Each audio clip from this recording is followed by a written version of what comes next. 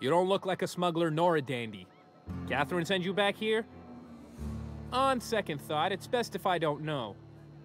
What's your order?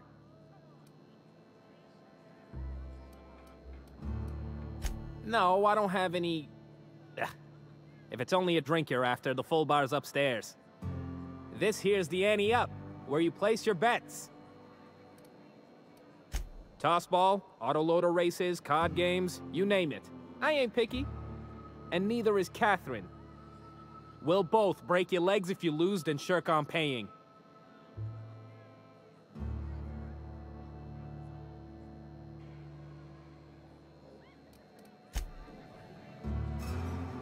Hey, if it ain't the cleaner, how'd the disposal go? Was it messy? I hope it was messy.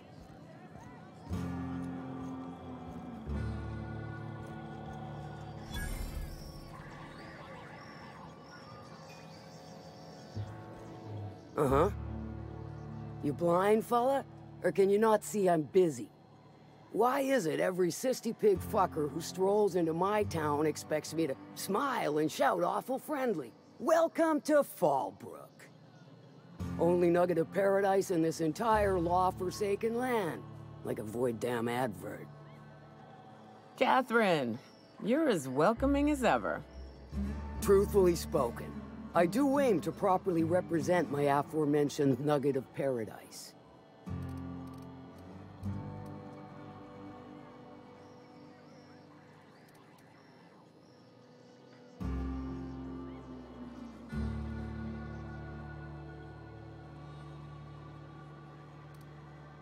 You know, I ain't heard that one before. Suppose I'll have to work harder to show you just what makes our town shine. But first, I'll need to know what brings you, stranger. Well, I'm half listening.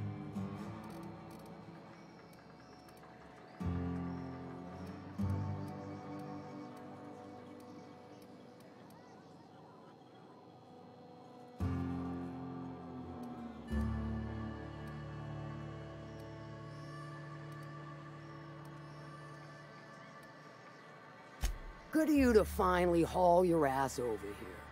I wired for backup weeks ago. Got something that's gonna require special extraction from Cascadia.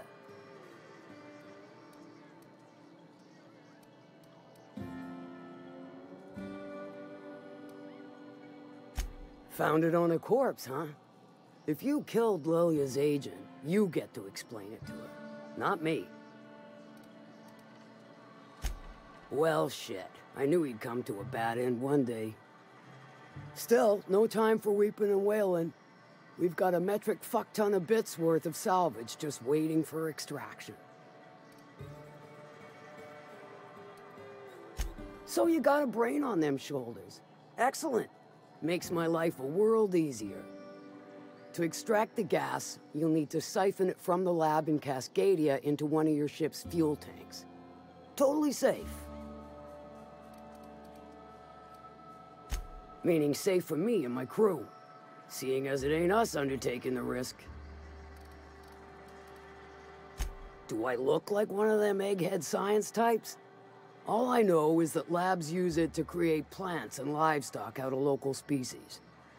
But it's a controlled commodity, available only to the board, so it is of high value on the dark market. I do like your gumption, but let's not be hasty. To get to the gas, you'll need to navigate through the town, which is overrun by marauders. The lab itself has become an infested nest, crawling with manties. You gotta fight through, or figure out some other way to exterminate them. Maybe the ventilation system?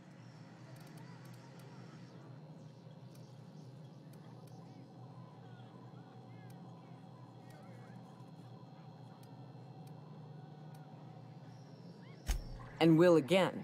We ought to be taking any opportunity we get to bury those critters in lead. Direct and aggressive. I always did like your sensibilities. You know when to strike and when to wait.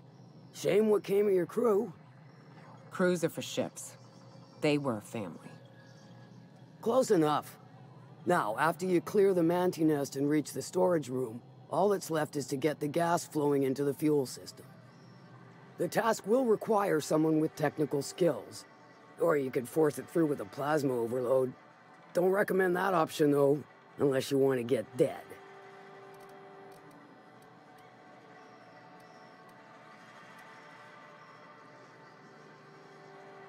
And I'd rather not wait another several weeks for Lilia to send your replacement. Once you've got our goods, take them to the groundbreaker. Lilia's fencers ought to handle the rest of it. I've marked the coordinates for you to the lab in Cascadia. On the terminal, use the passcode you got from Stellar Bay to get in. But before you make your run, I could use a heavy helping hand regarding a local issue. For a fine fee, of course. Good. This particular matter of opportunity has been eating at me for a while now. There's a Borst factory on up the way, run by a man who calls himself the King. Clive Lundberg, insufferable prick. That aside, it's a business ripe for the plucking. I want it. Clear as that. Stars, I hope so. Clive Lundberg, the self-proclaimed Borst King of Monarch, is swimming in profit and drowning in his ego. He's making the only meal to be had this side of Monarch, and I'm tired of ponying up for my dinner. I want that Borst factory, owner dead or alive.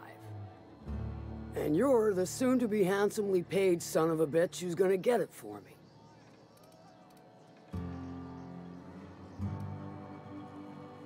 Kill him, run him out.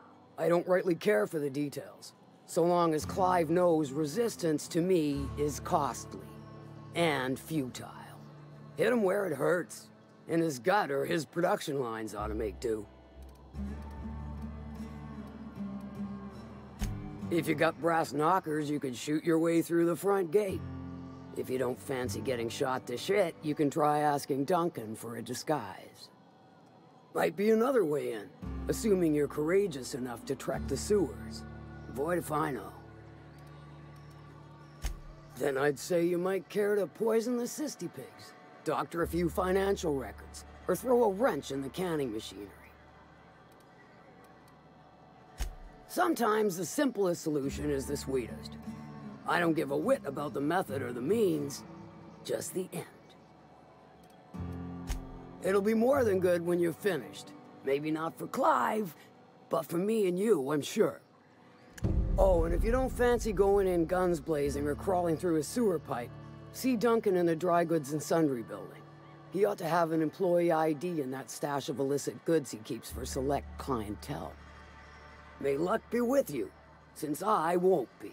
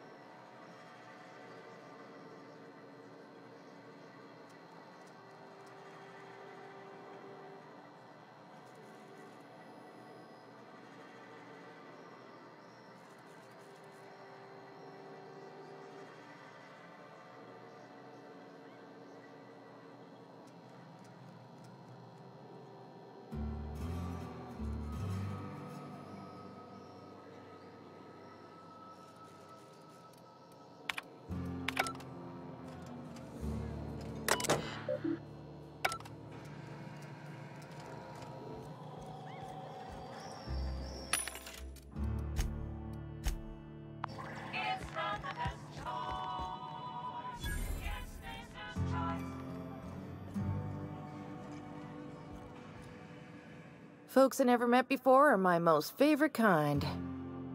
So, what's your story?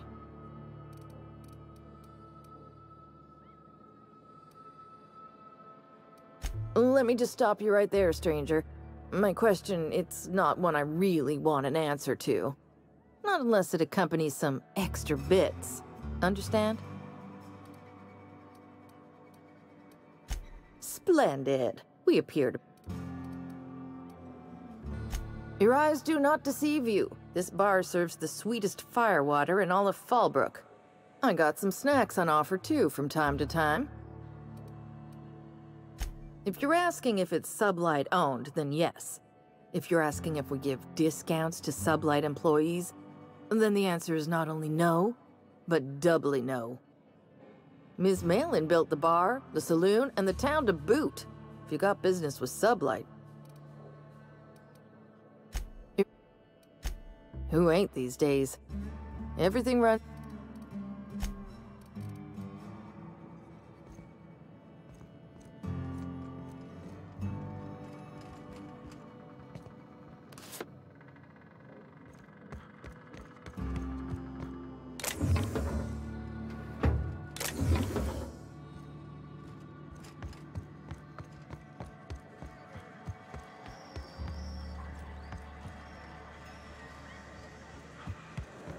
Catherine's great, ain't she?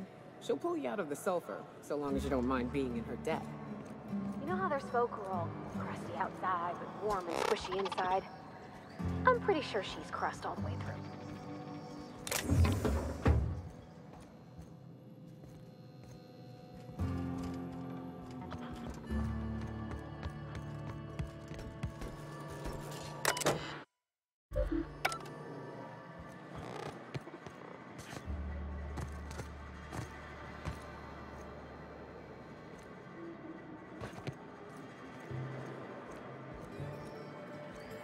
I test every product myself to assure maximum customer satisfaction.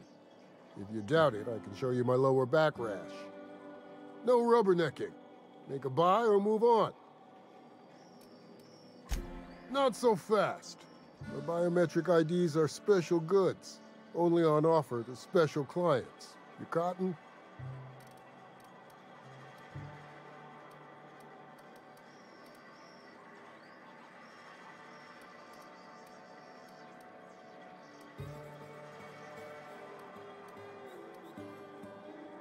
She needs it for a job? Well, why didn't you say so? Reckoned you asked her where to best procure one, and she obligingly pointed you my way. Give me a jiffy to break. I mean, calibrate the ID. This goes like that. Nope, not quite right. A bit to the left, mayhaps.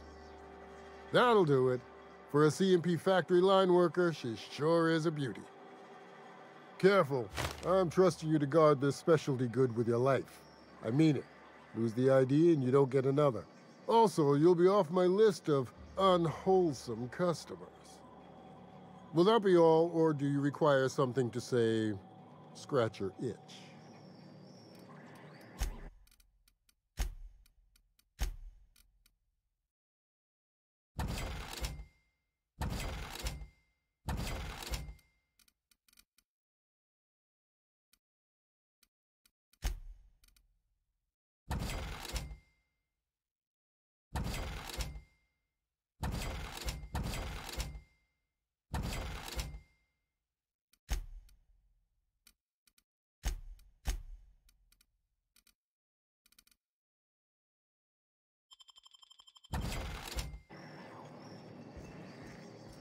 You shopping for pre...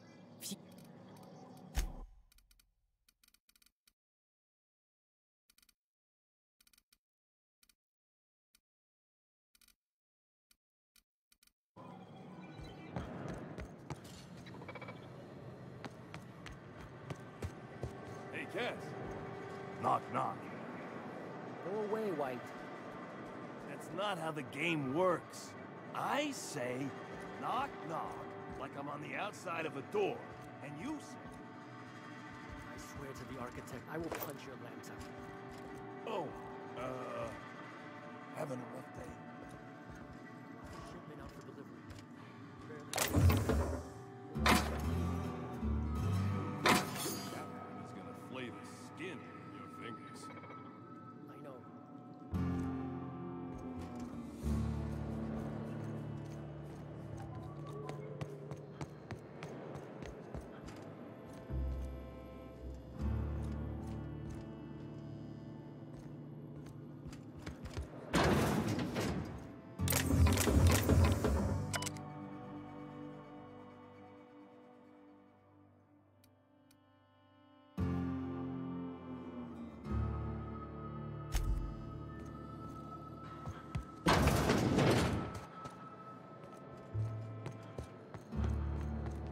Don't suppose I could just ask you to scram.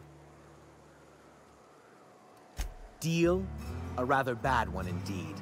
The fella swore and now...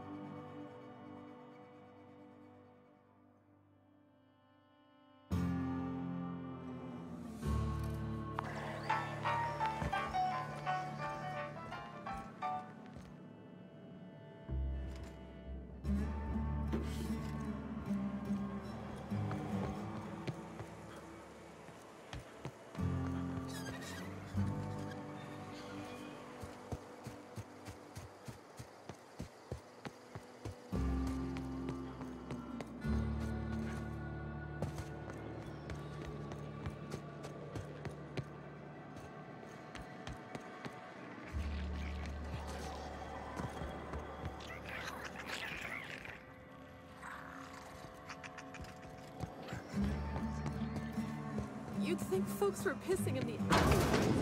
It stinks. Oh, they are. So that puddle I stepped in?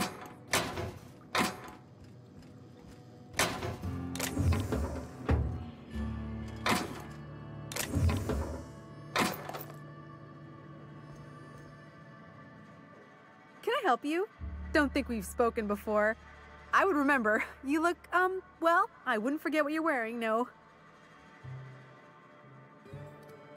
Most of the freshies spend their first day in the saloon. Fresh to Fallbrook, I mean. Me? I've been here going on 3 days now. I'm real friendly. Figure I've talked up everyone in town by now. But not you yet.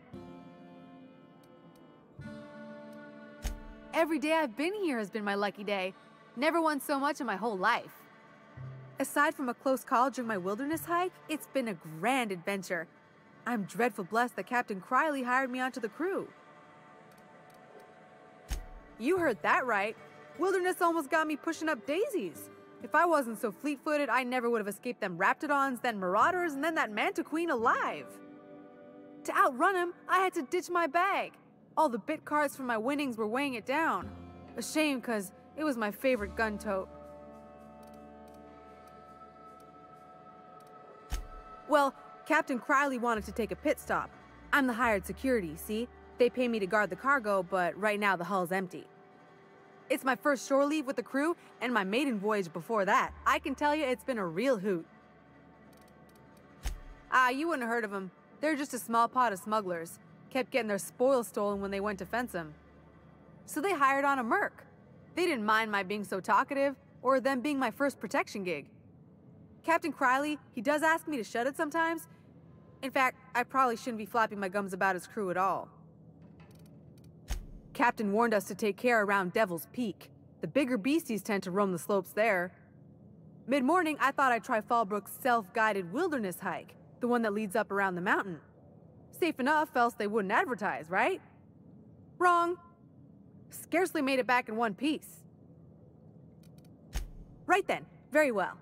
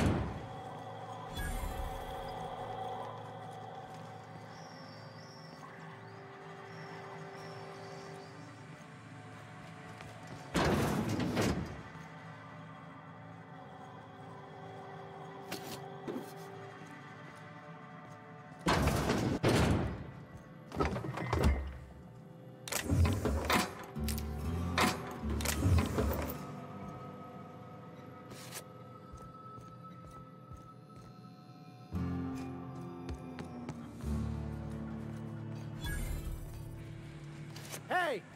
What do you think you're doing? Get You think I'm an idiot?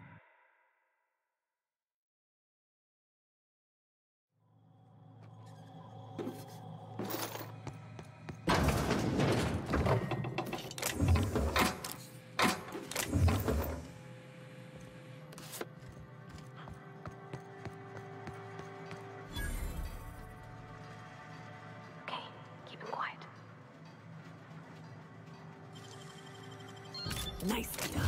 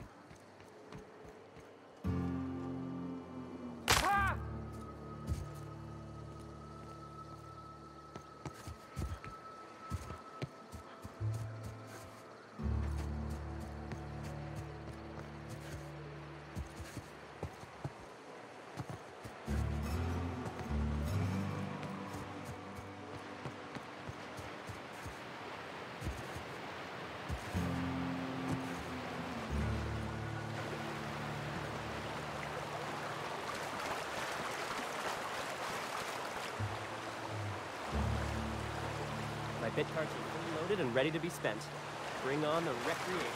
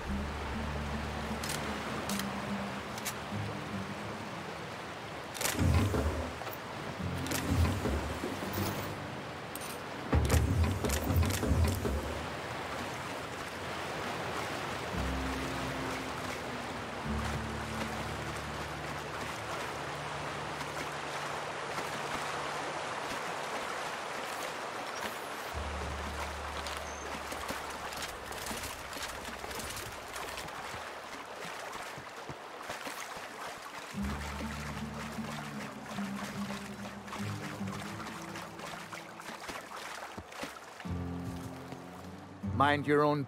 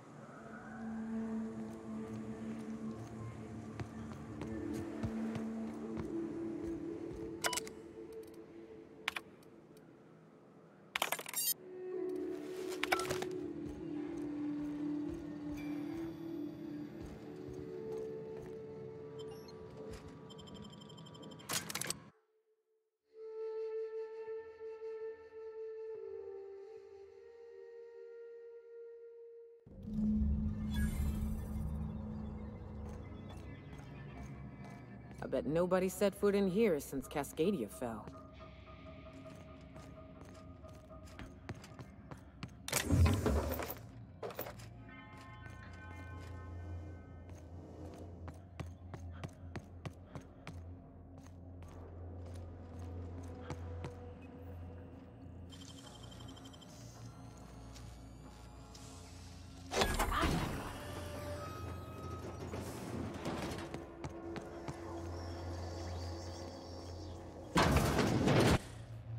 Proximity alert. Biology human. Protocol kill all plants. Suspended. Present your Rizzo identification credentials or prepare to be downsized.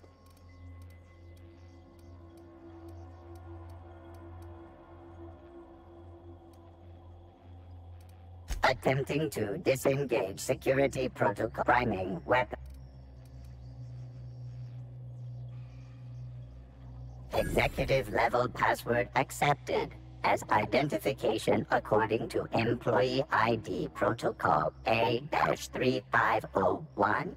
Welcome back, Doctor. Be advised. Mantisaur threat level is petrifying purple berry.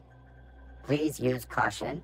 Mantisaur wounds are not covered under Rizzo's health policy. Have a productive day.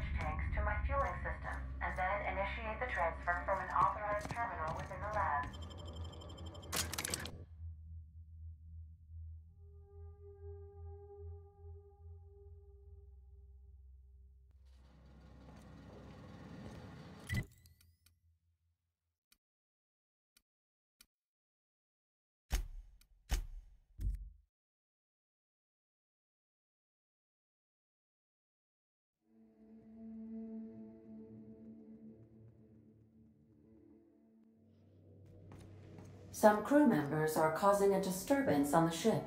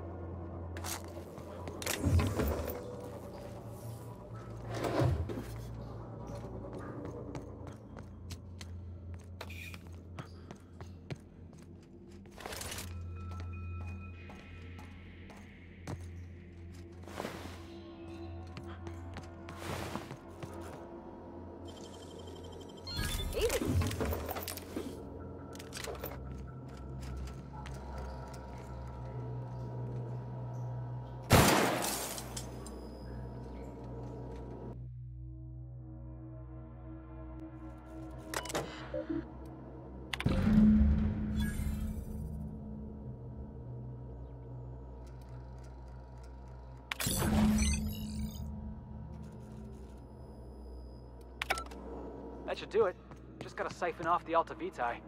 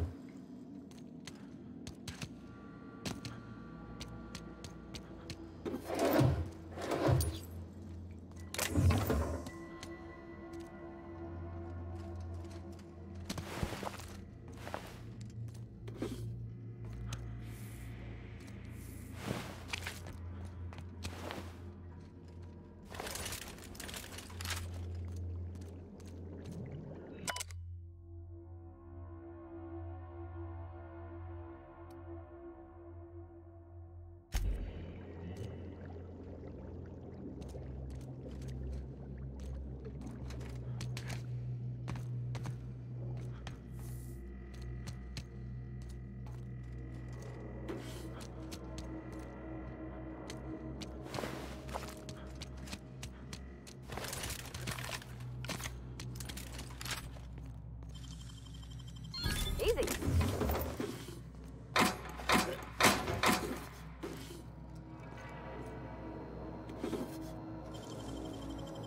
Great work.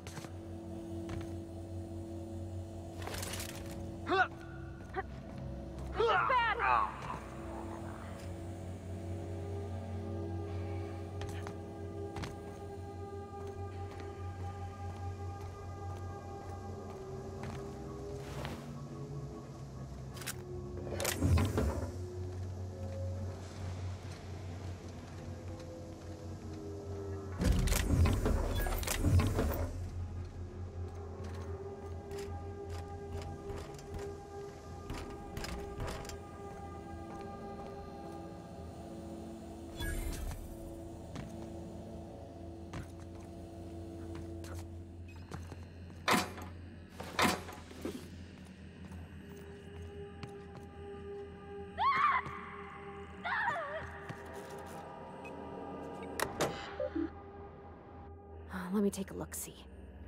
Okay, I'm thinking if I patch this into our fuel cell network, we can use the empty tanks to hold this ulta-wada-biddle stuff. Just gotta compensate for the pressure difference. We burn liquid reaction mass, not gas, and the cells are distributed all through the hull, so I gotta isolate the empties.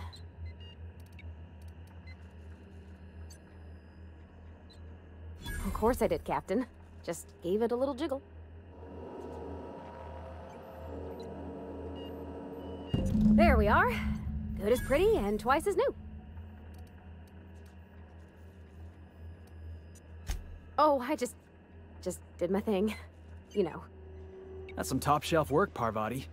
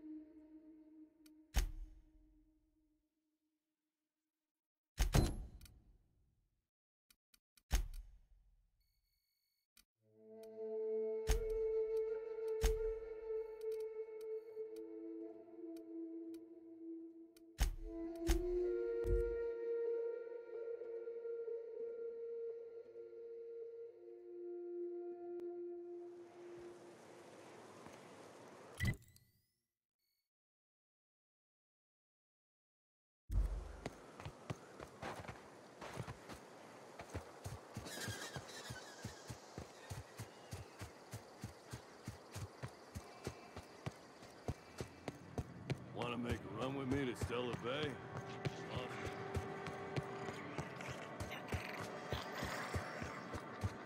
Said you docked 3 days ago?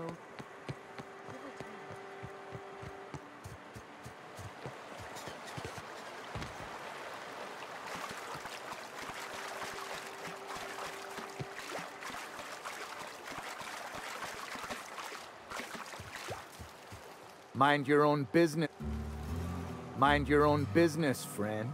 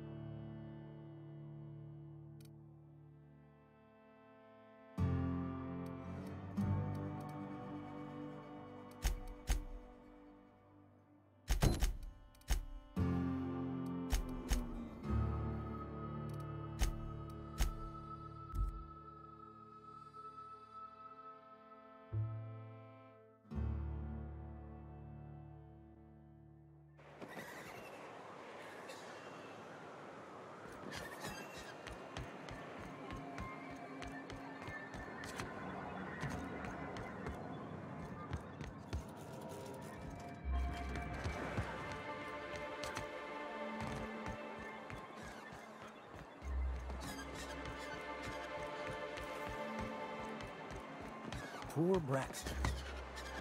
I don't want to think about it. Eaten by cannibals?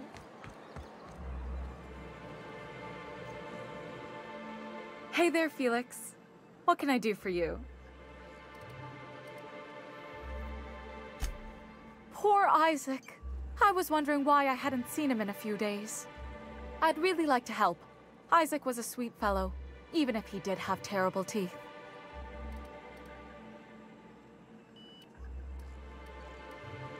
Right. So the thing with Isaac is he didn't know where to stop. He'd get stuck on something, and he just couldn't let it go. Sometimes he'd drink Purpleberry Punch by the liter. Other times he'd keep betting on a losing team. Started owing the wrong people money.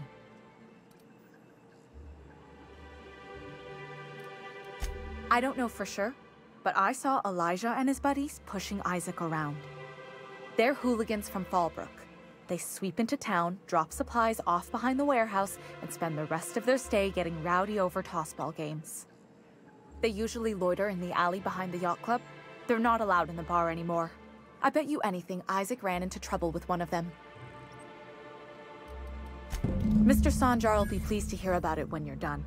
I know he gets fed up with the Fallbrook bullies, but there's not much he can do.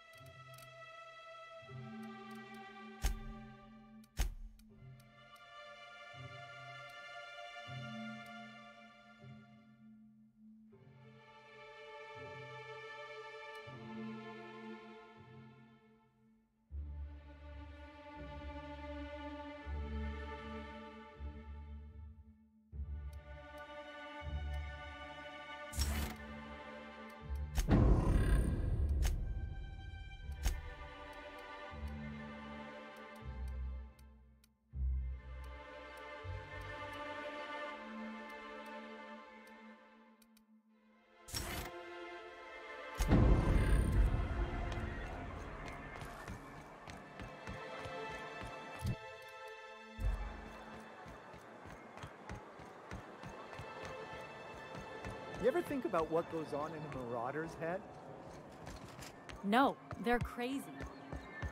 But they still manage to feed themselves, dress themselves, work together. Know that they're on the other side of that wall. I'm sure someone said the same thing. Hey! What are you doing here? This is our secret alley.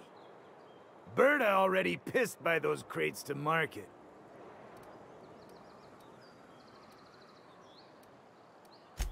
Listen, that purple-toothed twerp had it coming. Not that anyone has proof. And not that it's any of your business.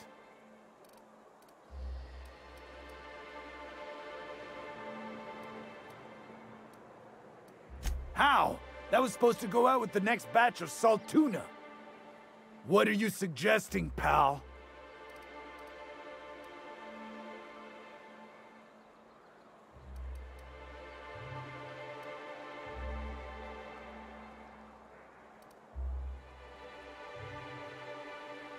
Wow. Most of the pencil pushers around here cave as soon as you look at them funny. Fine, we're going. This ain't worth it.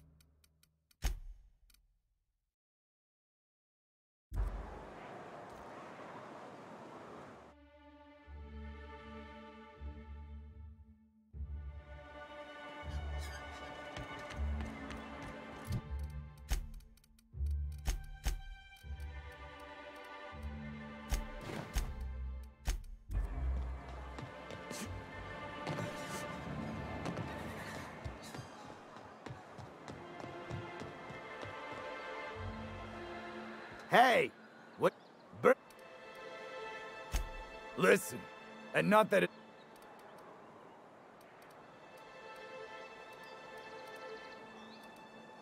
How? That was supposed to go... What did... Wow. Most of the...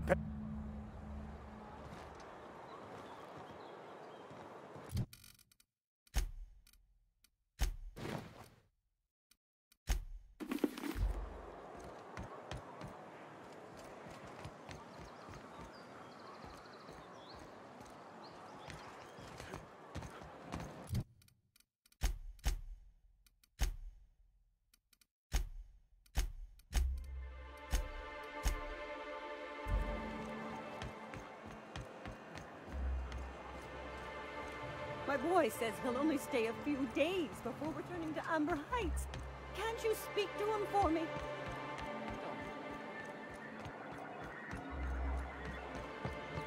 If the Iconoclasts reach that ship first, there won't be any chance. I don't suppose you've found the targeting module yet. I've sent patrols, but they're running into trouble with the...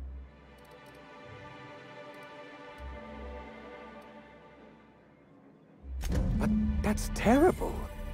What happened? I'm glad to hear you've dealt with them.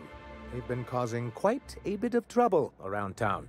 I've been consumed with other matters of late, but I would have dealt with them eventually. It really was on my to-do list.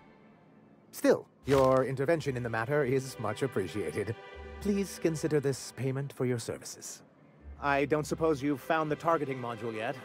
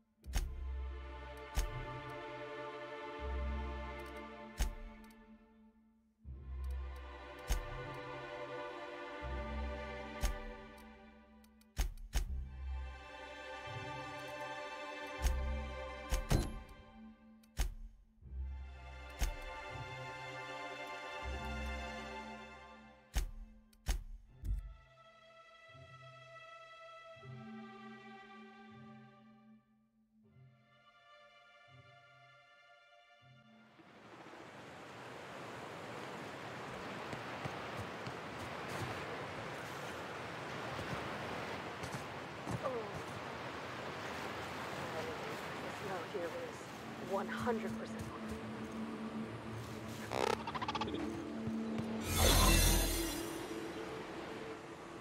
Ah, you must be a part of the new line shift. Don't tell me you lost your key card already. A lost card's worth 2 infractions, you know.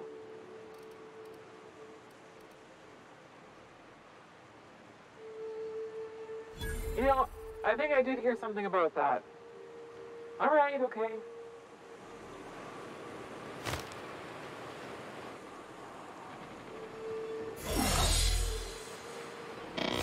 Head on in.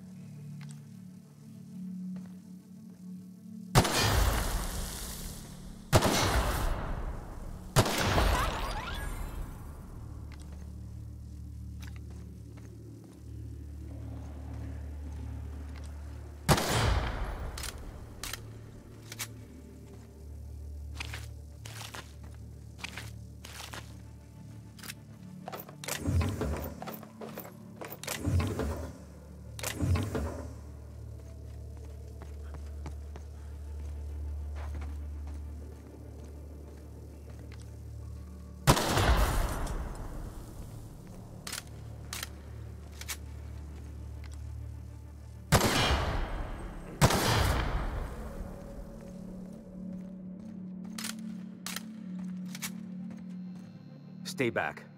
I may be wounded, but I'm still armed. How'd you get past my traps anyway?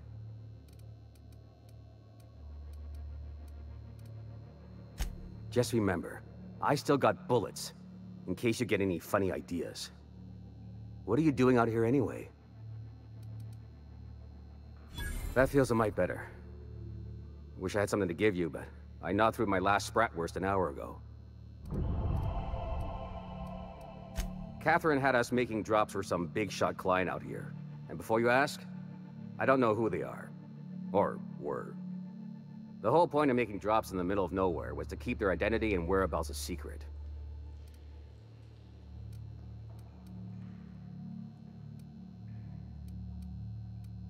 Yeah. I guess the Marauders noticed because they were waiting for us. Blew the bridge and took off with the goods. Sounds right. If you got the sand to go after him, I'm sure Catherine can reward you for your trouble. Me? I'm headed back to Fallbrook, just as soon as I've caught my breath.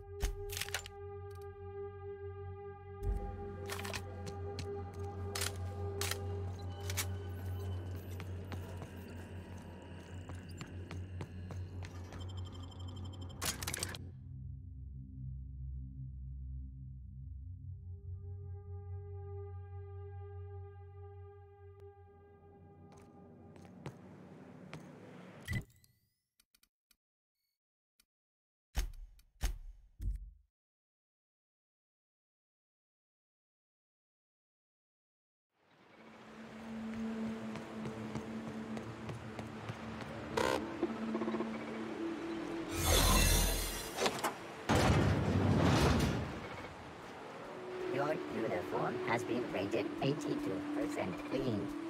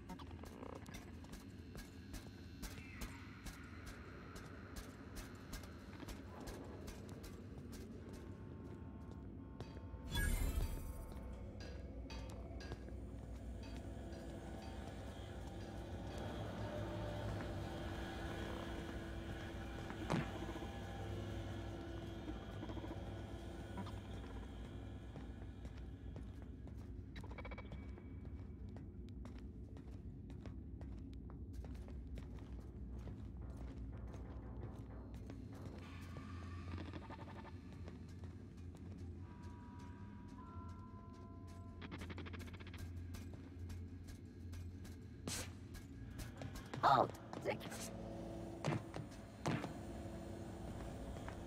Error. Employee information not found. Error. Transfer request not registered. A fine of 10,000 bits will be assessed in your...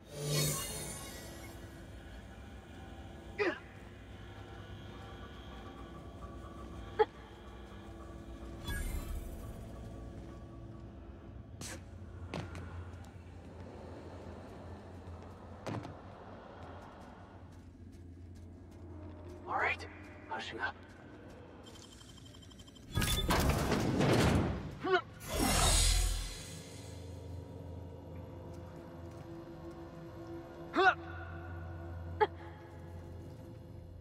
Whoa now. And just what do you figure you're doing up here? These are my private quarters, friend. I don't allow tours up here. I don't allow tours ever on deeper consideration.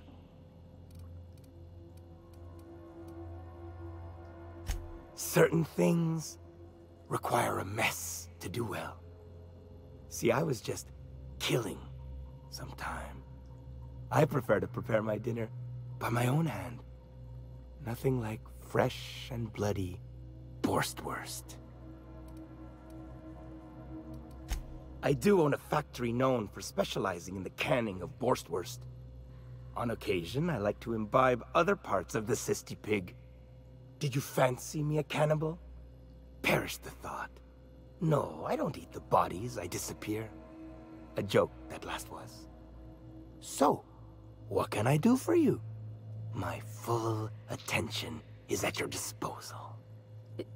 Is he looking at me? Oh, law. He is surely giving me the complete creeps. While I approve of your associate's cautious nature, I still teeter on the verge of losing my patience. Let us move forward with the present proceedings.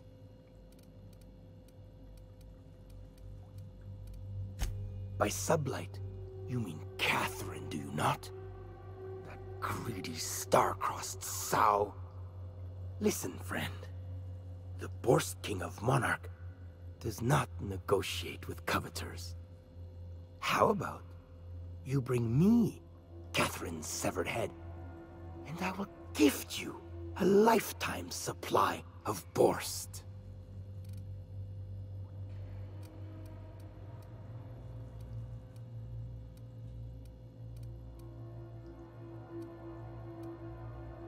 You desire that I should lower myself to Catherine's level of crassness and filth? I cannot fathom how that would cotton myself. The king built this golden monopoly brick by brick from the rubble when the corpse abandoned Monarch. No, he ain't the sort to partner up, as that requires the sharing of power and profits.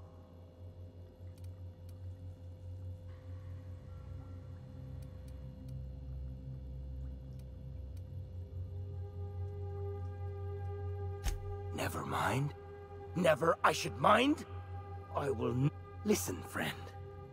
The Borst King of... See that you do...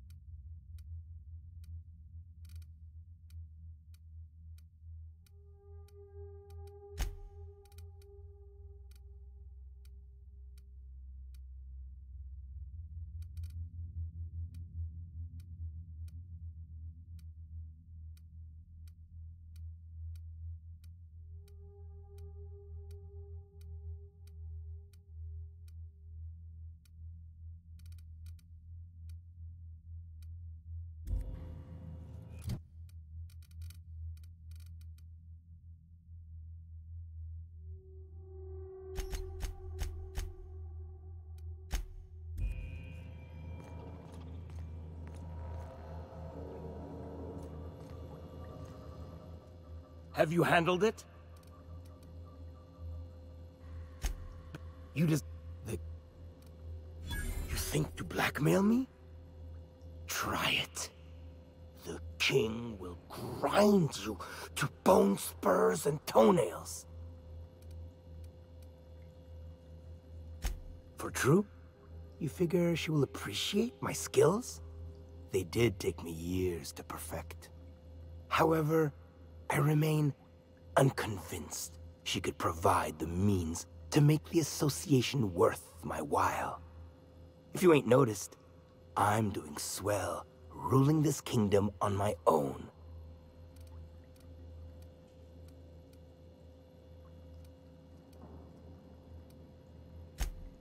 Ah, but Catherine would admire a man of my inclinations and skill. That is what you imply, yes? She will supply the worship I so rightly deserve. Very well. The king is interested. John Hancock me on the dotted line, friend. I will even give her a cut of the profits, requiring she keeps clear of my short hairs. Do not push me. I am not one to suffer. Tell Catherine she is permitted to dump the bodies each and every Tuesday, precisely at 3 a.m.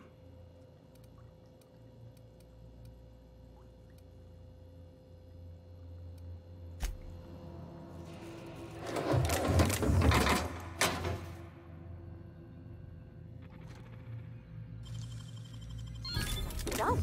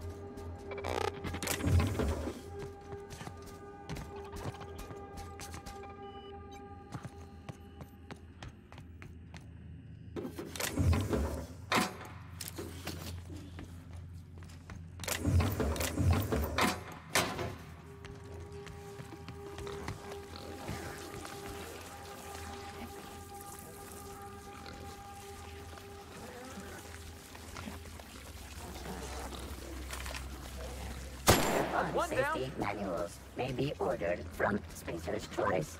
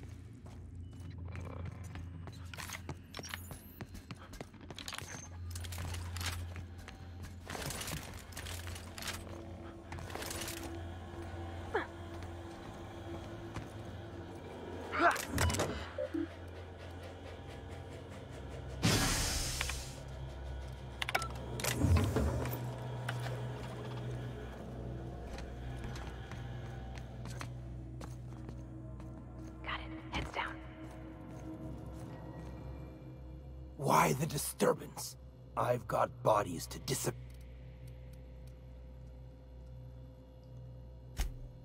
Indeed it is. Did you partake of the experiment? I would like to hear your assessment of the quality of each sample, if so. Don't wait so long the meat rots. Then I won't be able to trust your answers.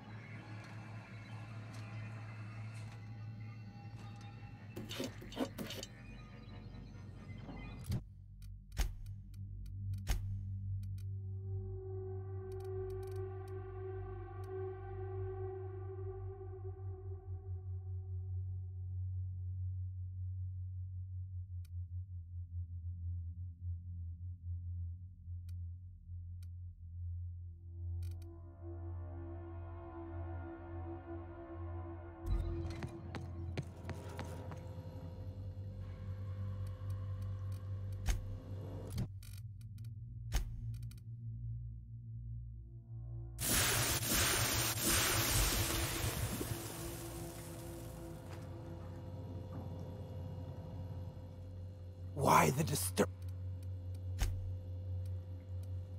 Marvelous. Now to your predilection, which of the sample cans spurred your appetite for more? Blue, red, or green? Which can had the smoothest texture and the least? Which had the most pungent taste?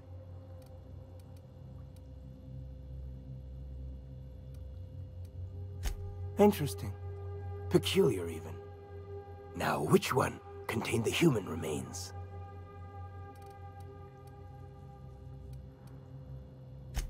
And you said it was the one that most greatly increased your appetite for more. Now that is disturbing. I do thank you for participating, though. I believe I must adjust the ratio before the next sampling.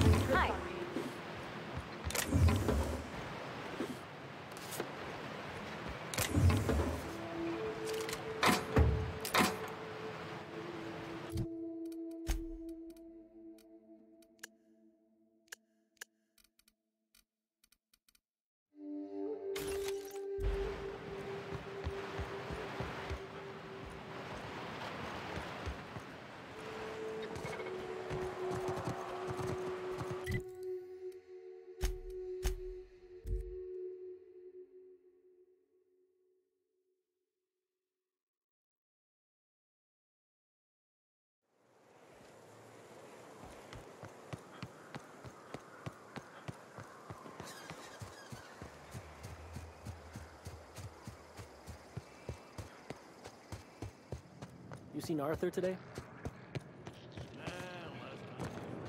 Catherine Malin could sour milk just by glaring at it. How's Clive? I do hope you gave him my regards.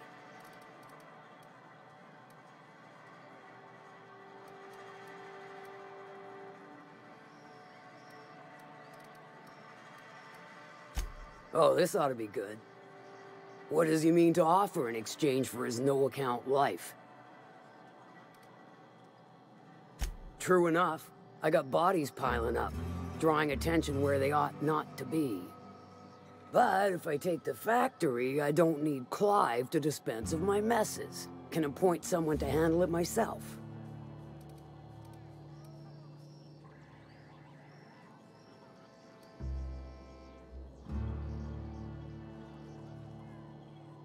Point taken.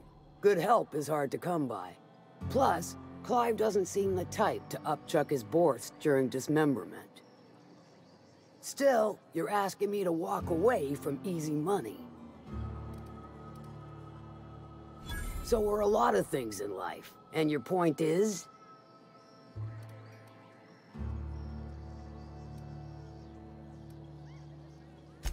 All right, color me convinced. Reckon I owe you a finder's fee. Don't spend it all in one place, unless it's here.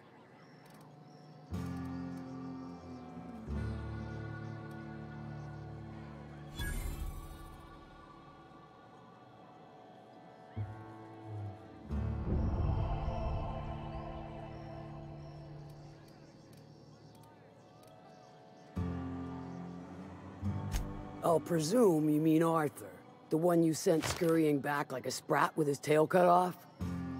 Reckon I'm happy he's alive. I'd be happier if the marauders who botched my drop were dead.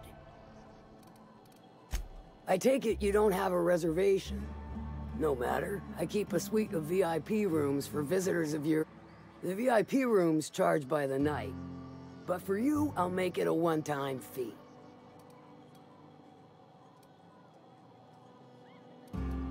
Too steep? Funny, you don't look like Nelson Mason. Funnier still, I wasn't aware of an existing problem.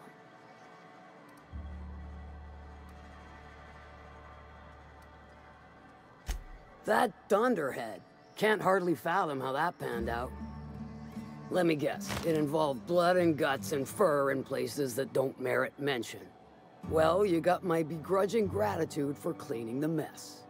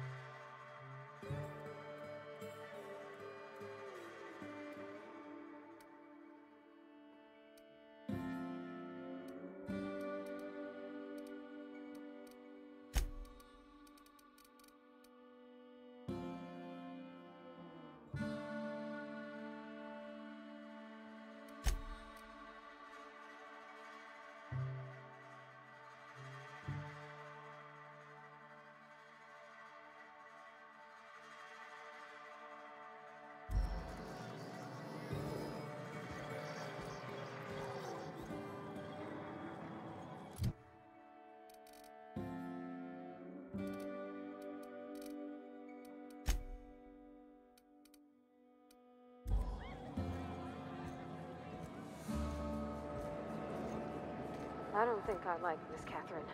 Not just on account of the swearing, though she swears awful much. She's about as welcoming as a wrench to the face. And half as tender.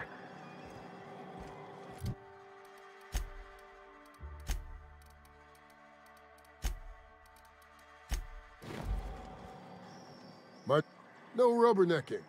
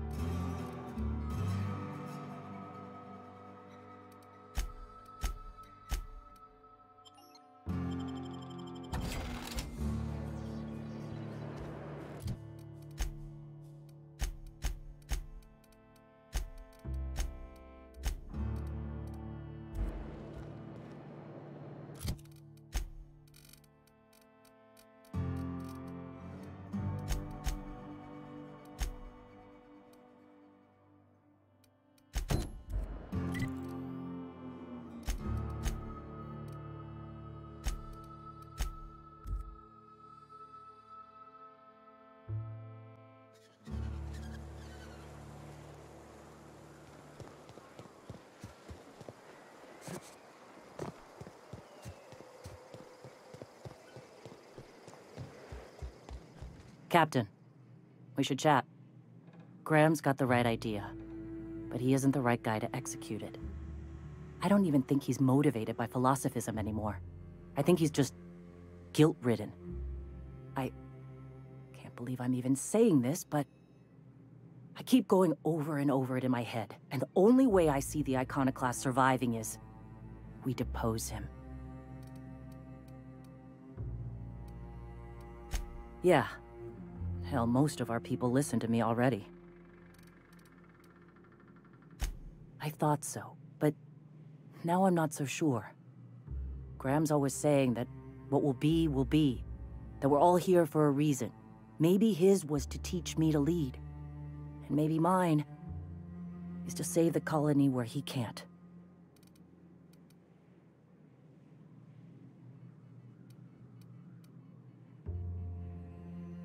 Take Stellar Bay. Lick our wounds. Eventually, figure out how the hell we're going to spread the word to the rest of the colony. Sometimes, you gotta do what's best for someone, even if they think you're wrong. Even if it's painful. When we're in Stellar Bay, they'll come around. I'm going to confront him. Okay. Deep breaths. This is what's best, Sora. Time to save Monarch.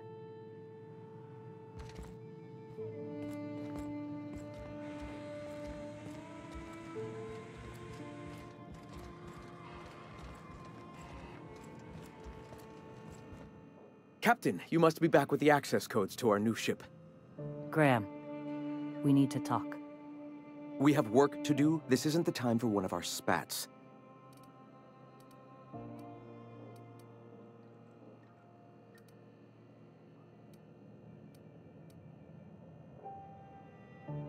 Stand down? I'm afraid I don't understand, Captain. You're running the Iconoclast into the ground, and I don't believe it'll get better after we take Stellar Bay. The troops take orders from me already, and you've brought me as far as you can down the Eternal Path. It's time to step down. The troops? Listen to you. This isn't an army. They aren't soldiers. They're believers. Followers. They pick up a gun because you tell them to, not because they want to. And you, Captain, after all you've done for me, for us, you throw behind this mutinous blasphemer?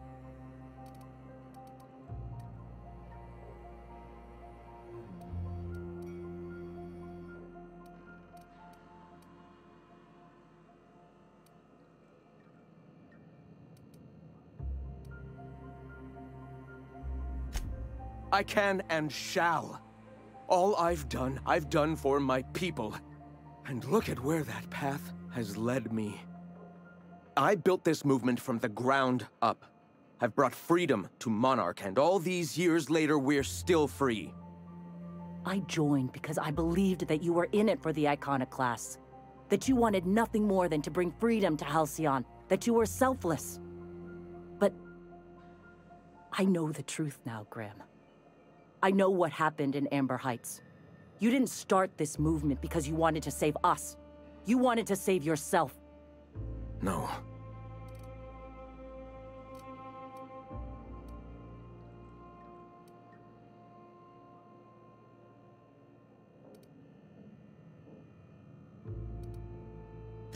Guilty? I didn't mean for them to die. I'm not a monster. Of course I feel fucking guilty. I've spent years atoning for my sins. I've studied, meditated, taught. I built the Iconoclasts so that any man could cast away his past for a fresh start. That's your answer, Graham? You needed a fresh start? After all those innocent lives? I'm sorry. I believed in you once. I did. But it's over. Stand down. I won't. What happened back then was a mistake, and the colony has moved on. This is my movement. These are my people. If you want to lead them, you'll have to kill me.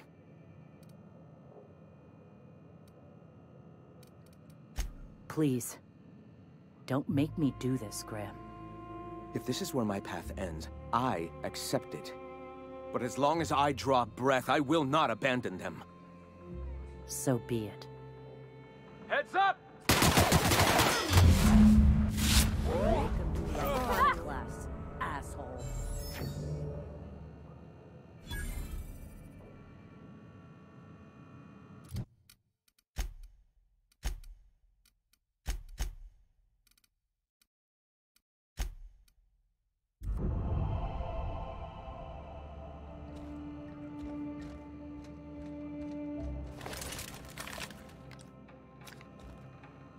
Well, Captain, here we are.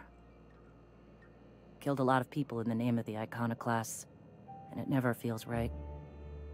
But this time, it's especially wrong. You've got the... Void, help me. I'll never remember what that thing is called. The device from the ship. Do you have it?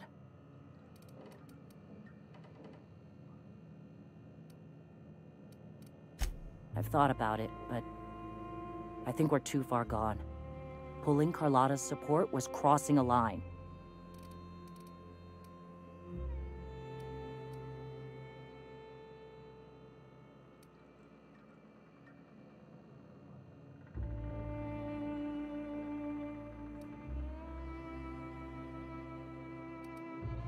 You know, Captain, I never thought about that. Maybe he could be taught the eternal truth. Spread the message from within the corporations. All right.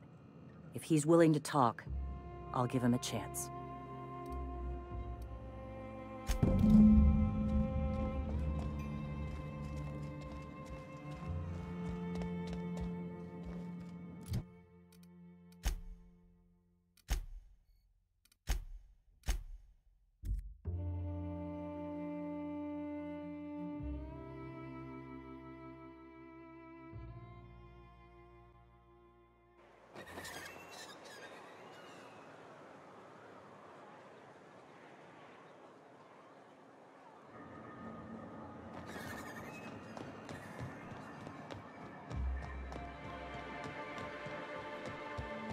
If the Iconoclasts reach that ship first, there won't be any chance for a peace. I don't suppose you've found the targeting module yet. They're all mad! And what's more, they left us! I don't see any way for us to work together. Not this again.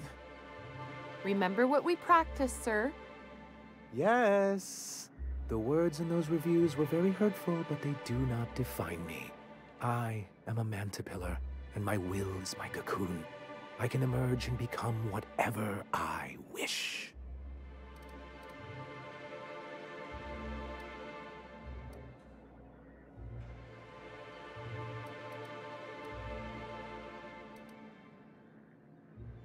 You too? He has a point, sir. And it's not all bad. Supposing you're right, who exactly would you have me work with? The Iconoclasts are not the most compromising sorts. That's an interesting suggestion. I confess I don't know much about her except that she worked for Rizzo. I'd be willing to consider it, but I need to see her review first. Very well. I can't promise anything, but let's see what we have here. Well, it seems like she's actually very qualified. All right. I'll have Celia organize a meeting in neutral territory, the old OSI church in the ruins. Meet us there, and we'll discuss terms.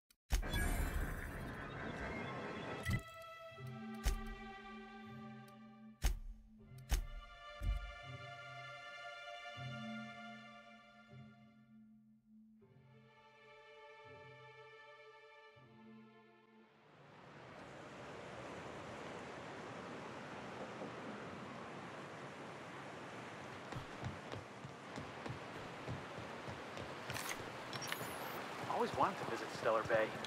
Take in the sights, the sounds. Wait, what's that smell? You reckon the smell ever goes away? Maybe the wind off the sea helps.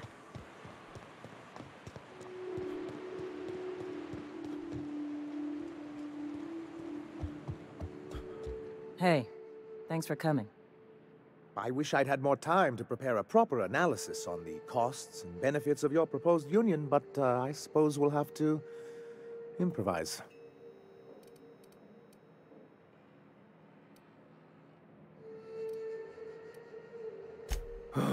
This is very hard for me. Don't fret. The captain here is right honorable. Usually. Sanjar, Stellar Bay's got food and walls. And my people need both. If you'll have us, we're willing to share the space. Do you have any idea what that would cost? Why, drawing up the budget alone is going to take weeks.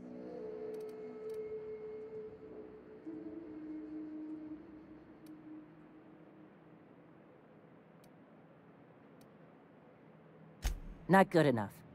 I need to move a fair amount of my people into the city. We need shelter, Captain.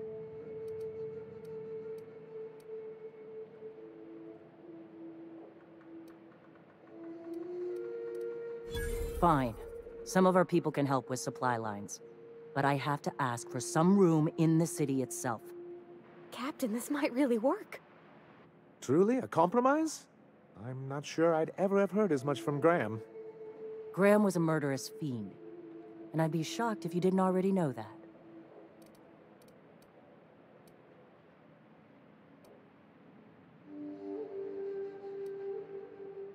This feels like one of those times when everyone at headquarters but me is laughing at something, but you two aren't laughing.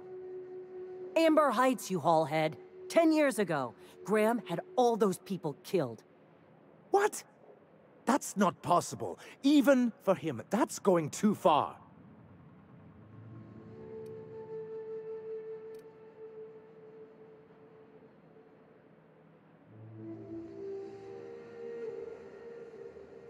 I certainly didn't think so at the time, but now that you mention it... I had no idea, I swear. Look, we were both fed up with corporate leadership, but I never guessed he'd do something like that. Mr. Nandi says he don't know a thing. I say we take his word for it. You can't take bureaucrats at their word.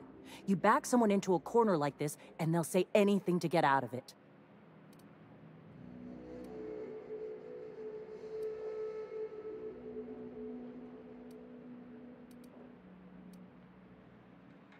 Very well. I suppose my ignorance is no excuse. I knew Graham for years. I should have done my due diligence and known exactly who I was working with. Surely you know what that's like. Yeah, I do.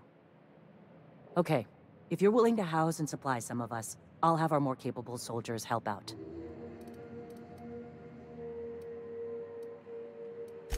As am I. Oh, I can feel my blood pressure lowering already. Thanks for coming out, Sanjar. Guess I'll see you at Stellar Bay. Never doubted you for a minute, boss.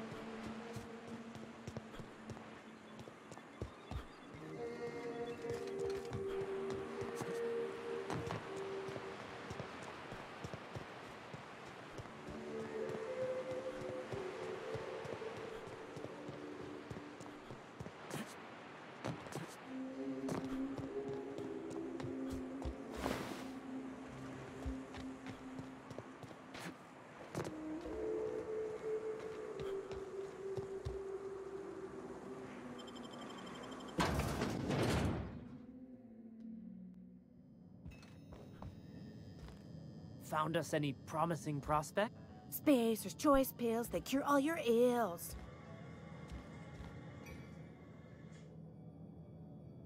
Oh, hello there. You come for dinner?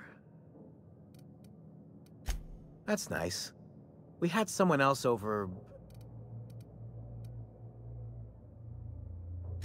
No, there's no call for being rude, Captain. You got a funny way of putting things. But it feels like there's this fog. That's nice of you. I usually feel better after. I have no doubt the Eternal will bless us through you. How good to see you again.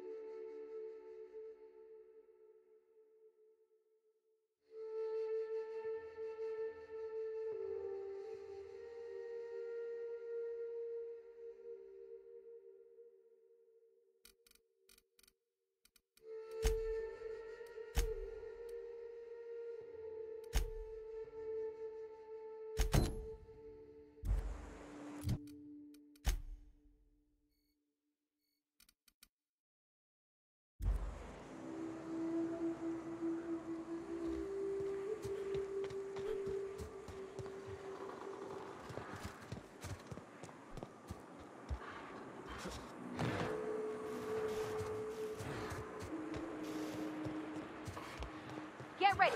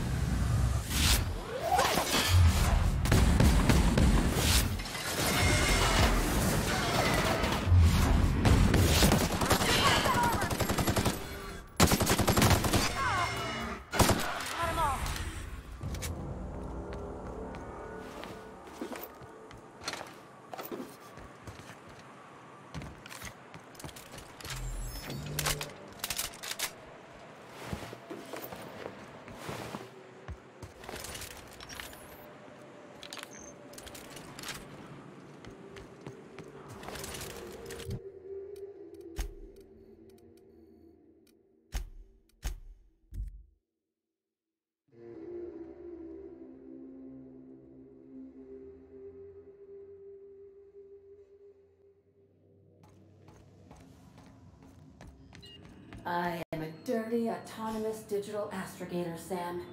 I haven't cleaned my internals in ages. Can you hardly process the sheer quantity of dust built up in there?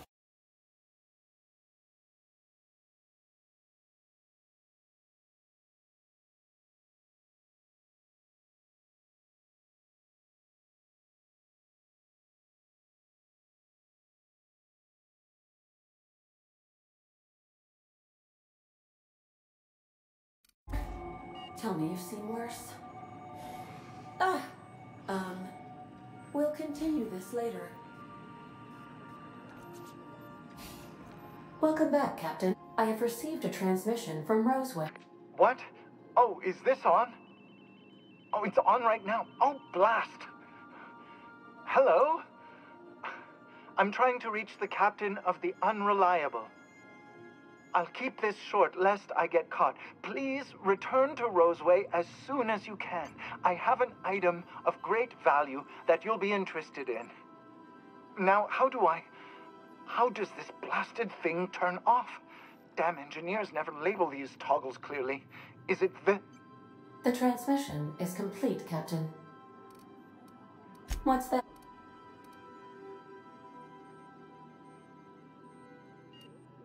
What do you mean? Do you have any examples of secrets you have kept from me?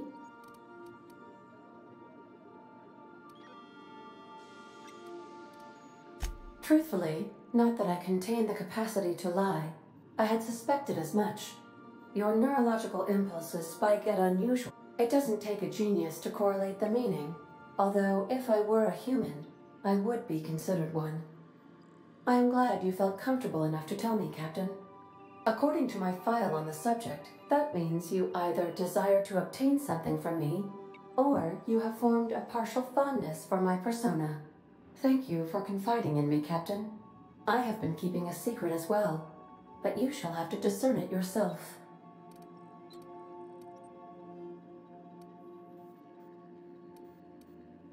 What?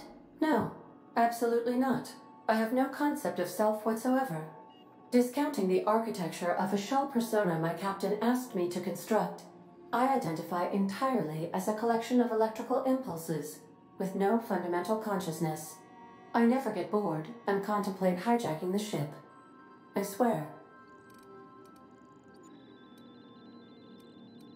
I do not like joking about the captain, Captain.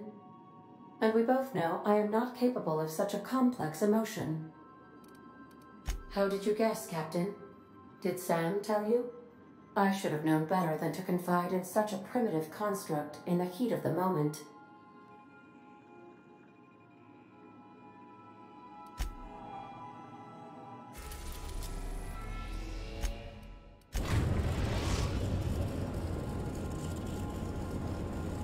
Destination reached. The Groundbreaker. Greetings, customer.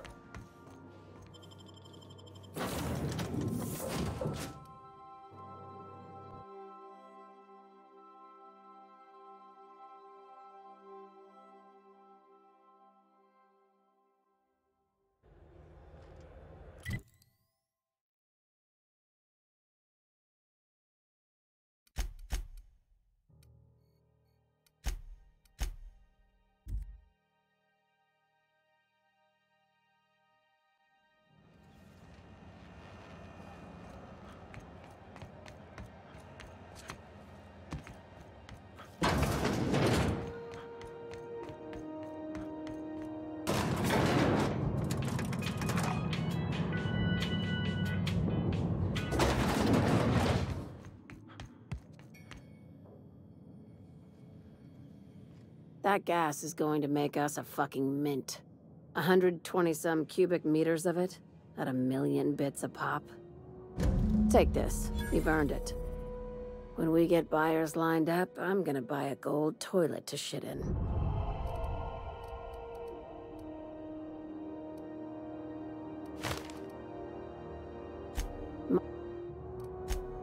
You cat. Hey. You're gonna suck. Suit.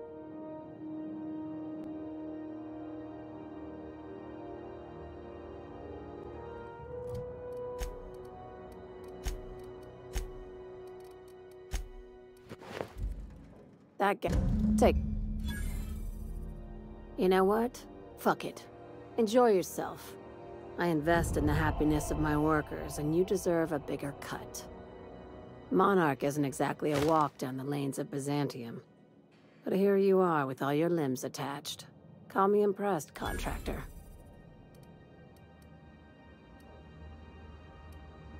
No one you saw, anyway. Glad to see you're looking out for yourself. You've been keeping busy. I hear you took on some extra work at Fallbrook. Catherine says the factory needs some repairs before it's back to working order. But at least it's under our control. Hey, when you were at the slaughterhouse, those swine didn't give you any strange looks, did they? I knew it. I'm probably getting worked up over nothing. Just try not to think about pigs. You never know, you know? I've got a lot on my mind, but it's nothing that concerns you. At least, not yet. I have another job lined up, assuming you're still interested in work. You're gonna salvage me a space station. Heliospheric Research Station 1084, to be exact. I want it. Cobwebs and all. Interested? How big we talking? Not like groundbreaker big, right? This opportunity won't come around again, Captain.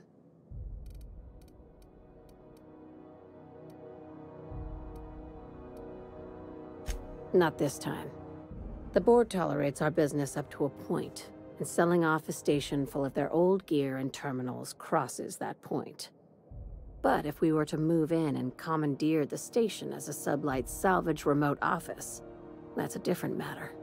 Legally gray by comparison. More of a squatter situation. Right now, it's only salvage on paper. Systems and comms have gone dark. Poke around if you're curious why. While the board lets 1084 gather dust, you're gonna swoop in and plant Sublight's flag. Perfectly legit, perfectly legal. Here, this override bypass should get you into the station's systems where you can plant my flag. And one last thing.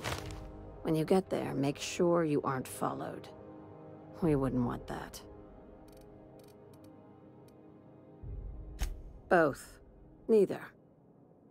Right now, it's safer if I keep you in the dark.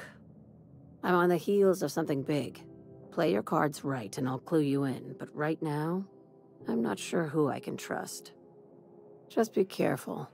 Someone might try and use you to get to me.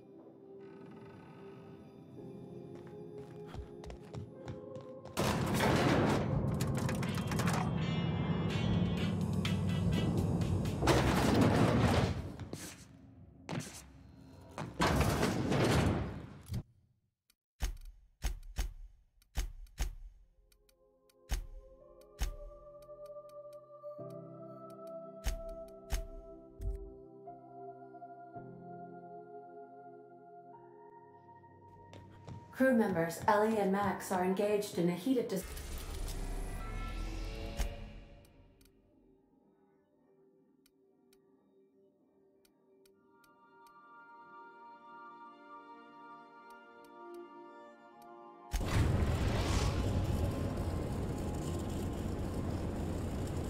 in the kitchen.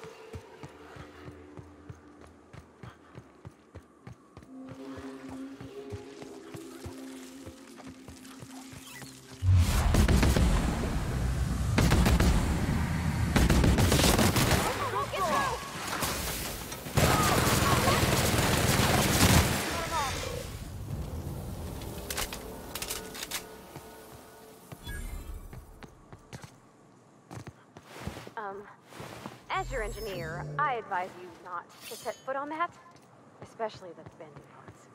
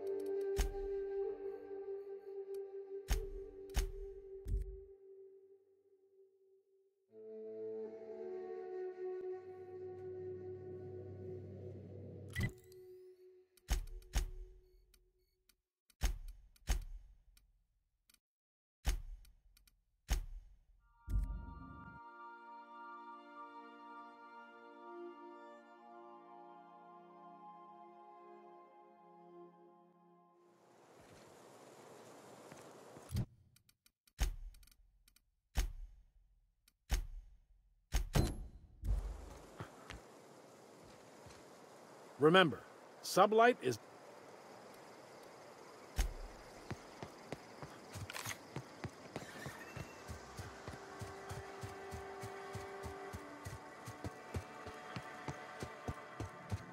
Hey, Cass. Knock, knock.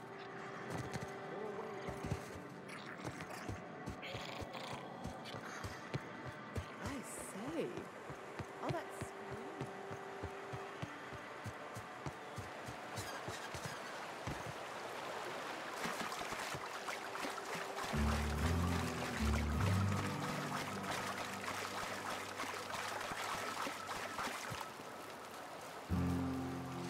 What do you want?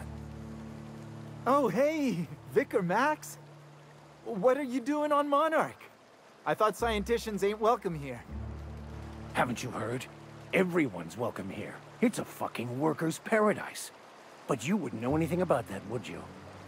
Never worked a day in your miserable life.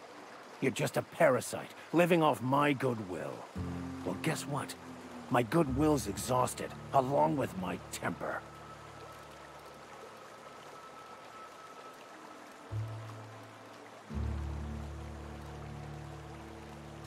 This is the guy who told me about the book while we were in prison. I lied about finding a scholar. But I don't care about any of that anymore. I just want to inflict massive amounts of pain on this guy.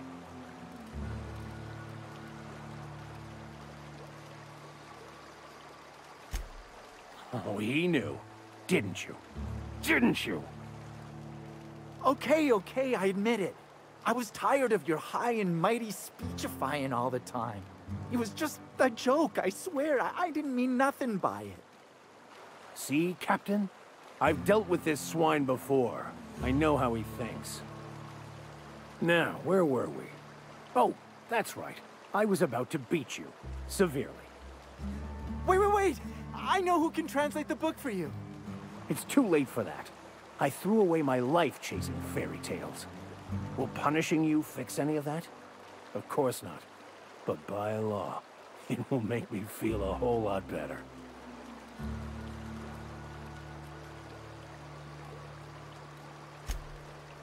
Okay. Talk, Reggie. It was stolen from some sort of expert on philosophism. Weird hermit lady on Scylla. My father used to deliver supplies to the mining outpost there. It's true. My father collected some extra bits on the side by diverting some of the supplies to the gal. The way he told it, he thought the book looked valuable, so he took it. Couldn't find any buyers when it turned out to not only be French, but banned as well. Fine. We've got more important things to do anyway.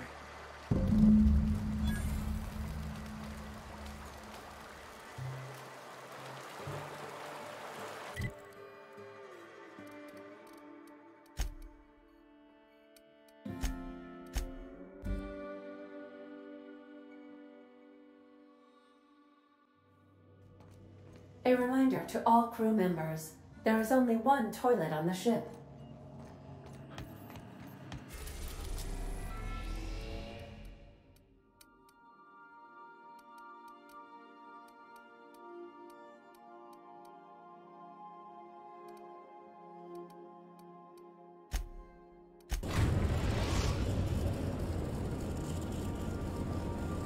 Destination reached. Scylla.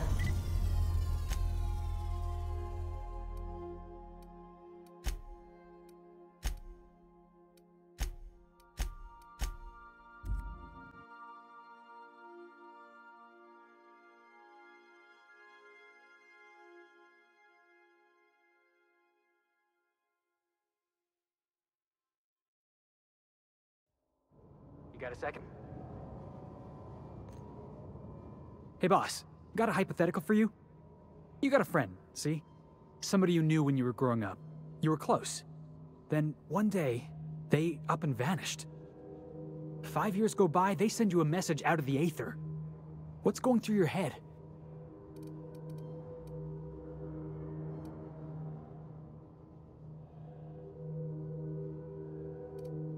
Guy by the name of Clyde Harlow. He was an old friend of mine. Honestly, he was probably my first and longest friend. I just heard from him. Says he wants to talk to me. Says it's urgent.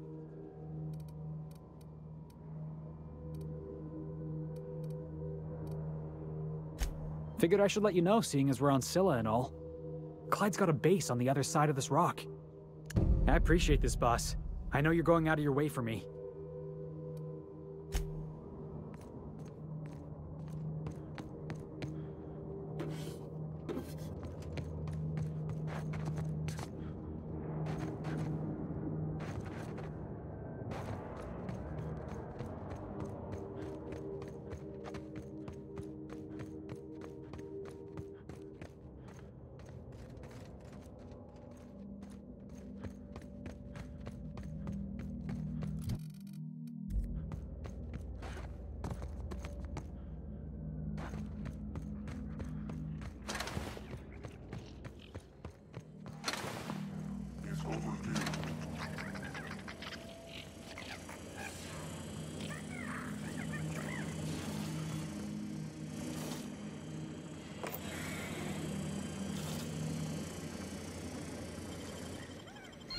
It's all in the wrist.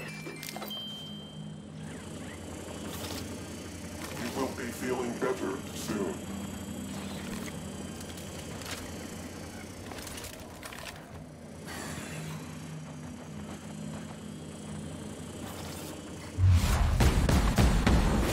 All right, let's dance.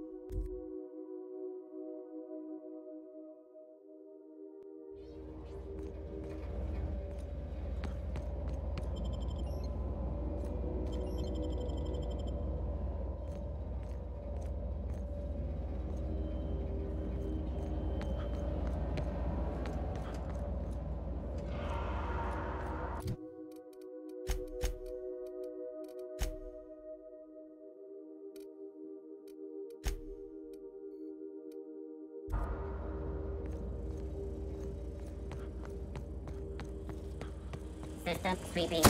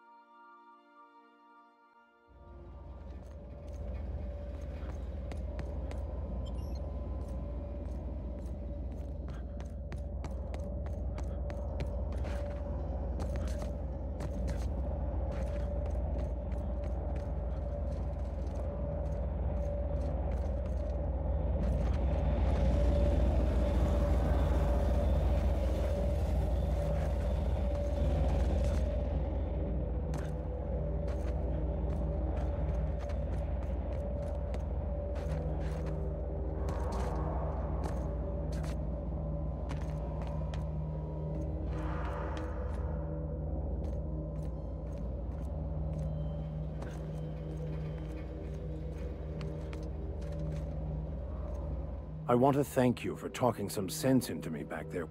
It has been a long time since I gave in to my violent enthusiasm.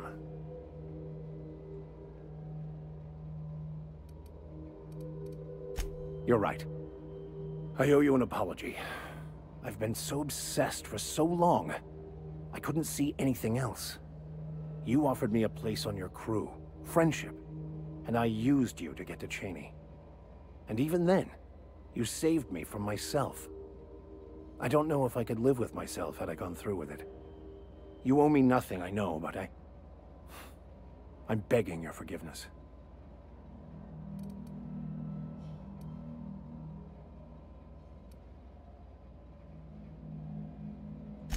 Thank you. I promise I'll be nothing but truthful from this point forward. Oh, exactly as you'd imagine. Can't say I enjoyed the stint. It did provide me with plenty of time to think. The way I see it, the universe was snapping me back to where I needed to be. You stray too far from the course of your destiny, the world will try to correct for it.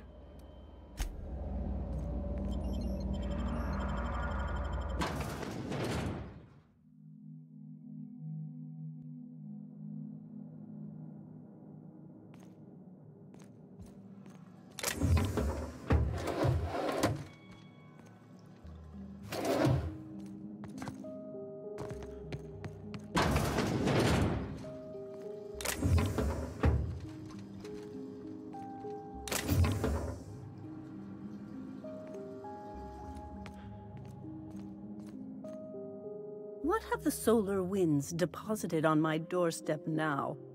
Just more dirt and debris? Or do you actually believe you are here seeking the truth? I must admit, I tire of the truth seekers. Mayhaps you're here to rob me? That would be so much more exciting.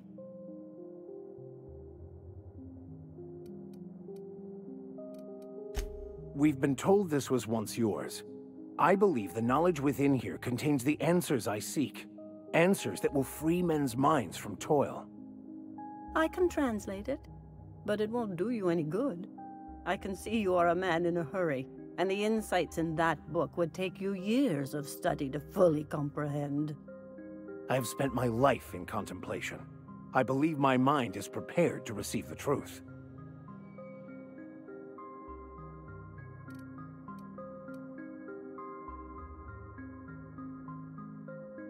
There is one way that can speed up the process.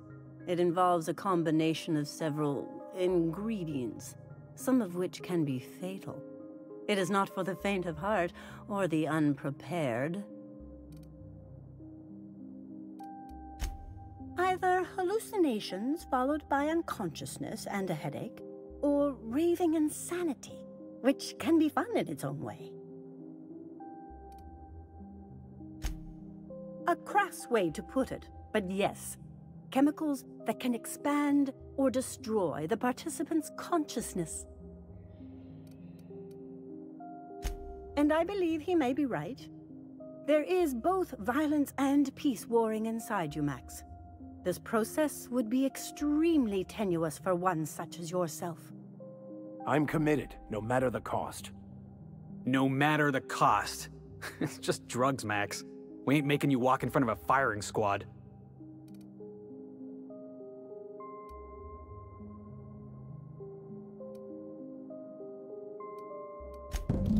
All right. Head on into the meditation room and partake of the sacramental incense. It's waiting on the table when you're ready to begin.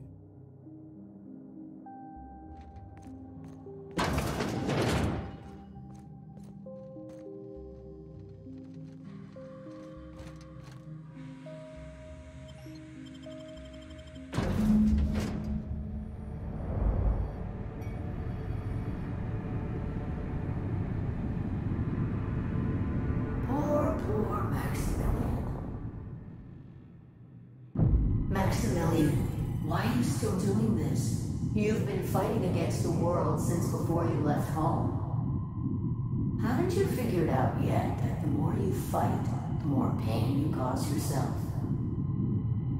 Mother, you're dead. You can't be here. I knew this was too good to be true. These are just cheap hallucinogens that have...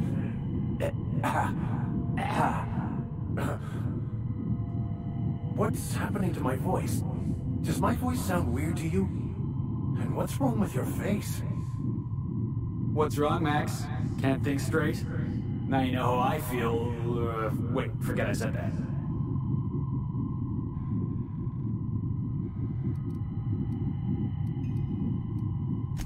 We are obviously the victims of a tasteless joke being perpetuated. Perpetrated? I mean, we're being made fools of, aren't we? When I get out of here, I'm going to show that hermit what you get for messing with me. Maximilian, always ready to give up, to lash out, always searching for answers, but always in the wrong place, never looking inside himself. You look inside yourself all the time, Max. Or with your head buried up your posterior.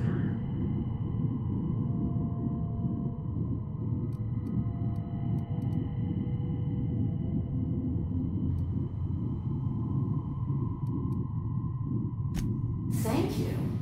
It relieves me to see there's at least one positive influence in my son's life after all these years. Has he told you how he thoughtlessly abandoned us? Thoughtlessly? How could you say that? I only wanted you and Father to be proud of me. I was going to be the perfect vessel. I was going to be a better... more full of the plan. This here, it's all coming out wrong. The plan, it filled you with a joy I could never feel. I wanted it. And being a laborer made me miserable. I was better than that. You certainly convinced yourself you were. But don't feel bad. We continually lie to ourselves, weaving stories in a vain attempt to convince us that we are in control of anything. These stories are how we try to make sense of our lives, but they are not real, are they? They're just stories. You need to drop your story and see the truth. I got your story right here. I'm Vicar Max. I'm uptight. I love the church, and I'm a stooge for the board. And I don't understand that Felix is a genius.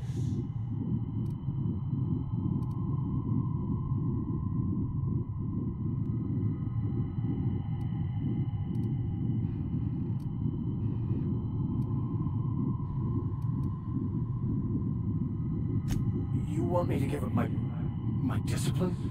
My control? Oh, but I can't. I can't. Without order, there is chaos.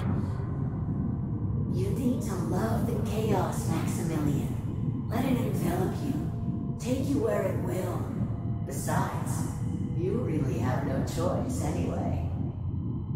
No, that's not true. The basis of everything is order, not chaos. It's true, I know it is. So did you.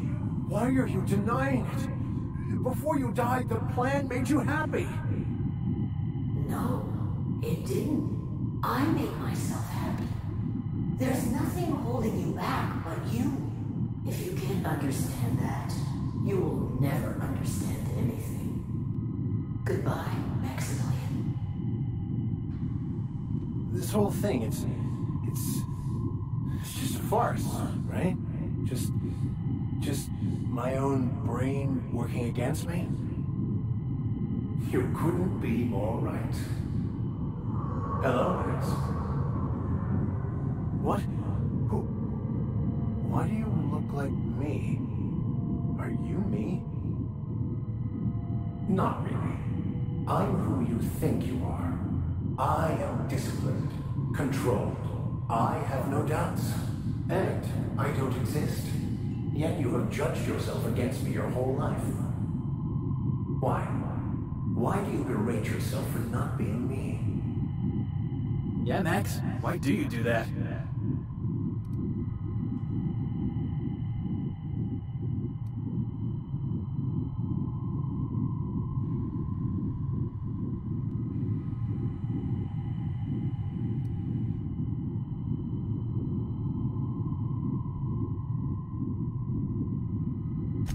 What are you talking about?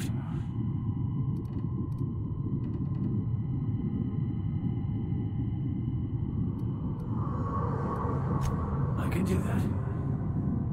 Here they come. Your day. I see you're back with us. Feared we lost you there. Never seen anyone pass out yet stay upright before.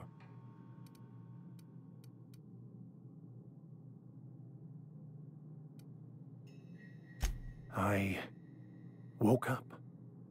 The illusions I built for myself just fell away. I'm no longer interpreting, I'm experiencing. Everything is perfect.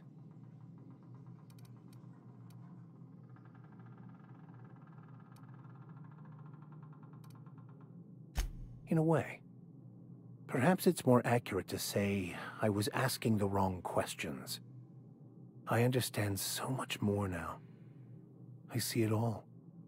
All there is to be experienced, to be lived. Of course there is pain and loss, but the suffering is caused by trying to control reality. Clinging to the way you want things to be, not enjoying the way they are.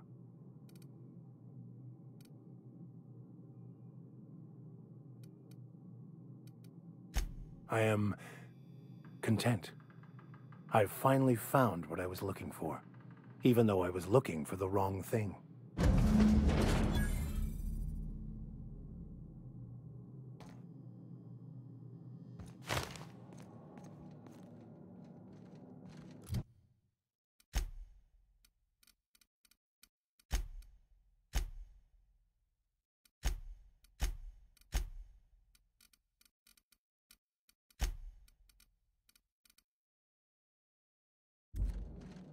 So, have you found your answers? Not so much found as finally listened. Yes, it is quite the convoluted maze we build for ourselves.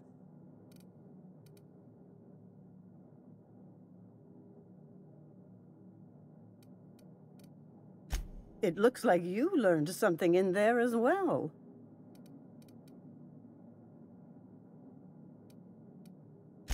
Of course you were.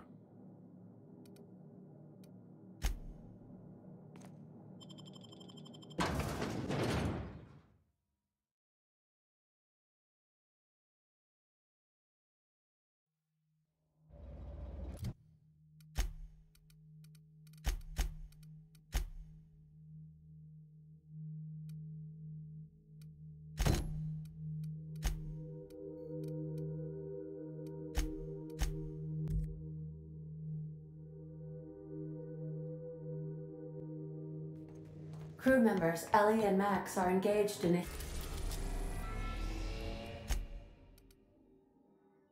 heated discussion in the kitchen.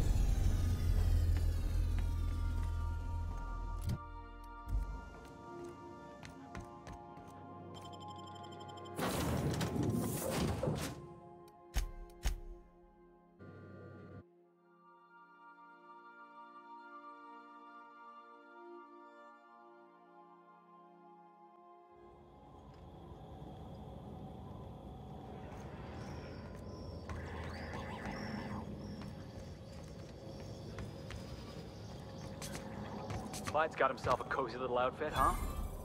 You sure you want to go in there, Felix?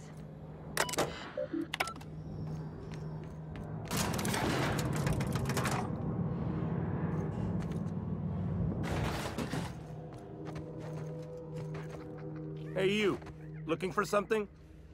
Where do you think you're going?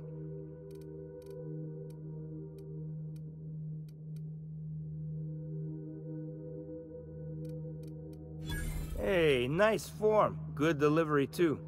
You looking to join Captain Harlow's crew, huh? All right, go on through.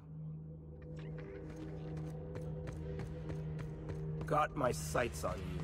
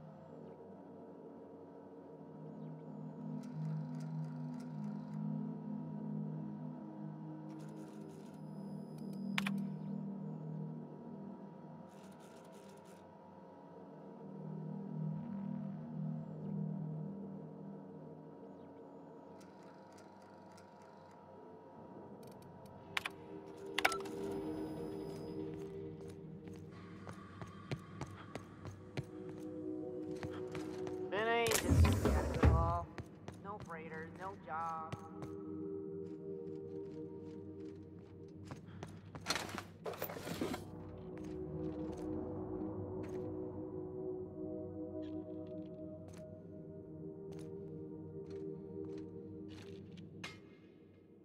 Well, hey there, Hullhead. Clawed your way out of the Groundbreaker at long last? Uh-huh. Oh, sorry, were you expecting me to say something? Maybe a long time no see, or a you've aged, old man?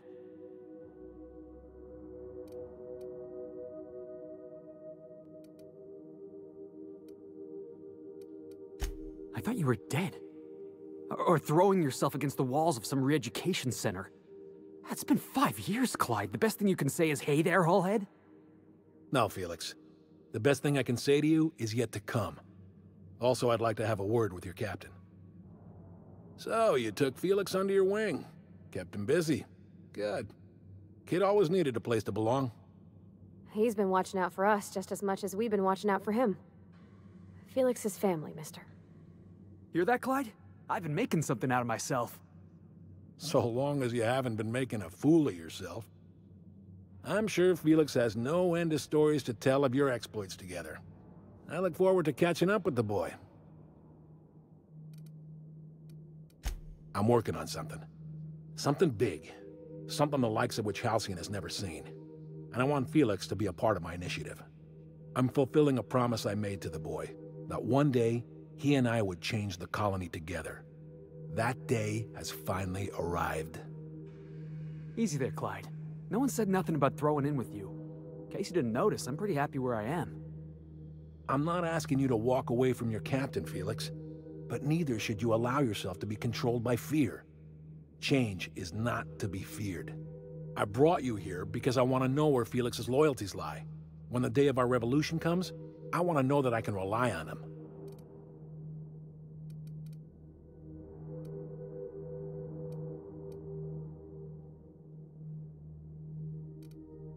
Everyone in my crew proves their loyalty. No exceptions. Not even Felix. I want you to deal with a traitor for me. Name's Trask. Kill him, and bring me proof of his death. His ring should do nicely. Ratted us out to the board. He's been an informant. Has been for years. When he realized I was onto him, he and his little cadre mutinied. Killed 5 of my own and tucked tail. I don't know where he's hiding, but his wife might. Rosanna. Lives on the Groundbreaker last I checked. Rosanna knows my crew by name and face, but you're a stranger to her. She'll talk to you. You think so? Maybe we should have a word with Trask. Get his side of the story first. You'd be wasting your breath bandying words with that traitor. But if it makes you feel better, by all means. Remember, I want proof. Bring me his ring. I don't care if the hand's still attached. Here, my token. Think of this as my personal signature. Anyone who knows me by my works will know me by this token. Well enough. It's been a few years, but I still remember a thing or two. You had a chip on your shoulder. You'd argue over anything, and you never back down. What do you mean, had? And for the record, you never could admit when you lost an argument. You see what I had to deal with? Let's hear it.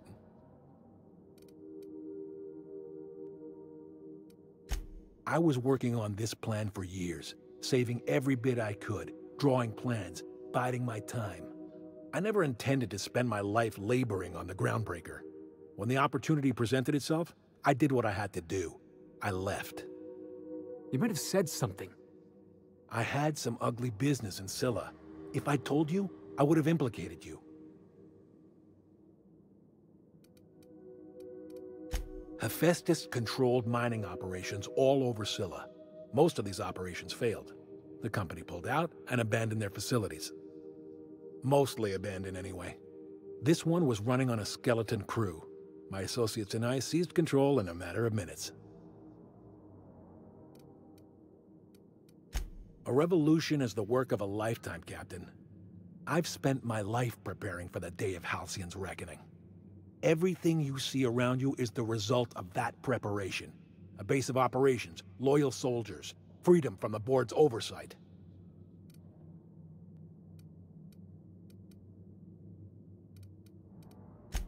Hardly.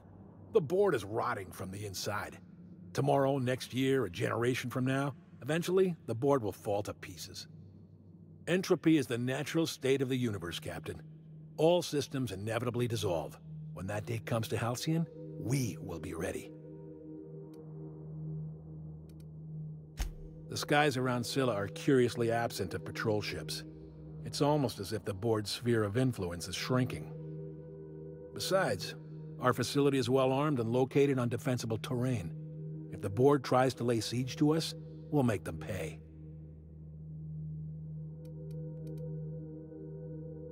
Not all revolutions involve bloodshed and fire, Captain. The purest act of rebellion is to live according to one's own means, independent of any masters. One day, when the board is weak and Halcyon vulnerable, we may claim a piece of this system for ourselves. Until then, we bide our time.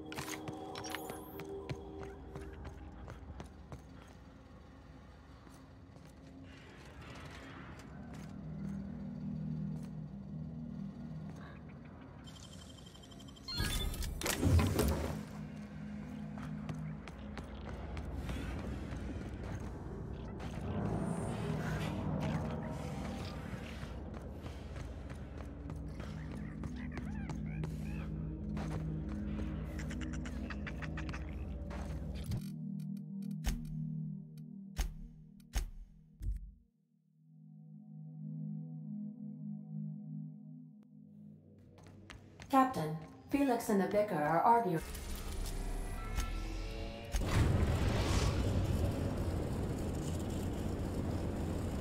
We've arrived at the Groundbreaker.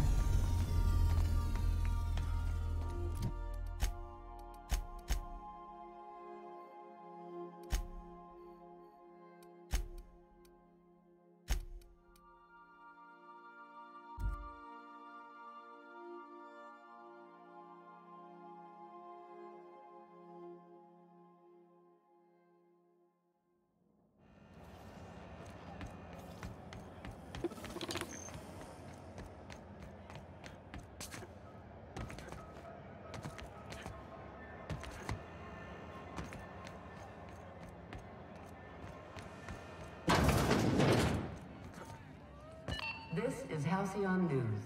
We interrupt. You mind trying to have a moment here? Yeah, I was called that once upon a day. You need something? Rufus and I are no longer on speaking terms. I don't know where he is, and if I did, I wouldn't tell you.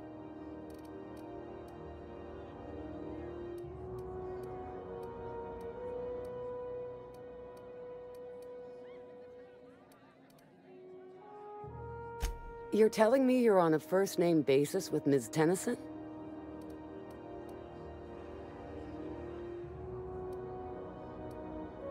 All right. I'm gonna take your word for it. Rufus is hiding out in Emerald Vale. Got a few friends with him. That's as much as I know. That's right. Our marriage contract expired some months ago. And seeing how he's technically an outlaw, I wouldn't renew even if I wanted to. Precious little. He and Rufus worked together on the Groundbreaker some years back before he vanished. A few years later, Rufus gets a message from an old friend. Something about starting a revolution, something about getting rich. Abandoned his work and ran off that very day. He must have been recruiting, gathering up his band of revolutionaries. Word of advice, kid? Anybody carrying on about a revolution just wants to sell you something. I don't know Harlow. Never so much as bandied a word with the fellow. You're better off having this discussion with Rufus. Only that Rufus is in a bad way. He came to see me a little ways back. Said he had to go into hiding. Never asked why. He was here to collect his personals, complain about Harlow to me, and say goodbye. In that order. No, and he was particular about that.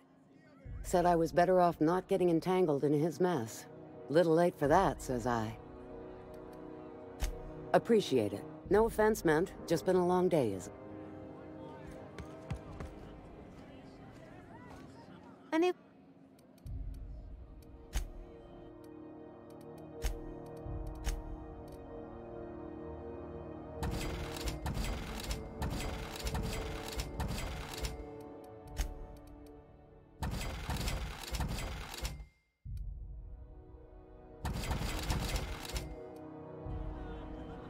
What'll it be?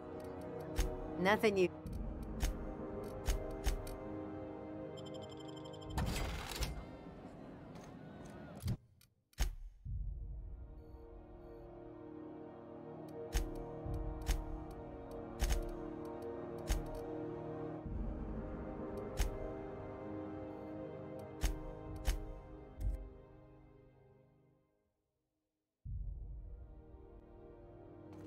Crew report.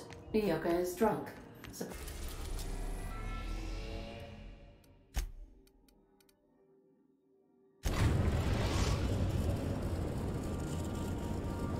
We are now in orbit above Edgewater, Captain.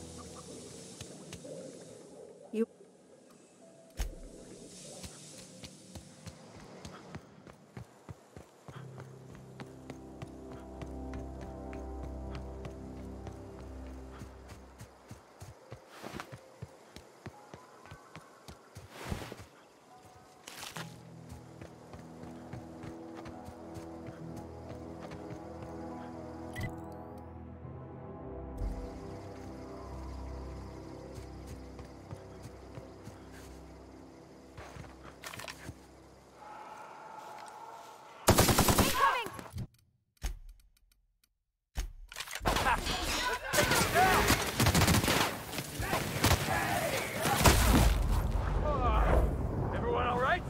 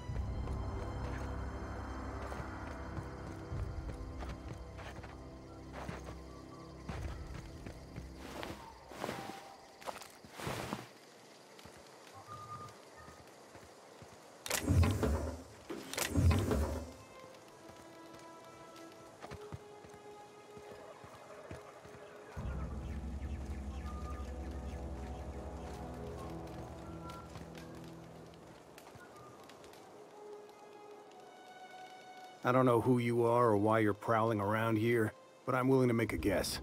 You're one of Harlow's gun hands, ain't you? He sent you after me.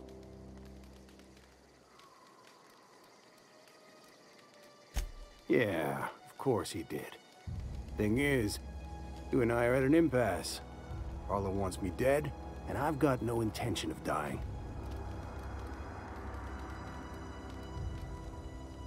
How do I know that I can trust you?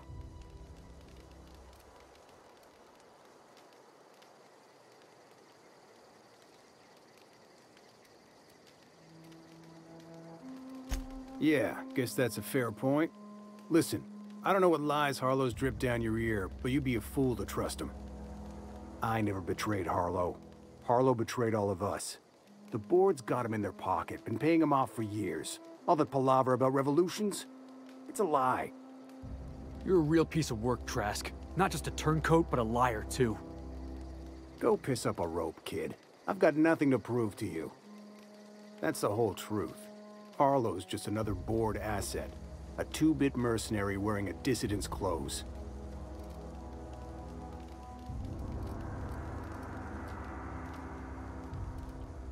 Yeah, I've got proof. There's always a paper trail when the board's involved. I chanced upon some correspondence between Harlow and his employer. I don't know that it makes a difference. What was I to do with that evidence? Bring it in front of the board? There's no authority in Halcyon willing to take Harlow to task.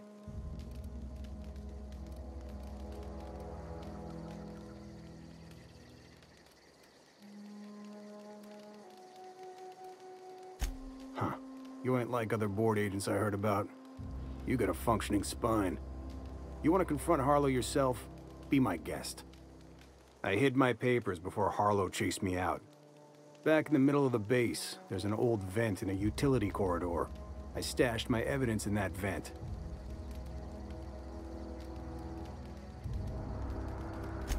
Because he's for sale. Anything the board can buy, the board will buy. And that includes loyalty. Harlow was a charismatic bastard, and he was ruthless. With Harlow in their pocket, the board had an informant, a pirate, a smuggler, and a gang leader all rolled up into one odious excuse for a human being. Sounds like a deal to me. Board-sanctioned piracy. Harlow went after the ships the board wanted destroyed, capturing anybody the board wanted captured. If we captured you, we'd ransom you. Harlow liked to do the job himself. Gather up the captives on his own ship, vanish for a couple of days. Only that's not what happened. Harlow's been selling his captives off to the board. I don't know where they ended up. Re-education, Tartarus, maybe worse. Take it you've made up your mind.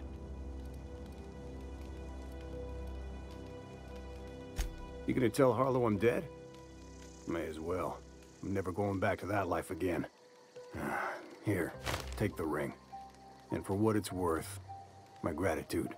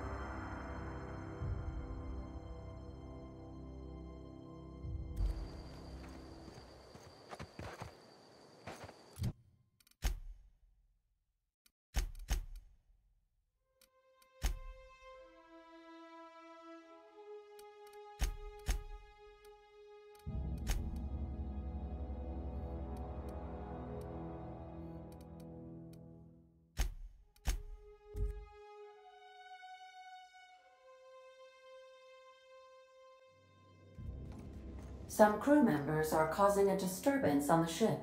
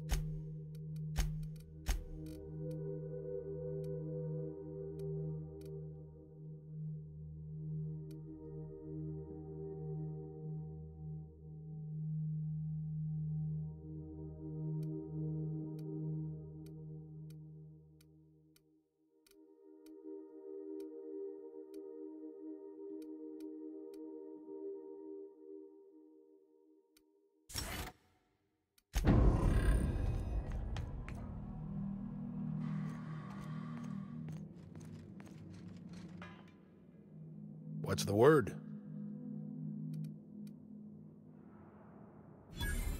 So it is. Thus ends Rufus Trask. Once a sensible man, by and by a fool, presently a corpse. I hope you never have to discover what it is like, Captain. The relief one feels when a mutiny comes to an end. Trask had some things to say about you, and I've got my own misgivings.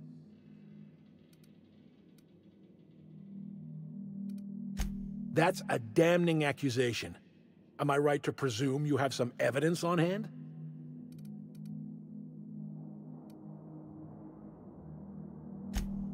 Those papers don't prove a thing. We've all done business with the board. They own the whole damn colony. Trask put you up to this. That miserable wretch. He's trying to undermine everything I stand for.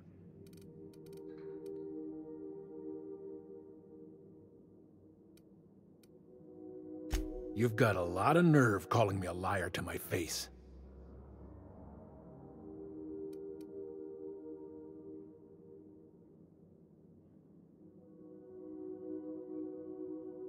How should I know? What the hell do I care? Trask was a traitor. I didn't ask you to understand his motives. I asked you to cross him off. Clyde, look me in the eye and tell me it's not true. Tell me, and I'll believe you.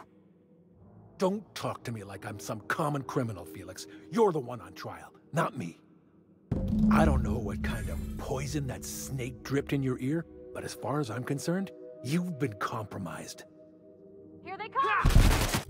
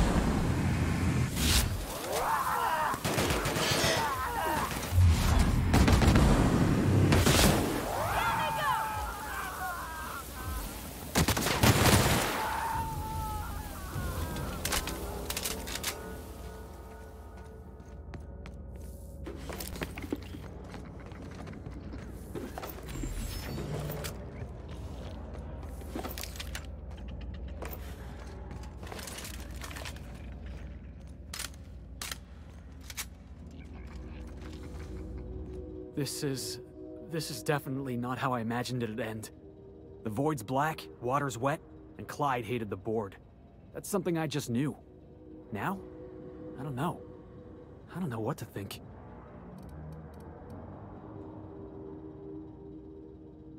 No. I guess you really don't. I've just got a lot on my mind right now. This is a lot to take in. I always looked up to Clyde. The thought that he could be an agent of the board is just abhorrent to me.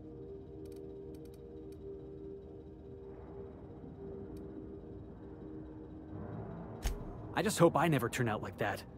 Selling my soul for a fistful of bits.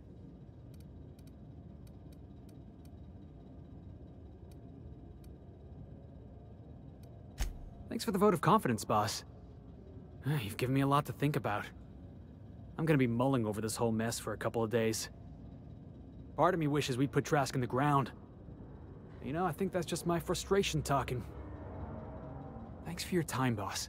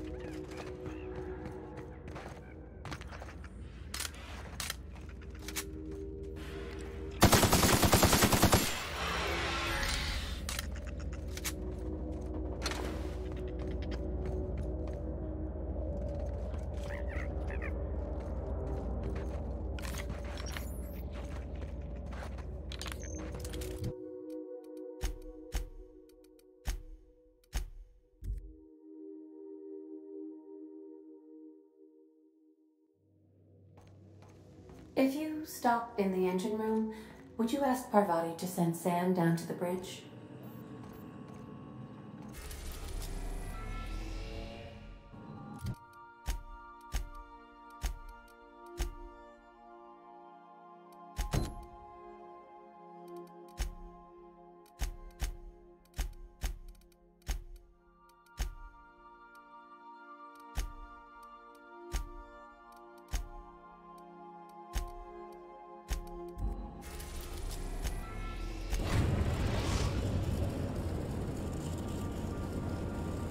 We've reached HRS-1084, Captain.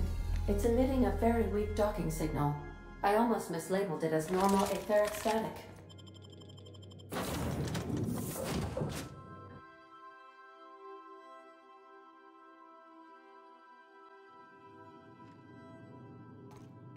Quiet as the grave in here. We should get the power generator going again. Mike, cheer up the place.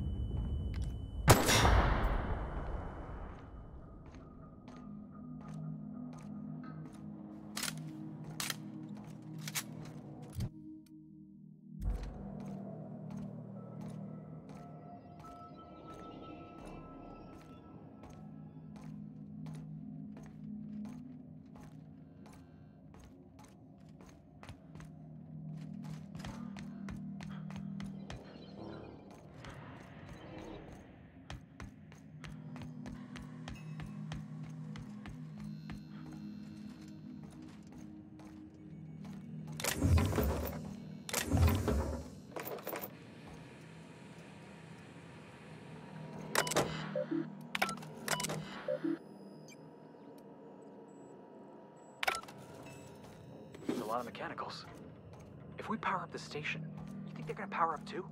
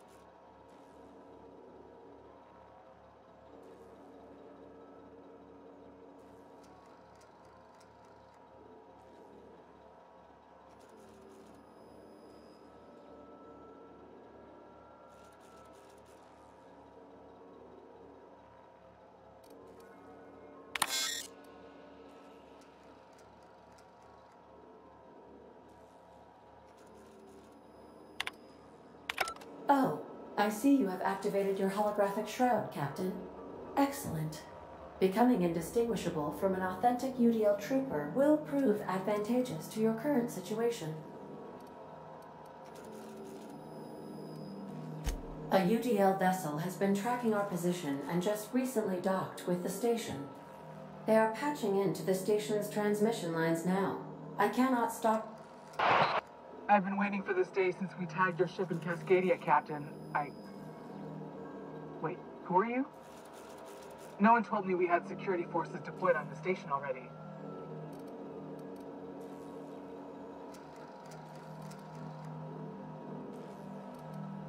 Roger that.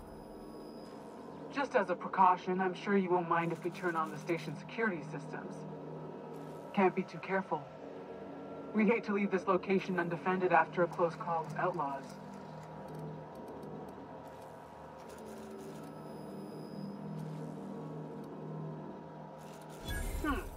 That should have been fixed by now. As you say, we'll just head out then. Safe travel, soldier.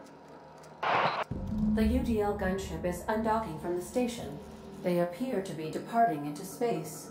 My dad used to say words have power. You proved them true.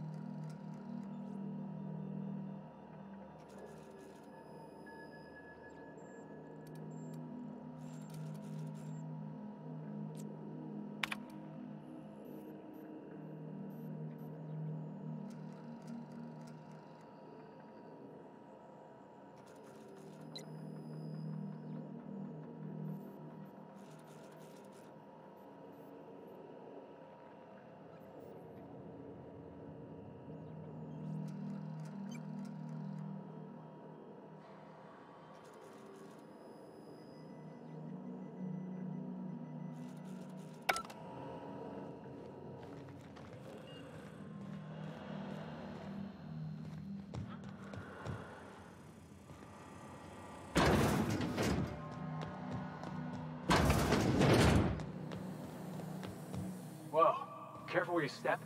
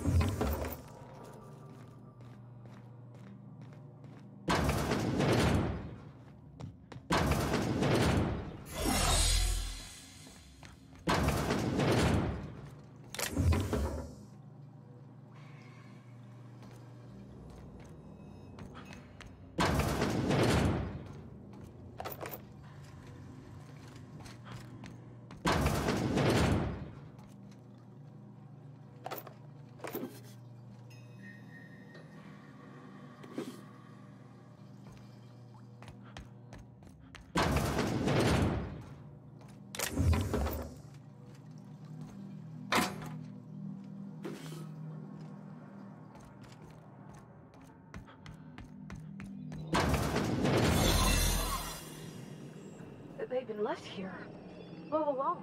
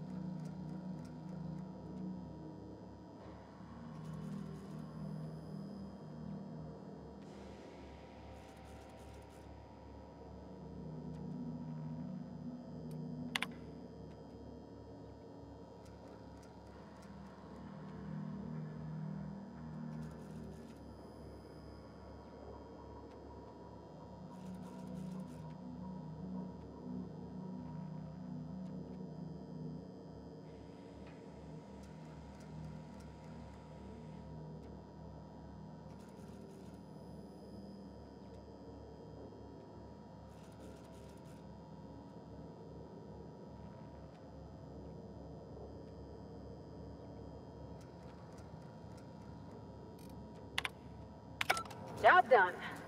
We can go home to the ship, right? I've been missing Ada fierce. Shertrand. Shertrand. I've seen that name before somewhere. Cascade, right?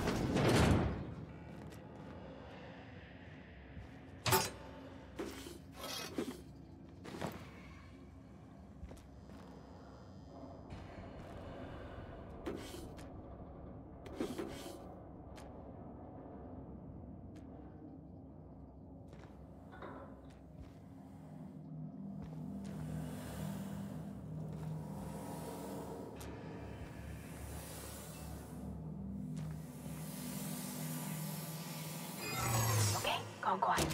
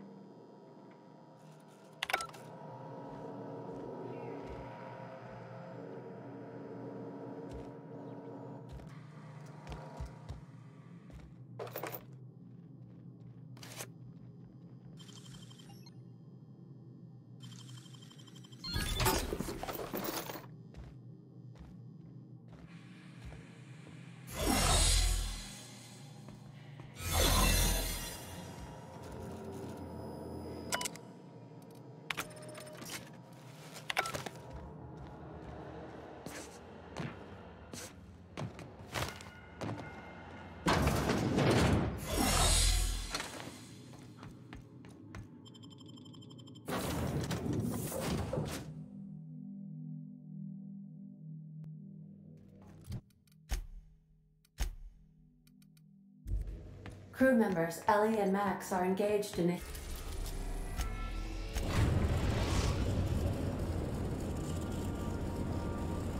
We've arrived at the Groundbreaker. Captain, I wish to offer my commendations for convincing the UDL's gunship to leave HRS-1084. I did not favor... Welcome back, Captain. Take care. I require a functioning...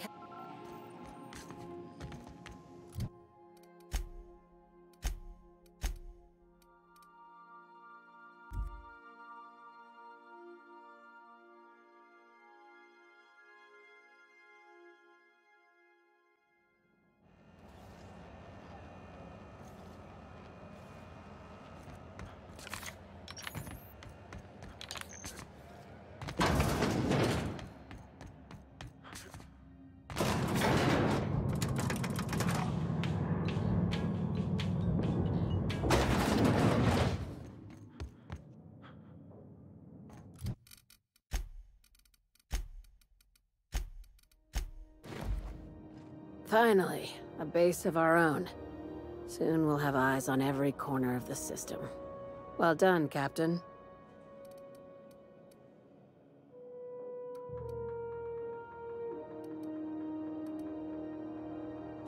I heard about that. While my lawyers scratch their heads wondering how we deal with human salvage, I'm leaving the researchers in hibernation. Aside from the automated security, did you meet any resistance at the station?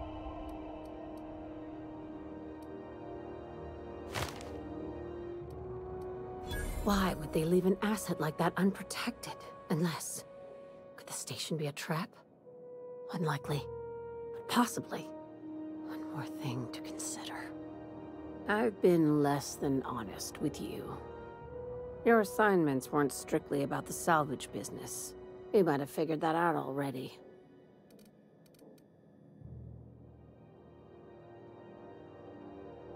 You have an eye for patterns. Good. We need more contractors like you. After the Monarch job, I started connecting the dots. I didn't like the picture. Then what we found at Station 1084 confirmed my fears. You and I have stumbled onto something big. Something none of us were meant to know.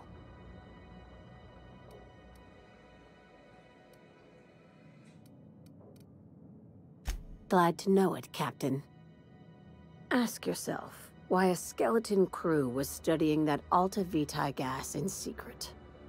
Ask yourself why stockpiles were hidden on a planet full of monsters.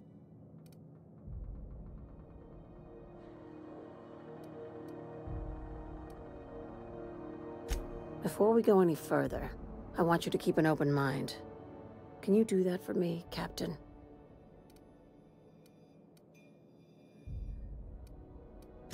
Aliens. I'm talking about aliens. They're the ones responsible for the deaths at 1084, and who knows what else. We have to put a stop to it. I knew it. Aliens from other worlds been visiting Halcyon. At least one of your crew can keep an open mind. But this isn't some Aetherwave serial, Millstone. This is reality. Hear me out. I'm saying it's aliens. I'm not asking you to like it. I'm not even asking you to believe it. But I need to act on this threat to the colony, and I can't do it alone.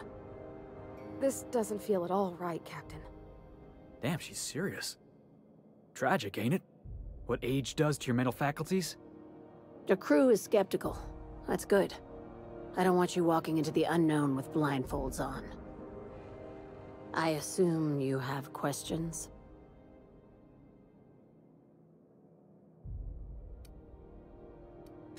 If we're gonna see this through, I'll need your trust and commitment. Now's the time for setting doubts aside. Conspiracy. One carried out with the help of human collaborators, assuming they haven't all been replaced. This is an invasion of our very cells. That damned gas is mixing our nucleon with halcyon biology to twist us, change us, make us more like those monsters on Monarch.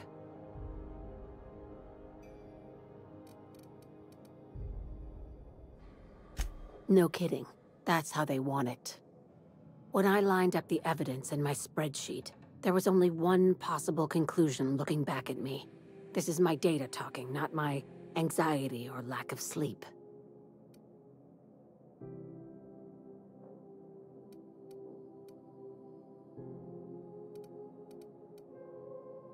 Sharing my findings took a calculated risk. If you were a spy, I doubt you'd even realize it. Only your cells would know.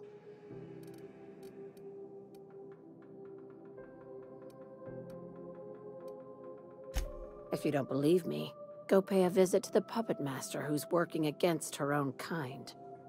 Dr. Chartrand is the crooked psychopath behind the gas experiments. She sold out her species, and I need you to put a bullet through her skull.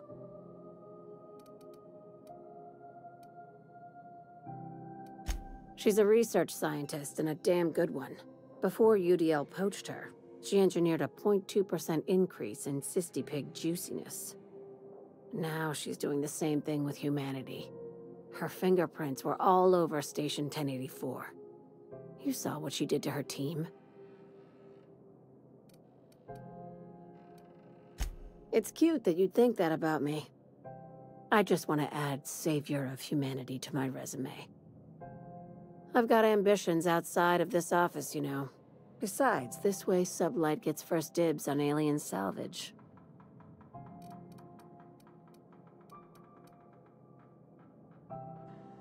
Do you usually come across innocent people trapped in suspension tanks? Because some of us would call that excessive. Remember, the tanks were just the shit she left behind. Just imagine the experiments she carted off to her next lab.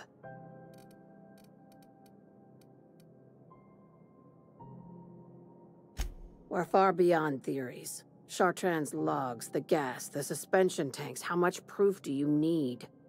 Wake up, Captain. An invasion needs collaborators working from the shadows. She has access to the board, unlimited funds, and a colony full of sheep.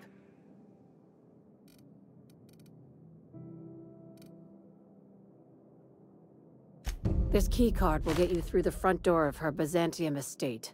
Don't ask how I got it. You might not like the answer. By now, the other side knows what you're doing. Don't trust anything Chartrand says. She's compromised down to the bone. Maybe even deeper than that.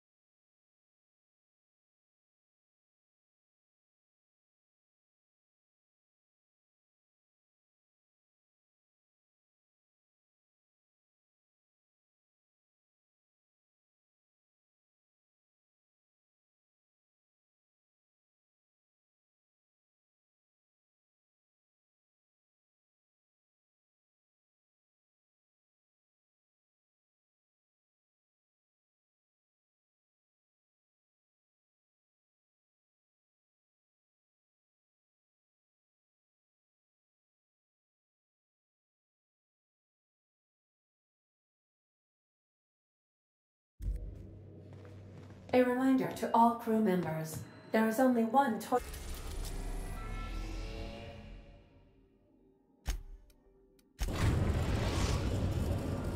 Now arriving at Phineas's top secret orbital lab.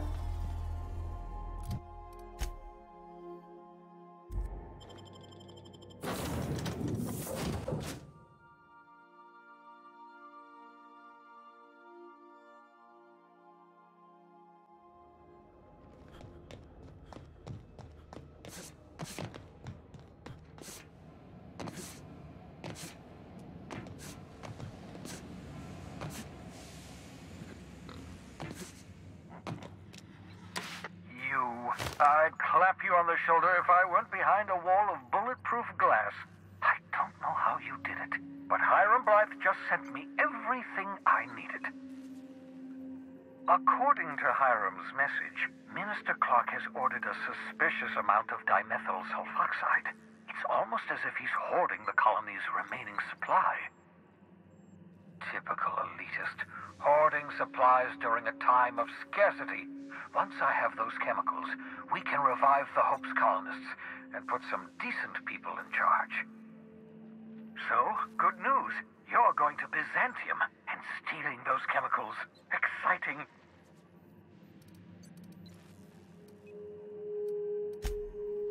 If I had time and several blackboards, I could explain the details to you, but to put it briefly, dimethyl sulfoxide is the reason you're alive today.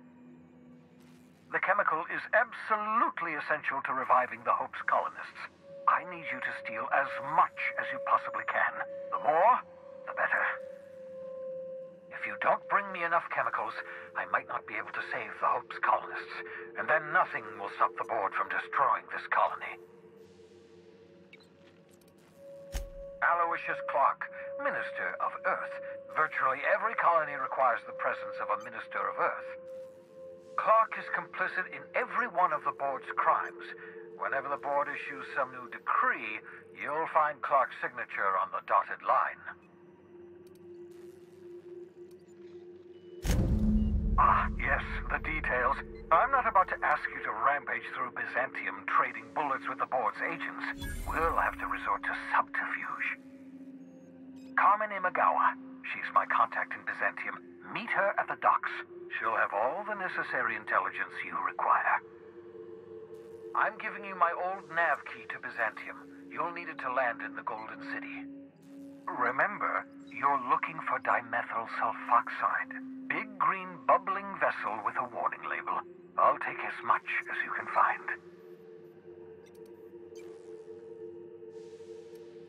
You can trust her if that's what you're asking.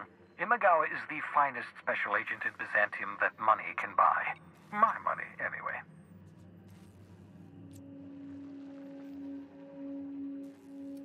Of course. What's up? Absolutely. Let's talk. No, and I've been trying very hard to avoid making eye contact. Nice to meet you, Dr. Wells. I'm Parvati Holcomb. Wait, not another word. I don't want to know your name. I don't want to know who you are. Let's just enjoy our plausible deniability while it lasts, shall we? Why don't you just invite the entire colony to my secret, carefully concealed laboratory? It isn't as if I wanted privacy.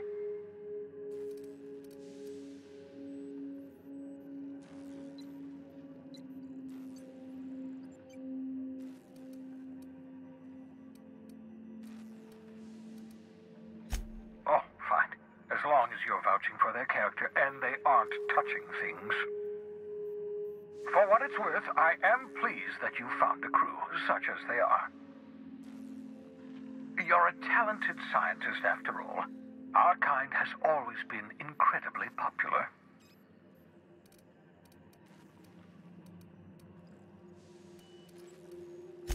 Yes, indeed. Well done. Also, you still haven't spontaneously liquefied, which pleases me immensely. Progress.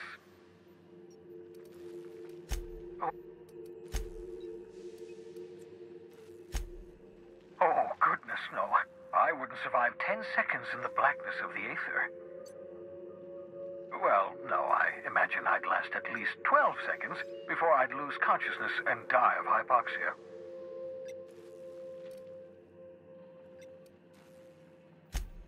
I enjoyed the occasional aether wave drama in my youth. Not anymore. All board propaganda. I'd rather not be brainwashed. To answer your question, I'd rather stay right here in my lab. There's too much work to be done. The Hope's colonists won't revive themselves, you know.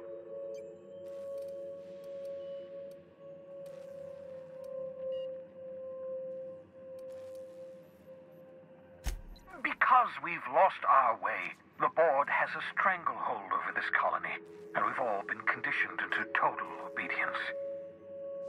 The Hope is full of specialists, scientists, engineers, talented individuals like you, people who haven't been corrupted by the board. Unfortunately, the Hope's colonists have been frozen for decades, well past your shelf life, so to speak.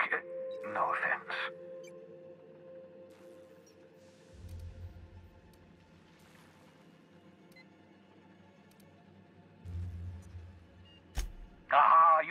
perceive the truth.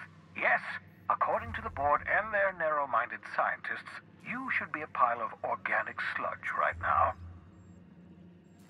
10 years. That's how long the average human can remain in hibernation. You were frozen for decades. In theory, you never should have survived the revival process. But the conventional theories are wrong. You're living proof that it can be done. There's yet hope for the hope. Get it?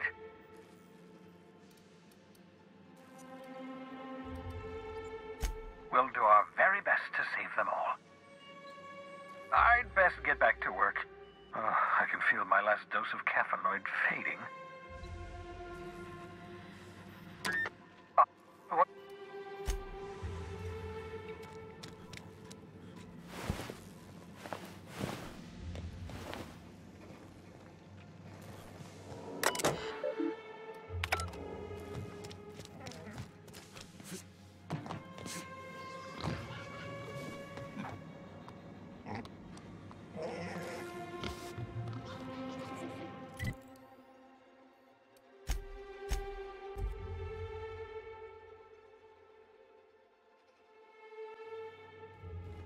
Some crew members are causing a disturbance on the ship.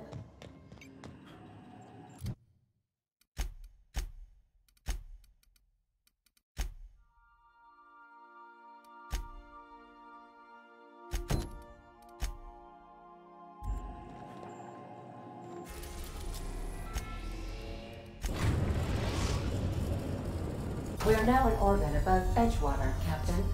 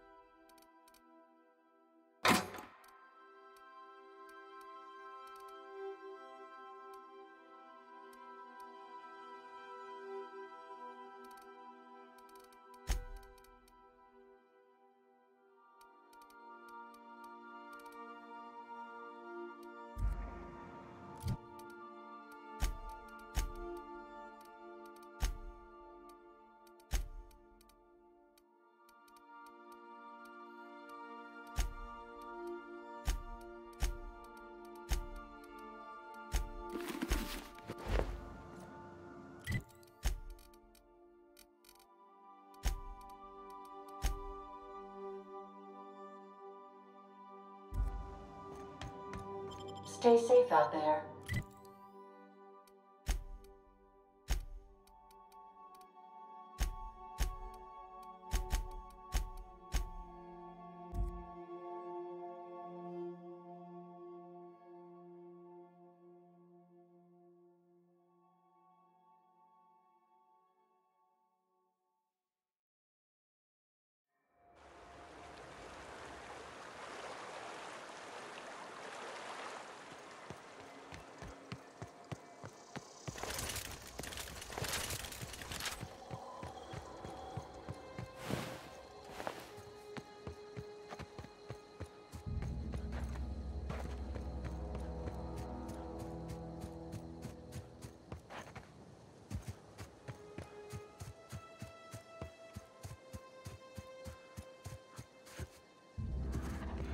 I'd wager this is the outpost.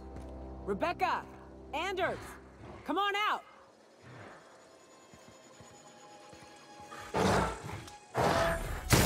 That's ought to be easy. Take him down!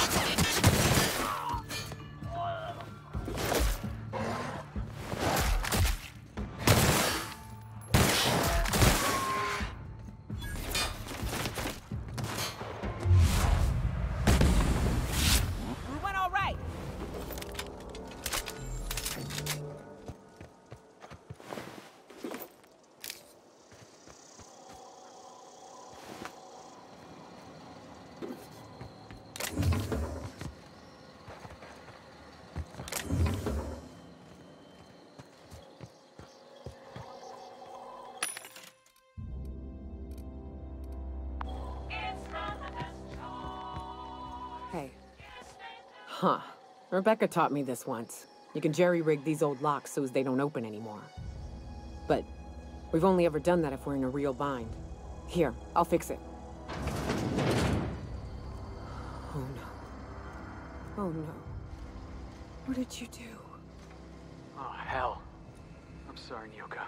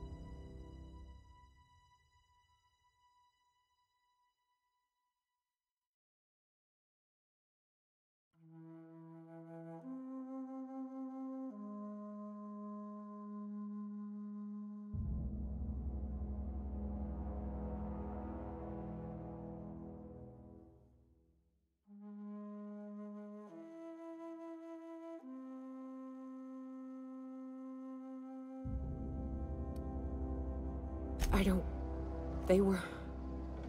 That bitch! They were all set to abandon us! What would Clara say, huh? Every day she'd ask if we heard from you. And she'd have forgiven you! The kid had a soul that made the sulfur smell like roses! Ugh. Or to leave your medallions to rot with you, but Clara would want to be buried with her sister.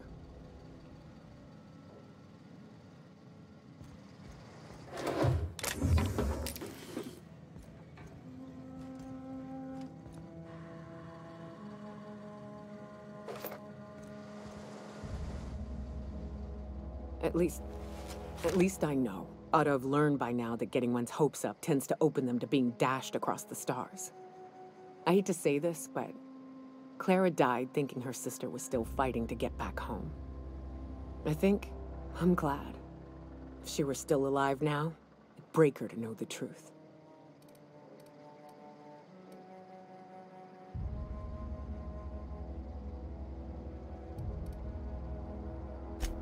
Yeah, maybe. I'm used to disappointment. She was still so naive as to let it hurt her every time it happened. Only thing left is to take these medallions home, which means figuring out how to bait the Mana Queen out of our old base. The most pissed off I've ever seen a queen was when a foreign species was on our soil. I'd wager the stench of a primal might do the trick.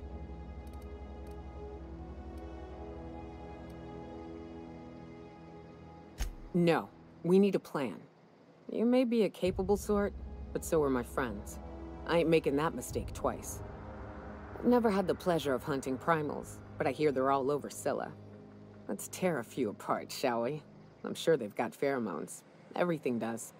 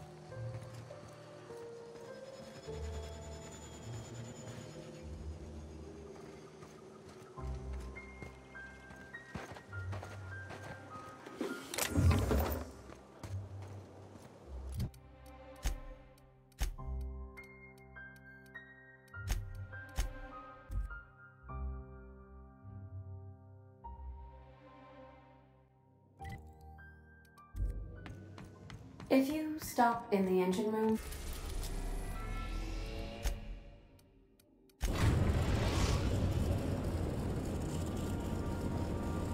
Destination reached. Scylla.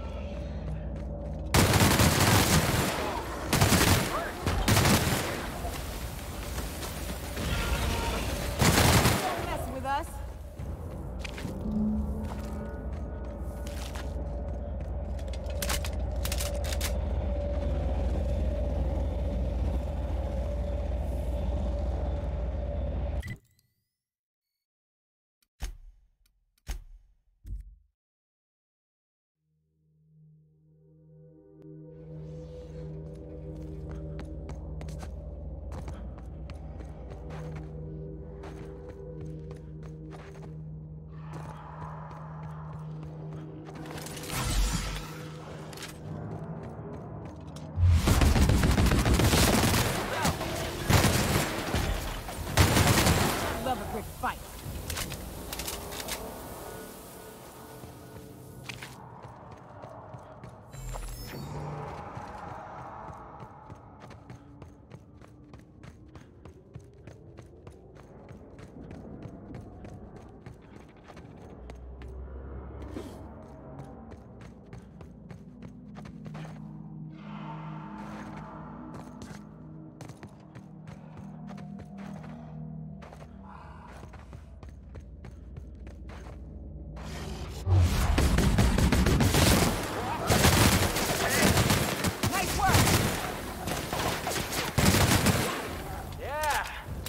Now that was fun!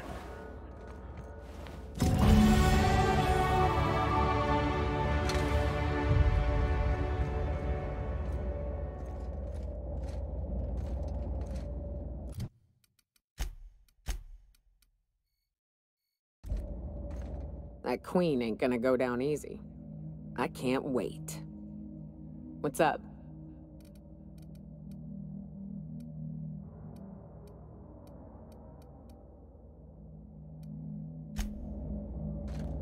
What's up? Outstanding. These ought to be enough. Let's get back to Monarch. There's an old base I used to call home. I can get us in the door, but we'll have to shoot our way through the Queen's brood to get to the center. We'll set the bait there. Password to the door is Charon. Hayes' idea. Clara, Hayes, Anders, Rebecca, Opal, Nyoka. Charon. He said it was some old myth. Something about death and all the things we killed. Rest of us just thought it sounded cool, so here we are. It's an old cave system we tried to turn into an... fucking...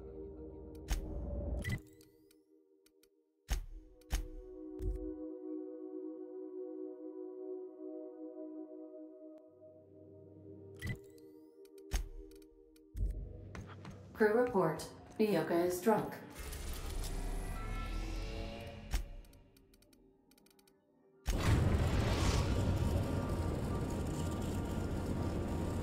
Message from Dr. Wells.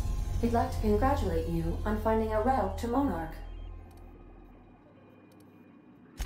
Well done. You'll love Monarch. Exotic climate, violent native species, fascinating culture, really. You'll need to speak with Hiram Blythe. He's known as the information broker, and for good reason. I need those if...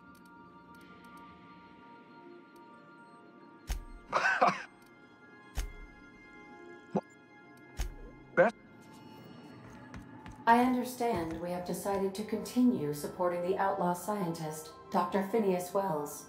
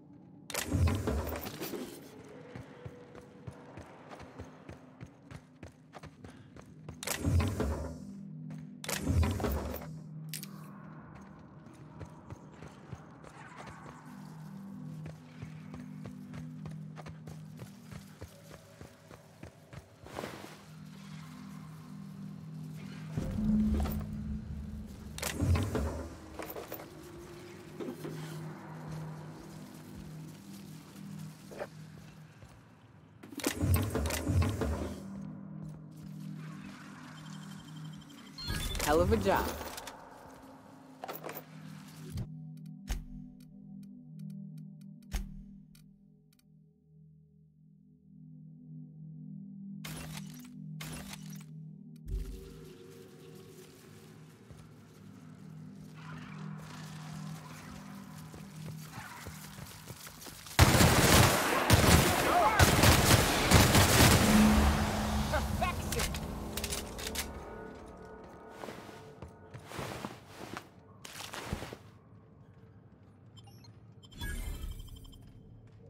Well, this is the spot. You know, I thought I'd be angry. I thought I'd storm in here in a rage and exterminate all these bugs and everything would be all right in the end. But I ain't. I'm mostly just empty. A little sad, maybe. The first night Hayes and I spent in here, we knew it was home. It's safe. It's got a nice chill to it. But mostly, it doesn't stink of sulfur.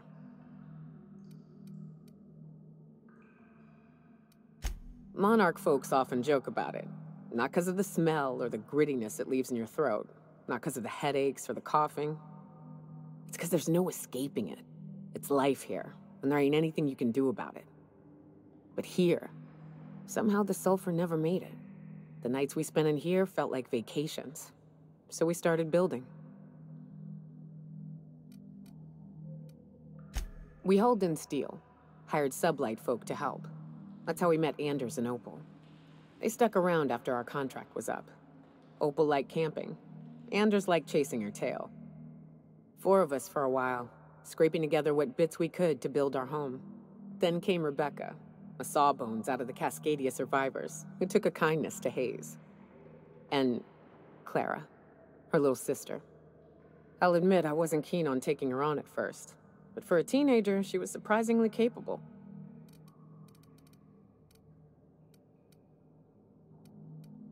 She had a head for numbers, helped us trade hides for food and materials, negotiated contracts.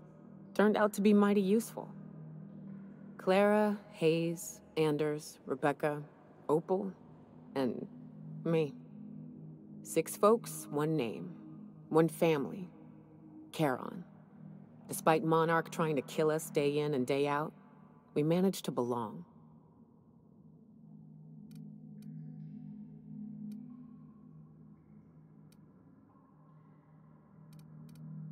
Me too, Captain. But I'm starting to think that maybe I found another. Now let's get to shooting before I get all sentimental. Heads up!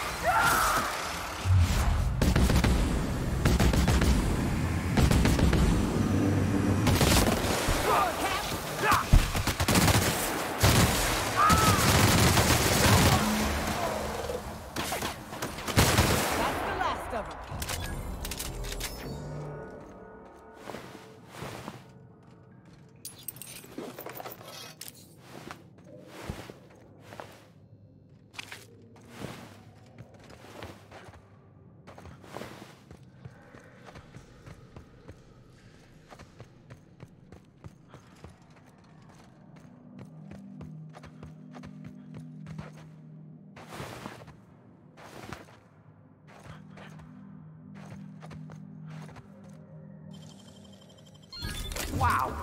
How'd you do that?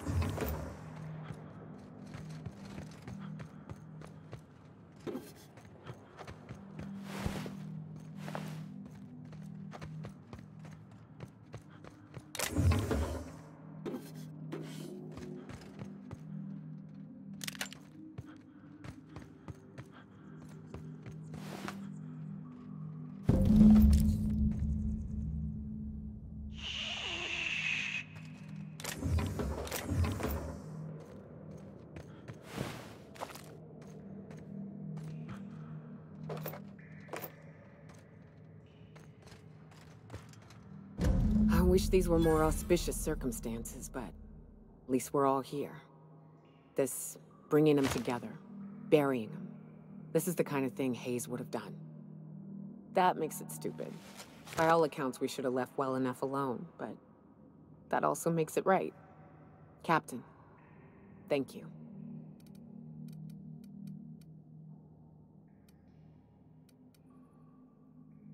You mind if we rest a spell before we head out? I'd like to bury Opal and Clara proper before I lay everyone's medallions to rest.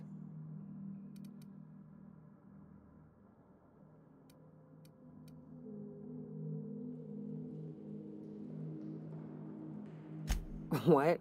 Why? Them's painful memories, Captain.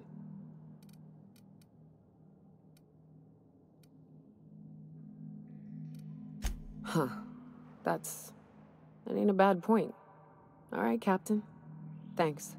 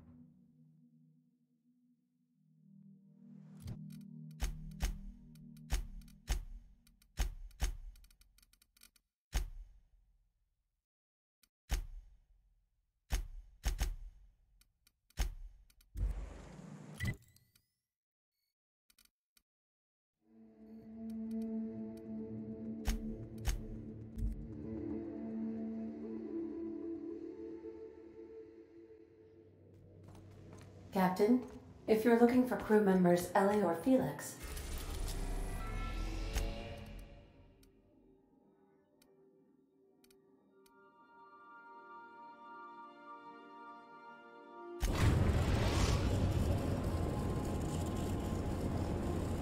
We are now in orbit above Byzantium, Captain.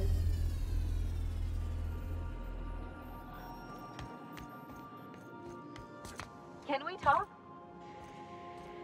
Since we're in Byzantium, there's something I've been meaning to do. I haven't actually talked to my folks in a while. Shocking, right? Anyway, it's probably about time I paid them a visit. Given the dangerous life I lead, they've got to be worried sick.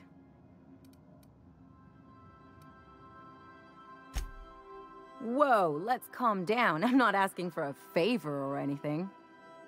I'm just suggesting we stop by. When we're in the neighborhood. See, I'm originally from Byzantium, born and raised. I know that probably comes as a big surprise.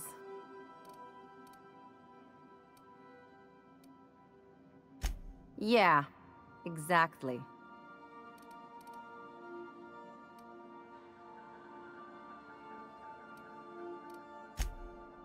Oh, well, I was thinking you'd come too?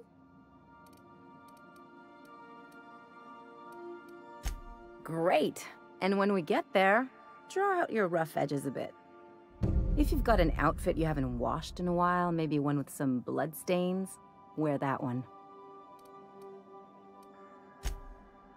Oh, and help yourself to the good snacks and put your feet on the coffee table. Mother hates that. That's the idea. Anything else?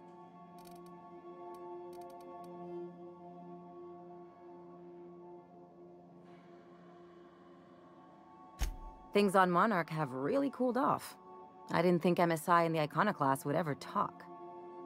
Outside of shouting four-letter words, I mean.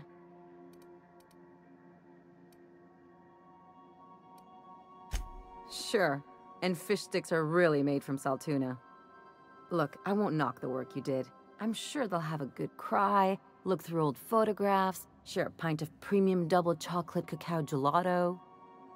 But sooner or later, things will go back to the way they were. People don't change. Not really.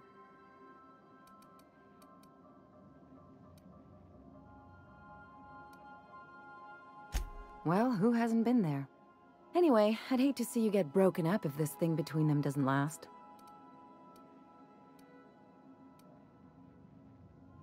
Hey, let's not make this out to be anything else.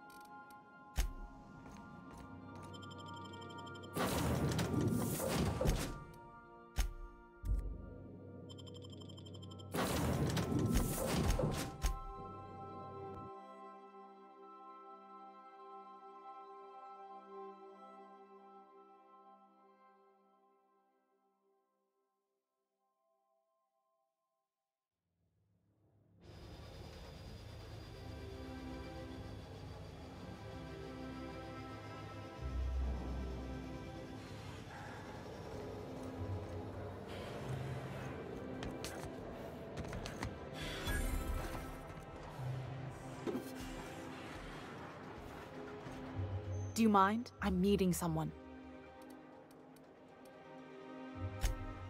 Oh. You mean I'm supposed to be meeting you? Yeah, you're looking to make contact with Minister... Magpie, right? I should warn you, it won't be easy. He spends most of his time in his estate, which is heavily guarded. Afraid not. He almost never leaves his home, and his guards never leave him. Can't say I blame him. It's scary out of doors. I mean, can you even count how many times we've been shot at? What work specialists, huh? Our mutual friend is really branching out. Whoa, I'm not one of your B&E specialists. I just provide intelligence. Some of the guards hang around Billingsley's House of Inebriation between shifts. Maybe you could do some reconnaissance there. You know, swipe a key while nobody's looking. Just remember, you didn't hear it from me. I've always been fascinated by birds. If you ever research Earth species, there are thousands of them, so colorful and distinct. Here we got 11 flavors of terror rays and not much else. That kind of variety? I mean, gosh, seems almost impossible. The other thing about birds, though, is their environmental indicators. Exactly. I started thinking about everything we see around Halcyon, and all the things we don't see. For starters, you rarely come across anyone living in Byzantium who wasn't born here, even though we get ships in all the time. Doesn't that seem strange to you? And then there's the way nothing gets fixed. There used to be a suggestion box around here. People would drop ideas in. Nothing ever came of them, of course. Sounds like my old job. I had all these bang-up ideas, you know? Like making everybody haul their own damn boxes. Never did catch on, though. That's what I mean. Everyone needs a suggestion box so they can voice their thoughts. So what if nothing changes?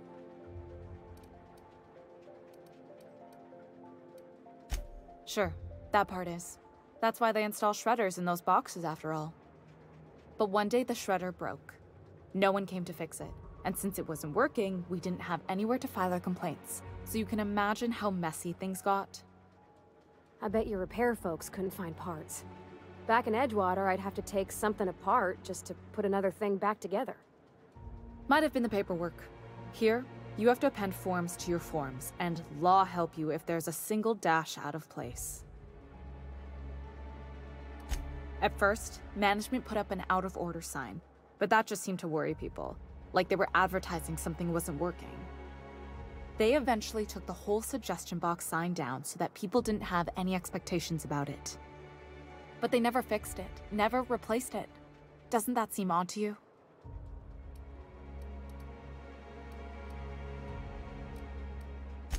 The whole episode made me wonder, if they can't fix something as simple as a suggestion box, what else aren't they fixing? After a while, I got connected with our mutual friend and started using my position here to feed him information when I could. That's it, really.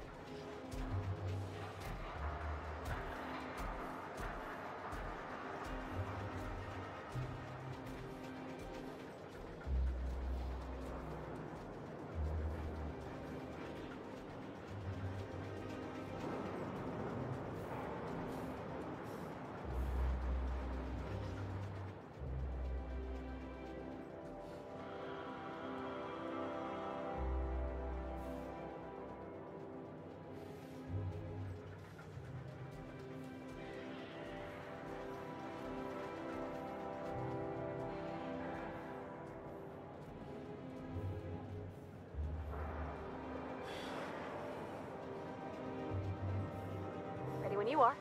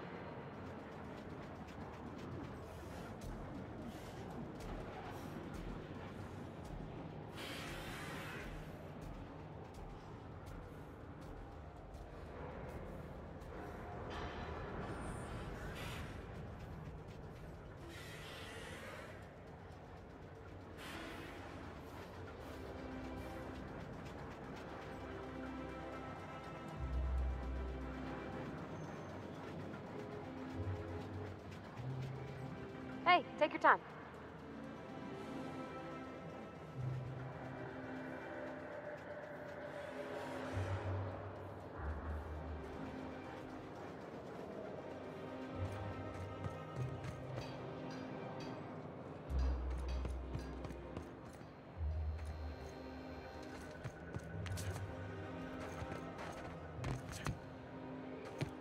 Are you still tinkering with that?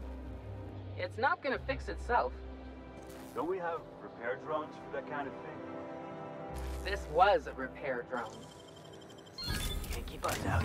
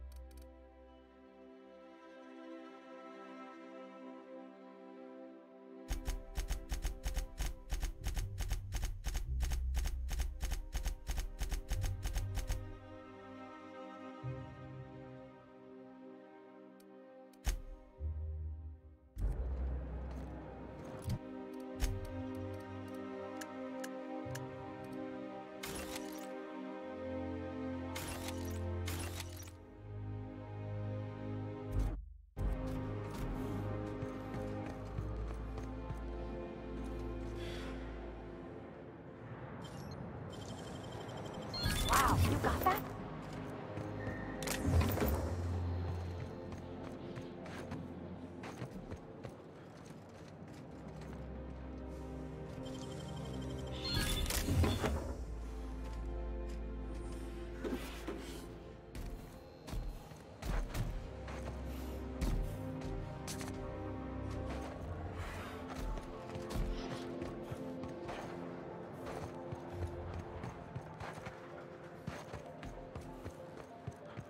That's what we really need.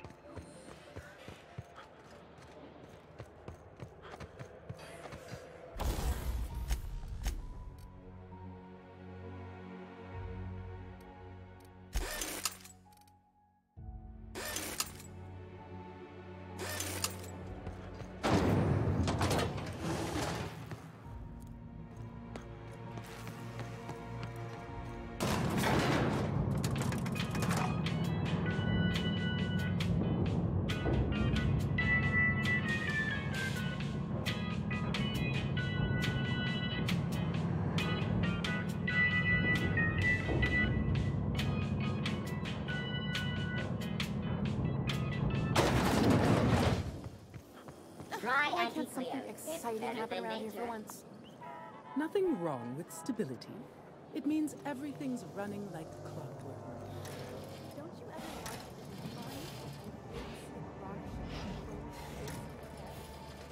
What a thing to say. Hey, you. Yeah, you. Want to be famous?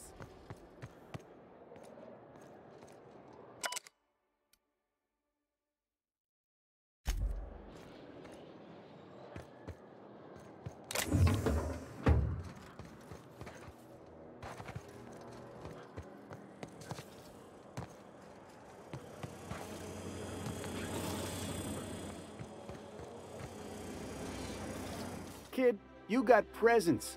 Natural magnetism. Know what I mean?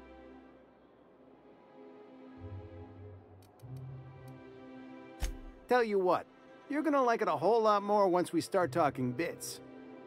Listen, you got an agent? Some kind of representation? Fresh, natural talent. I know it when I see it. Listen, you got a real special quality, raw energy. I see you in pictures, kid. I'm making a feature, Space Pirates of Moros Prime. It's gonna be a hit. But we still need a star, and I think you got the chops. Boss, we have to. Your pal's got the right idea. He's also got a certain expendable look. Bring him along.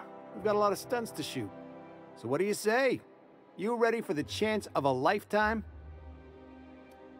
Terrific. We're holding auditions at the studio. Head to Odeon Pictures and take the elevator. You're going all the way to the top, baby. Anti-Cleo's antibiotics. Be comforted knowing that anything antibiotics cannot stop will probably kill you quickly. Prosperity Plaza. More like Consumption Junction. Get it? You think I'd get arrested if I climbed up on that to get a look at the gearings? CNP, I can't believe it's not yours. It's unbelievable how good it is.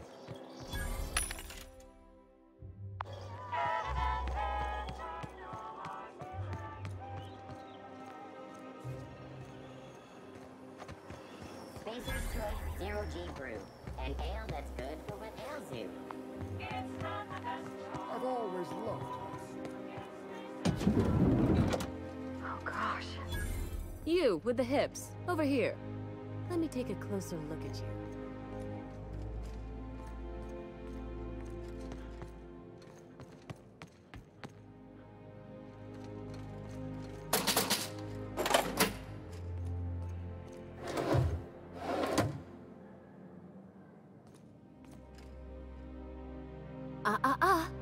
Don't speak. Hold that posture for a moment while I admire you. You have a natural contrapposto, my dear. The way you rest your weight against your hip suggests a certain rugged charisma possessed only by the mighty primal and the well-traveled spacer. Splendid. I love it.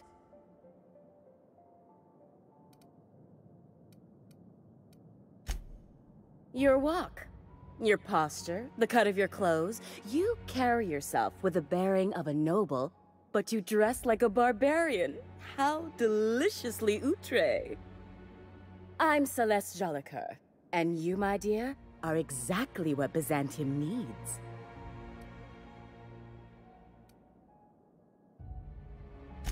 I'm an artist, darling, not a tweed merchant. I don't sell things. I pollinate the world with art. I'm working on a new line of clothing that will shock this city to its core, and I'd like your help. What do you say, my dear? Care to make history with me? Marvelous! You and I are gonna wake this city up like a cold splash of wine to the face. What I need is a survey of the outside world. What does the common laborer wear? How do the wild-eyed madmen of Monarch dress themselves? I've heard rumors, but I require samples. Also, I expect you to model for me.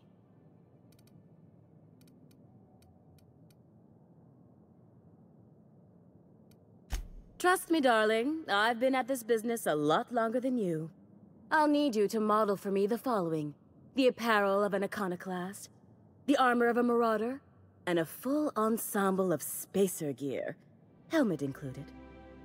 And when I say spacer gear, I mean an outfit worn by real spacers. None of that garbage Spacer's Choice pedals. You have the bearing and demeanor of a born model. You're going to absolutely murder this job.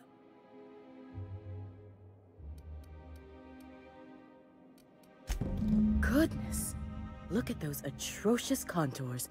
The sheer brutality of its design offends the senses and shocks the mind into a state of palpable excitement. I adore it! 2 outfits remain. I can't wait to see what you'll bring me.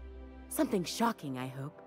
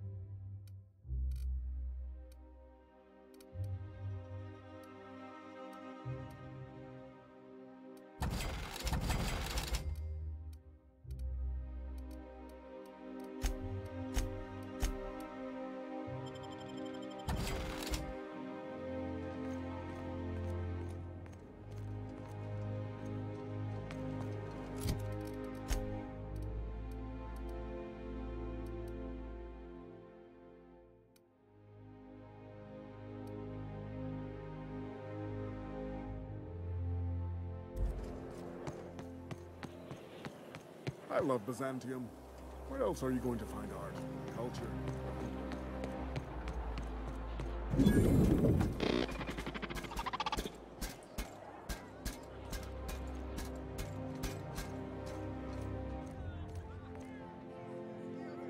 Have you tried our new cocktail sponsored by Rizzo's? 1 part purple spectrum vodka, 1 part artificial tomato-like substitute juice. We call it a Blue Bloody Mary. Oh, by all means, ask away. Do you know Celeste Jolicoeur? I've heard she's working on some spectacular new design.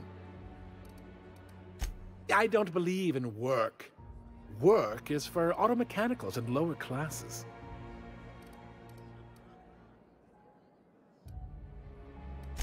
By auto mechanicals, of course. Byzantium's fleet of mechanical servitors are programmed to simulate a labor force, but without all the unsightly workers milling about. We all have our roles in society, I like to think of myself as an entrepreneur. This drinking establishment is my investment. What? Then you'll want to speak with our automechanical inebriation assistant, located just over there. Quite so, but I would never lower myself to do something as gauche as tending bar. My...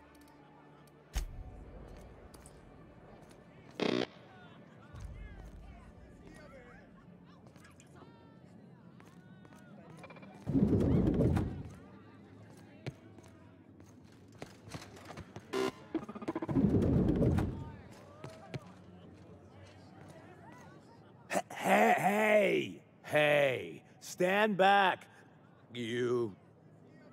I'm part of Minister Clark's personal detail, and that means you gotta keep 5 feet back at all times. Of course not. But I'm not on the job right now. The others took me out to celebrate on account of me just getting hired and all. He's basically the most important person in the colony, which makes me the most important guard in the colony. Yeah. That means I got a key to the minister's estate, my own personal UDL-issued shotgun. They don't give those out to just anyone. That's right. Not just anyone is allowed to have a key to Minister Clark's residence. It's all very high level. That's a great idea! I'll have a Spectrum vodka. Captain, I can smell him from clear over here. I reckon he's had a fair number already. Sure have, 'cause today's my big day. He's got powerful good ears, too. And a powerful thirst. You have a Spectrum vodka for a new pal?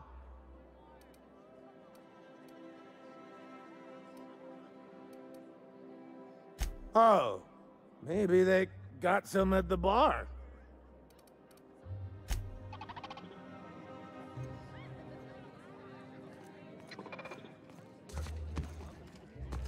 Please allow me to improve your drinking experience.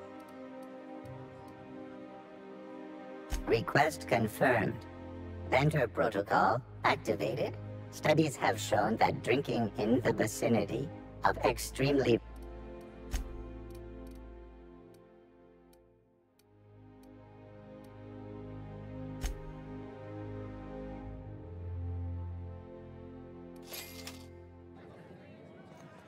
Hey, here's to me. Hey, you are really great. Have I told you that? We should be friends. Wow, listen to me. I'm soaked. I should probably slow down before I'm face down on the tile somewhere. Who am I kidding? I could have another. You got another? Please allow.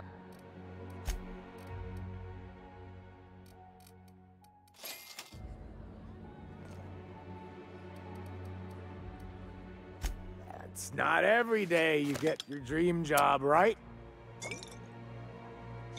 Wow, you've got like this crazy energy. Has anyone ever told you that? You're like a Manosaur. You got a Manosaur energy. Oh, Laws. I gotta stop. I'm seeing at least 2 of you. Oh, he's, medium height with, like, medium-colored hair and, like, a kind of a medium face. Just like in his posters.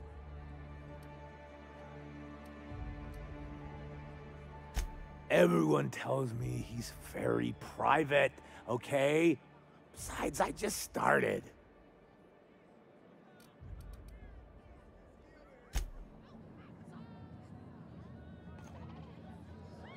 Please allow me.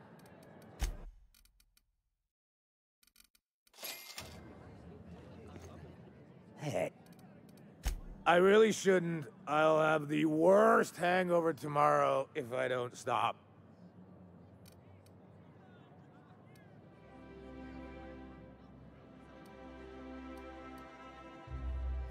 You know, that's a very good point.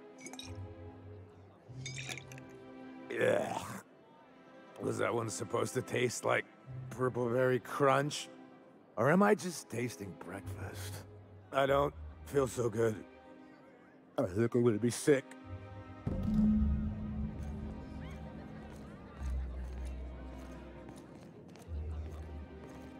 I just need to sit down.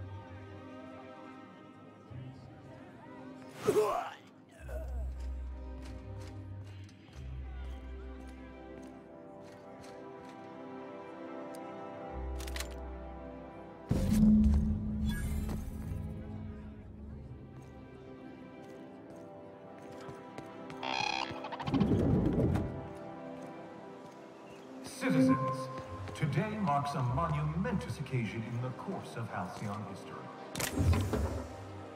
After a deep and thorough examination of our budgets, revenue streams, and predictive models, we are publishing our yearly success report. Profits are soaring, promotions abound. Thanks to continued hard work, Halcyon is healthier and more productive than ever. In the coming months, Byzantium will be sure to see the many Byzantium estates, built on the backs of the working class. Hey, that was good. Gotta write that down.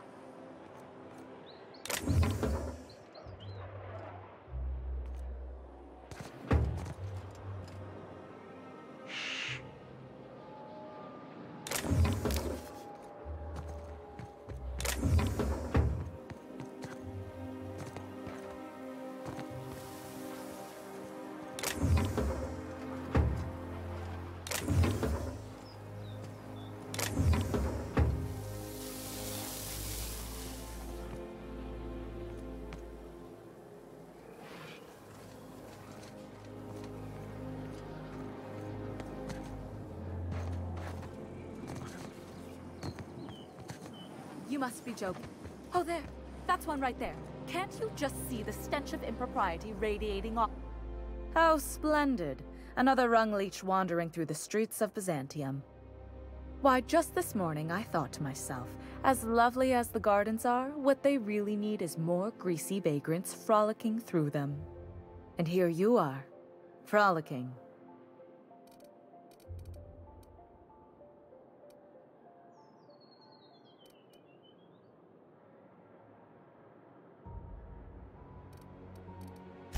Ugh, how utterly expected. You must be one of those violent vagrants I've heard tell of, wandering the system in search of brutality. Honestly, what is the board thinking letting so many of your ilk into the city proper? It's madness.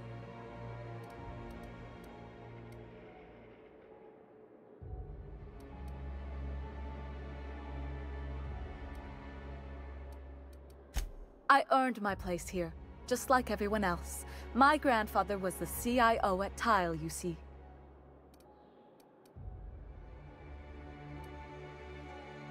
I just told you. My grandfather made millions of bits as CIO, and I earned them from him. Of course it is. Wealth is the most visible, objective measure of success. And success isn't given to you, it's earned. My grandfather taught me that. If you have wealth, you're successful, and if you're successful, you must have earned it.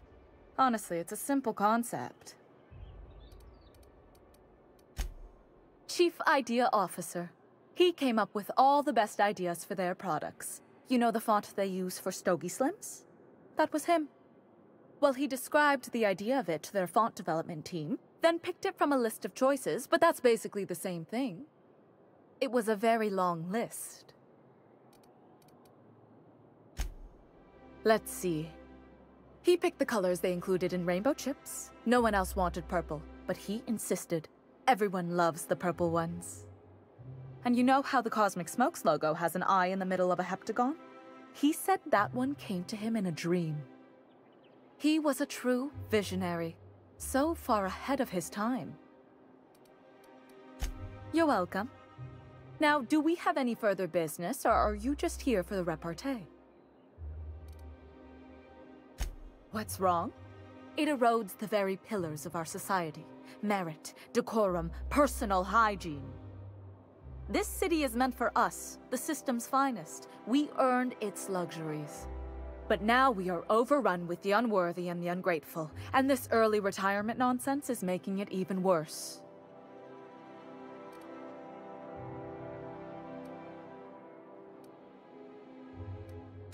The worst thing to happen to Halcyon. A contest that gives even the lowliest and most inefficient workers a chance to live in Byzantium. By simply winning a lottery, those early retirees get an exclusive district of Byzantium to themselves. No one else is even allowed to go there. Tell me, how is that fair?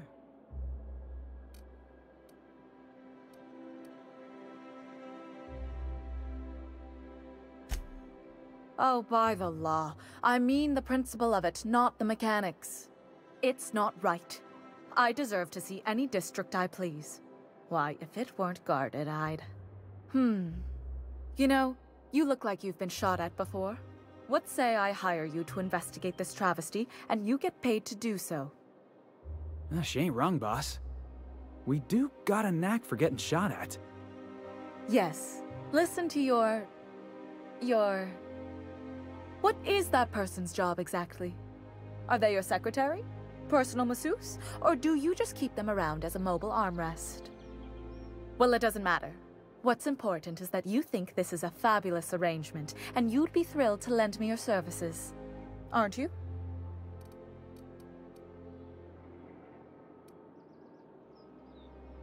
Did you miss the part where I said I'd pay you? That's all the reason someone like you should require.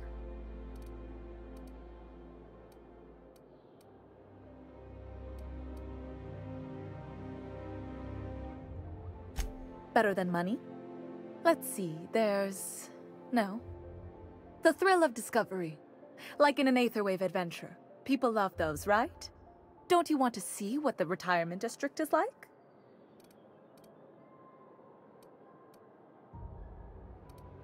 Fantastic. Consider yourself employed, Vagrant. I hear the chosen retirees all enter the retirement district via the port landing pad, but it's completely locked down.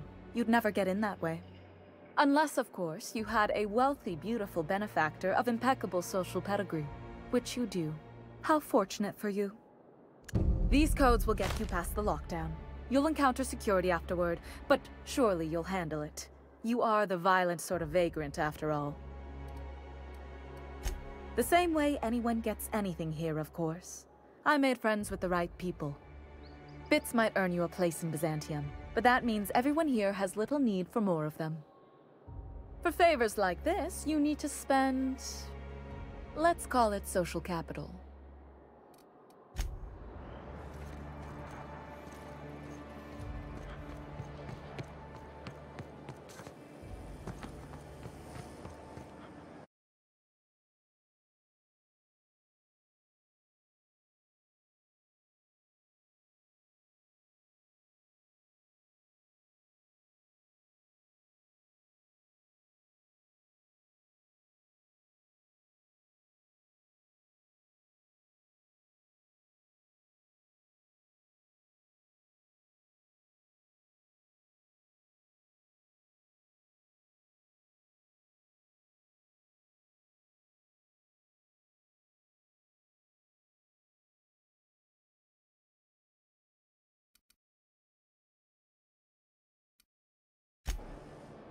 This property is off limits. Solicitors, loiterers, and uninvited visitors will be fined to the fullest extent of company policy. This ultimatum brought to you by Universal Defense Logistics.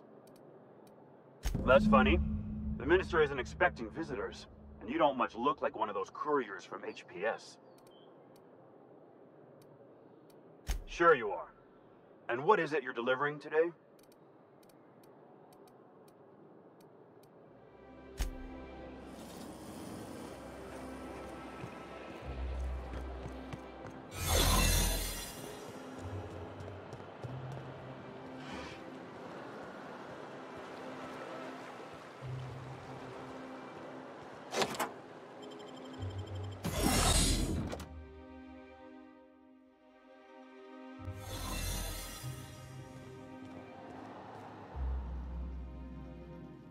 you get tired of patrolling, just go rough somebody up.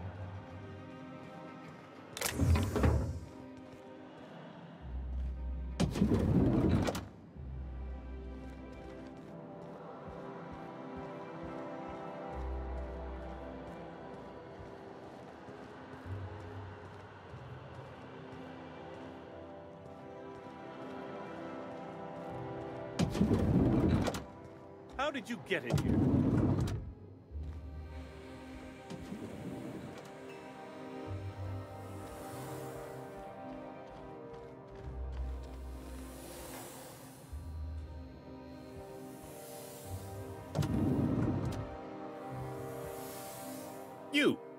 You're not one of my guards.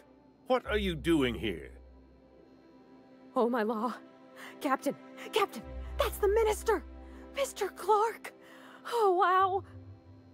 I don't know if I trust this so-called minister fella, if that is his real name. If this is about another Aetherwave clip or radio spot, you may kindly fuck off, as the parlance goes. I'm not doing any more.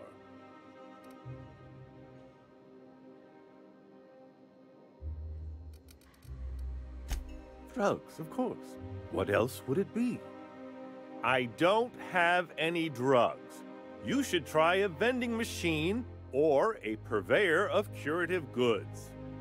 He's got no idea what we're asking about. Will that be all, then?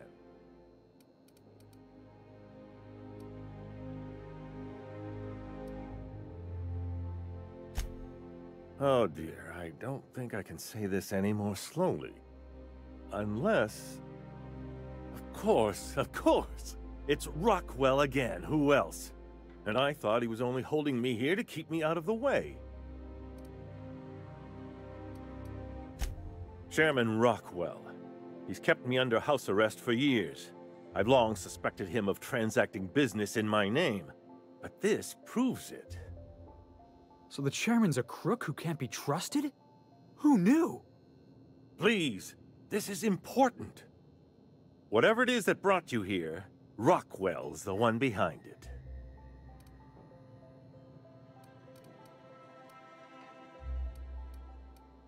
How should I know? I've been under house arrest for years. But there is a way to find out, and perhaps to set things right. Whatever Rockwell's doing, he'll be doing it from the HHC headquarters. Your best lead is to look for details in his office.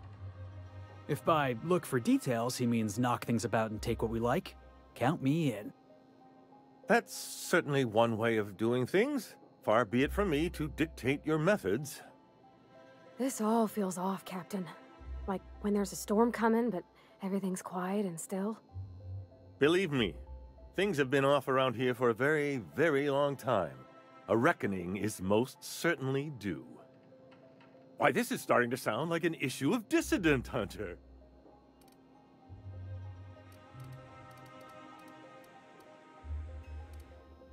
Via the Acropolis District, of course. That's where the most important corporate and government facilities are. But only board employees are allowed into the district. There's a heavily guarded checkpoint just down the street. There might be a route through the maintenance tunnels, but I'm afraid I don't know specifics. Most people avoid the area for obvious reasons. When you reach the HHC building, this access card should get you up to the executive suites, where the chairman's office and what used to be my office are. The board's lackeys are none too bright. I simply claimed I'd lost it and hid it somewhere no one would think to look.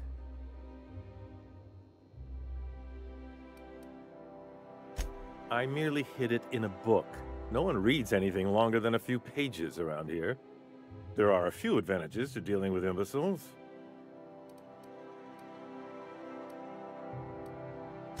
Wait! Rockwell has one of the only terminals capable of transmitting to the Earthbound message drone. This is our chance. Please, take this and transmit it from his office. Rockwell hasn't given me any messages from Earth for years. He's desperate to keep me out of contact with the Earth Directorate. But they need to know what's happening here.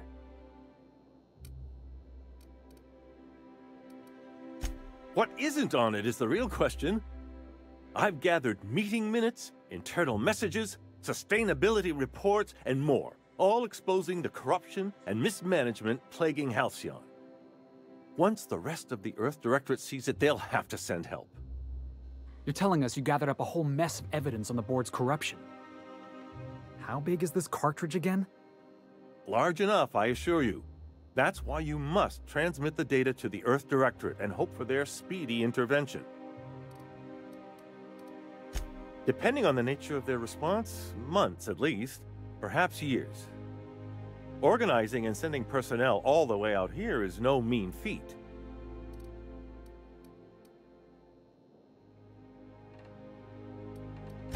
Perhaps there is hope after all. And now I entrust it to you. Good luck, and trust no one in the Acropolis District.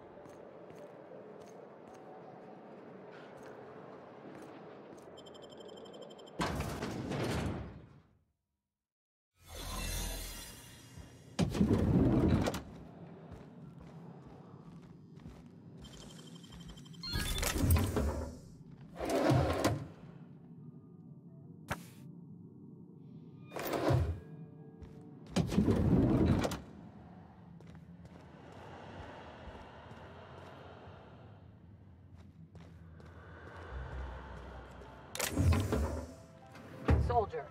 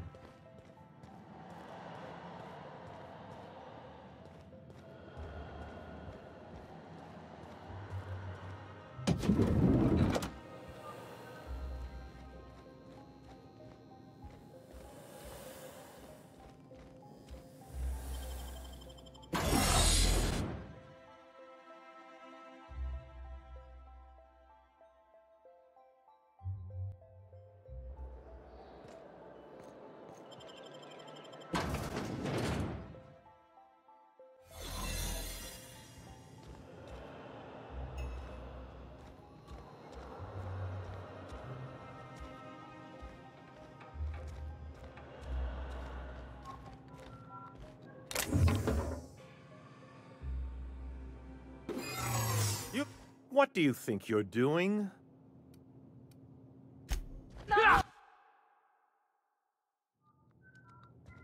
All right, hushing up.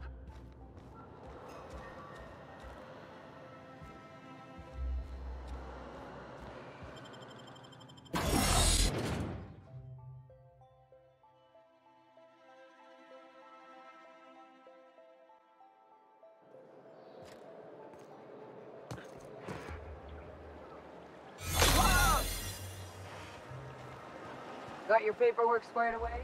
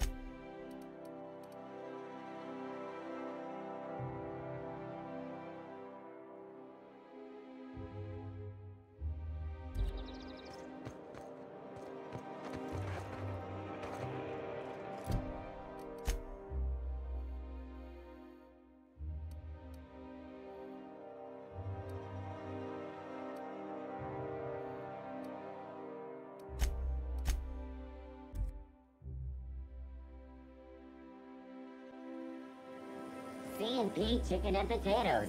At C&P, we know our C&P.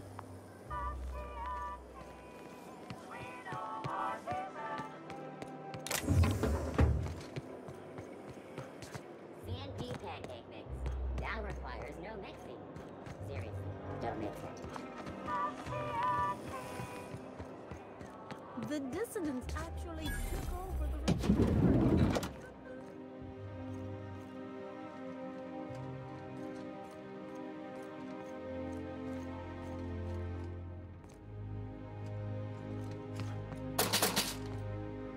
Looking for weapons? You've come to the right place.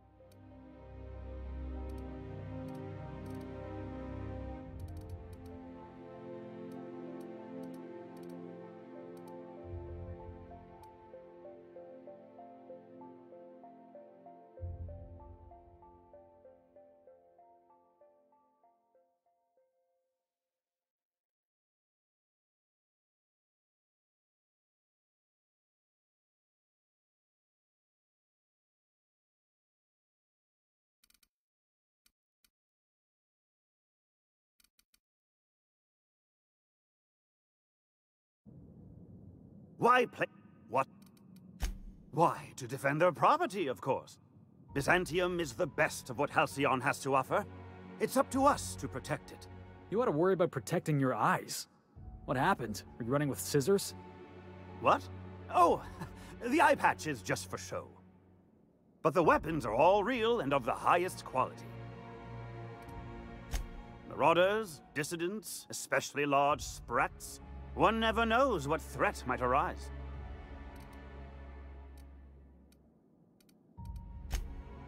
Indeed.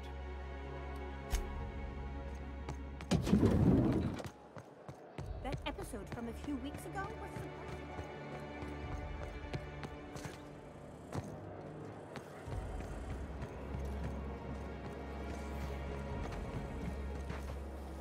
Ooh, down there, a new ship. Doesn't look like any of the corporate freighters. But what would they be doing here? And how did they enter?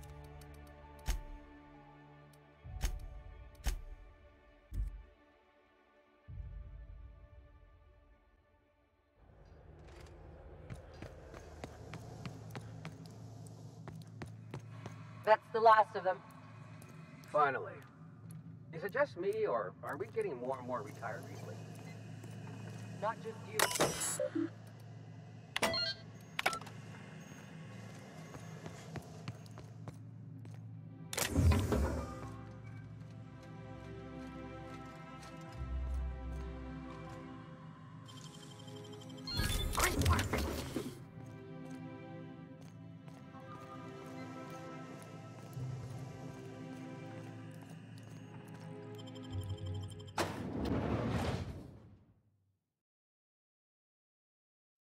Welcome to the Halcyon Holdings Corporation Early Retirement Center. You, the lucky few, have been selected to spend the rest of your days living the high life in your own private district in Byzantium. When you arrive, you'll be whisked away to your very own luxury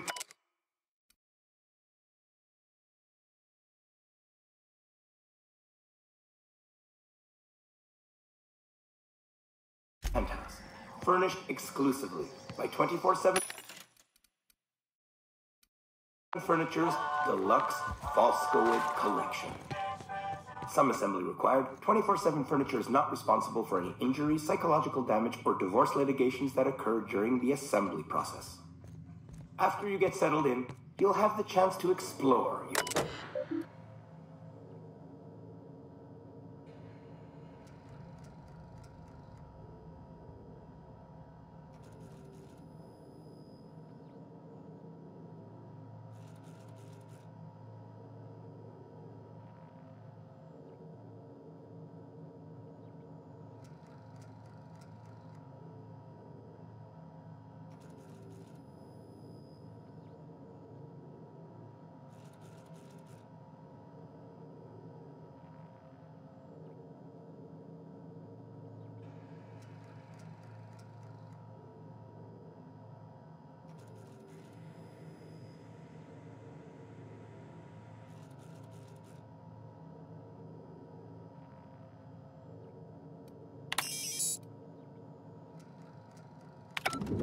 why not go for a bite at one of our many restaurants, like CMP's Blazing Borscht Barbecue or Rizzo's All-You-Can-Crunch Cereal Buffet?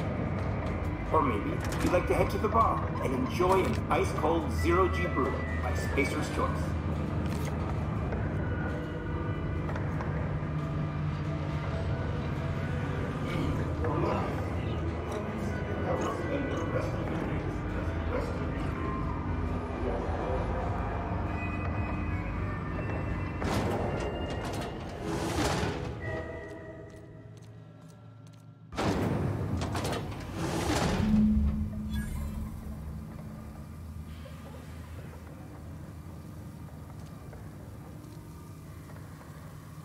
Wait a second.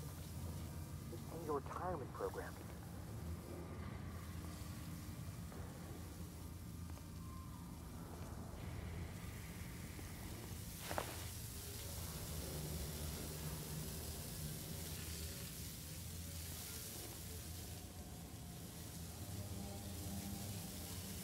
Unexpected noise identified.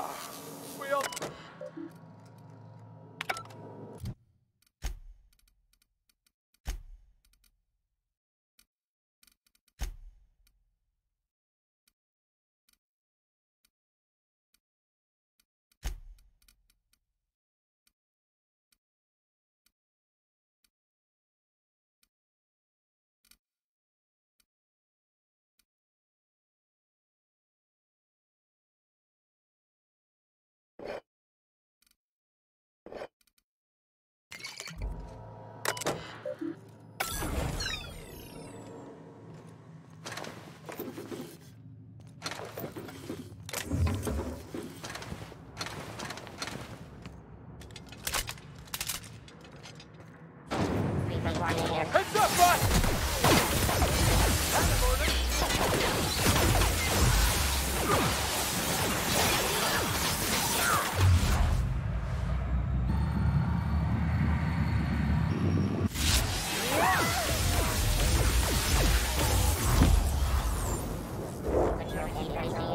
Here they come!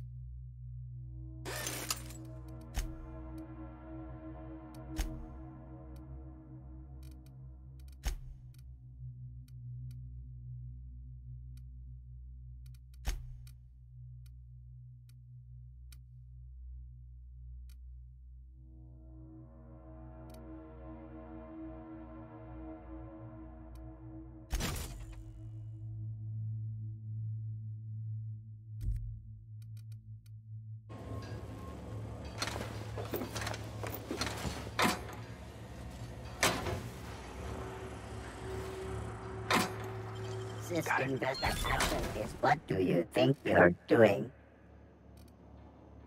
The company thanks you for...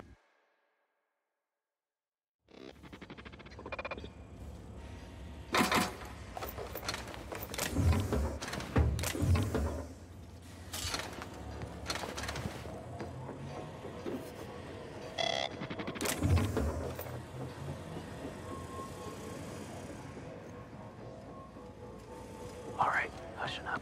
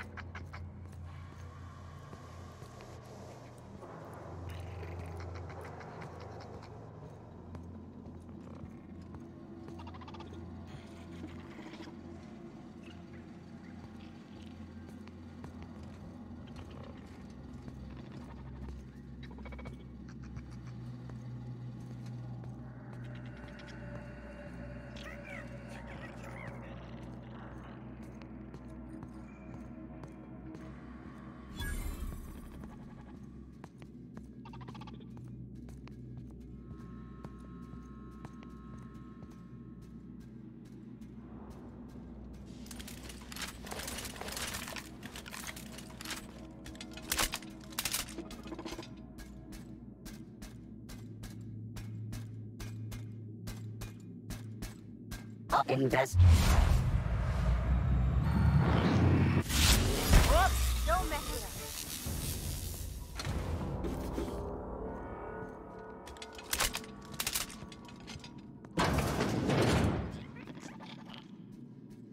Processing. System secure.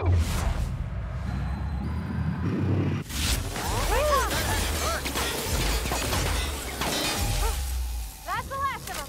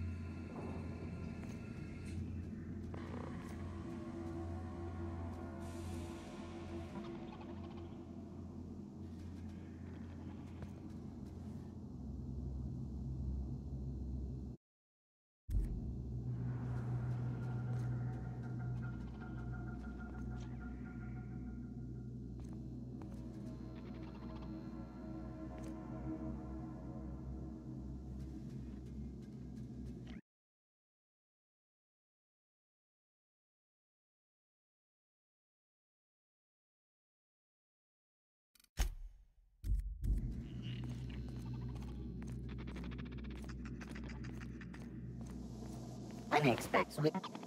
Watch out! Don't let up! Good job, Cap!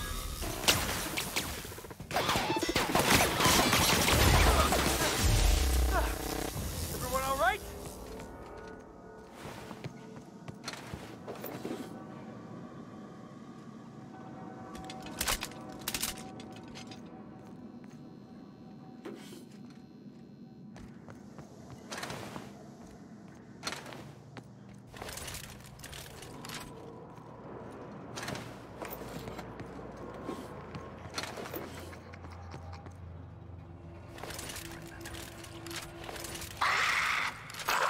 Get ready!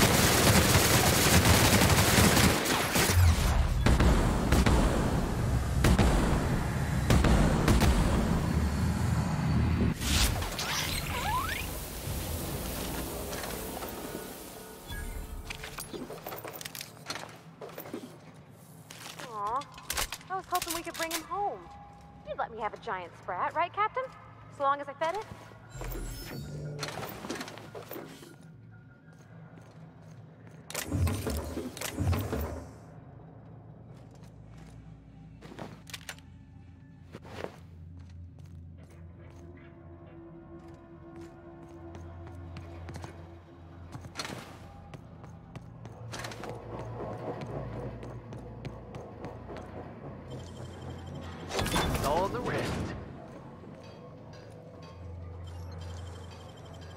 Nicely done.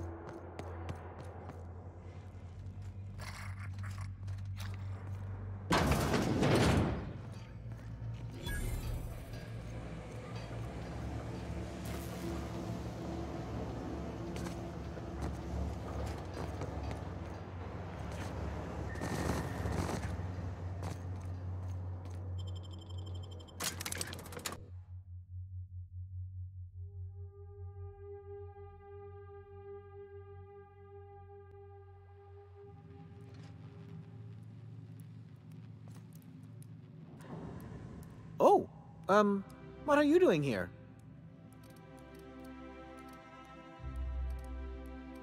Nothing. Nothing. Why?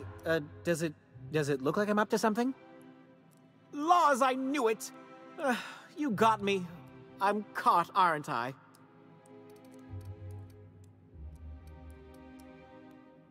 I work in the lab at the Ministry of Accuracy and Morale. Some of my sprats went missing, but it's not my fault, okay? Maybe I let them out more often than regulations allow, but they need to stretch their little legs. And so what if I occasionally forgot to latch their cage? Everyone gets a little distracted now and then. They escaped, and before I could coax them back, they'd made their way to the maintenance tunnels. Even if I did dare go down there, they're among all the common sewer sprats and exterminator mechanicals. Really? In that case, take this collection crate. 6 of my little ones are down there, but don't worry, you can easily tell them apart from common sewer sprats. They have intelligent eyes, an agreeable yet reserved demeanor, and a fondness for hiding. Also, they're white rather than green. Please, do take care, and do mime the exterminator mechanicals. If the worst should happen to my little darlings, well, I still want their bodies. For science, of course. Well, to maintain things, of course. Like big, humming machine things with gears. And pipes. Water pipes. Air pipes. All sorts of pipes. That's why they connect the city from the Acropolis district to here. Everyone knows sewer sprats carry diseases, and the exterminator mechanicals have been known to fire on larger targets. Why they'd do that when they're only supposed to attack sprats, I've no idea. But there are rumors. Some people say there are strange things in those tunnels. Assassins, a room full of murderous automechanicals. Monsters hungry for human flesh, a hidden bureaucratic purgatory where things and people are lost forever.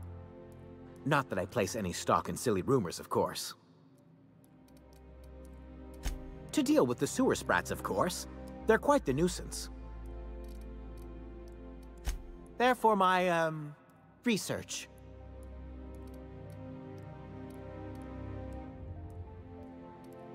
Something else?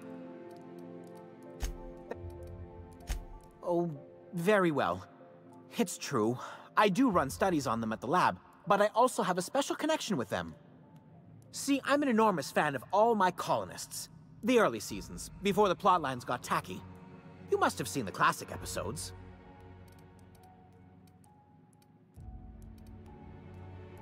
Well, I name all my sprats after my favorite characters. That way, their stories can live on in rodent form. So you see, it's imperative that I get them all. Not just names, they all have backstories. There's Lord Reginald Kim III, Lady Philippa Farnsworth, Vonda von Vermington, Haroon Greenlee, Iskander Emmanuel Sanchez, and Evelyn Ensley Okoye.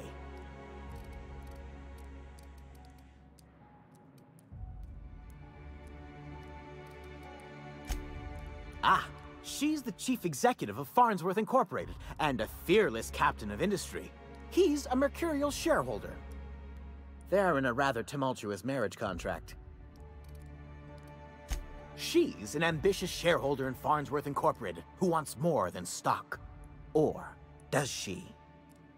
It's difficult to tell what exactly she's after, but she is trying to seduce both Lord Reginald and Lady Philippa. So is everyone. Haroon is a mysterious young man with amnesia. His backstory's still a work in progress. Iskander is Lady Philippa's trusty assistant. He's trying to seduce Vonda. She's a member of Farnsworth Incorporated's regulatory board. A wise woman with a sharp tongue and a heart of gold. Something else? I still am.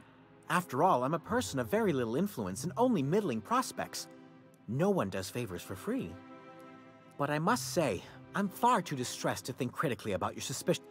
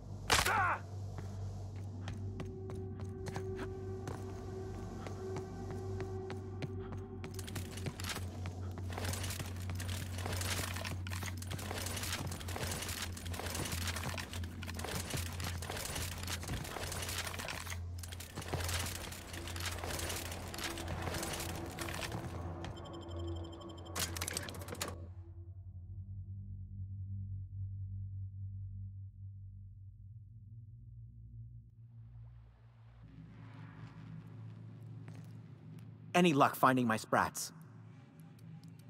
Truly? Why, this is marvelous! And all safe and sound. Oh, Reginald, Philippa, Vonda, Haroon, Iskander, Evelyn, I'm never letting you out of my sight again. Please, take this. It's not much, but it's the best I can offer for the safe return of my darlings. Now, I've got to get back to the lab before my supervisor logs my absence.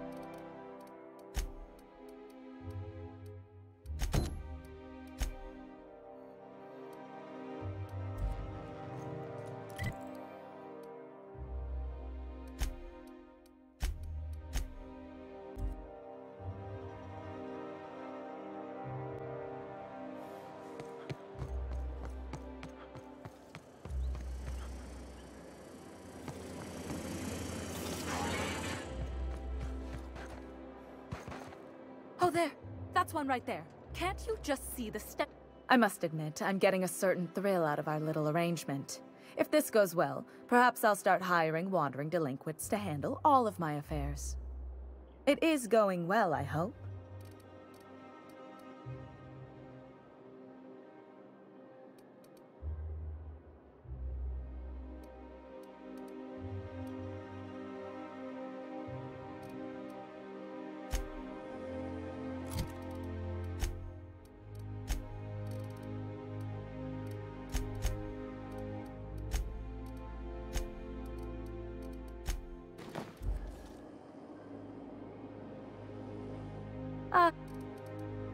I knew it. I just knew it. What a disaster. Did you get a good look around? What was it like?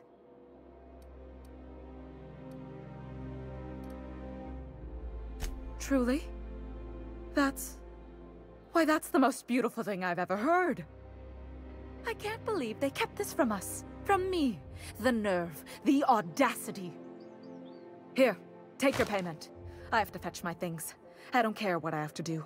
They'll give me luxury or give me death. Hey, if you insist. This is it. I'm finally going to get the life I deserve.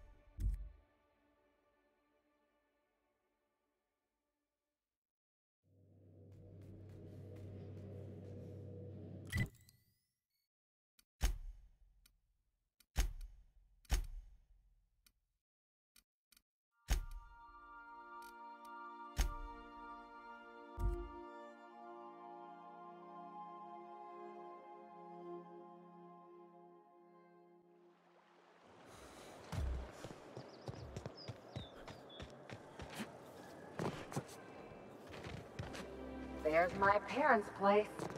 Smell that?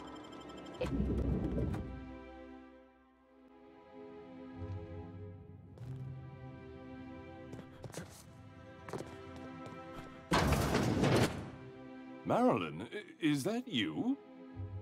Lars, We certainly didn't expect to see you like this. And I didn't expect you to renew your marriage contract. But we're all full of surprises today, aren't we? Speaking of surprises, you should meet my new friend. We've been running around the system for a while now, stirring up all sorts of trouble.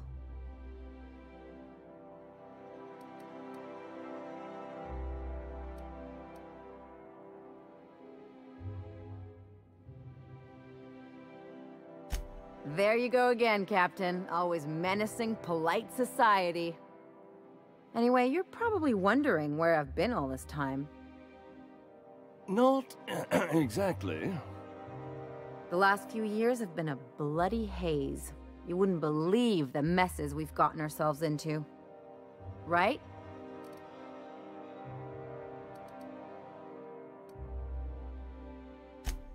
Yep, we're a pair of disgraceful lowlifes. Marilyn, this really isn't the best time. Perhaps you should go.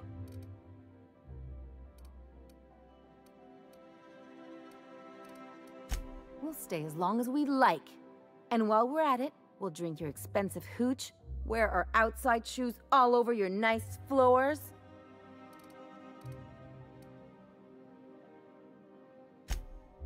He's right.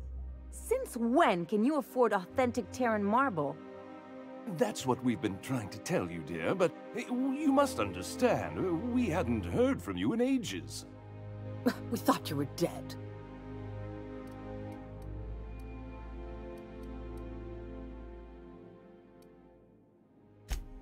I'm not dead. I just never wanted to talk to you again. I'm afraid the distinction was lost on us, darling. We only did what any grieving parents in our position would do. We collected on your life insurance policy. And the payouts have been rather, substantial. You what?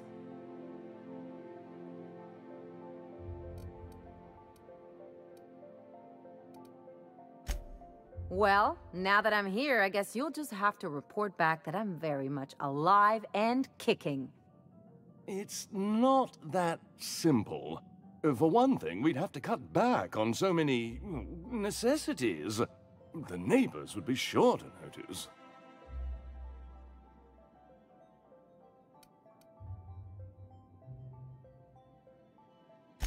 That's the other problem. We had to explain your disappearance somehow. We couldn't very well tell people you'd run off to become a miscreant, could we?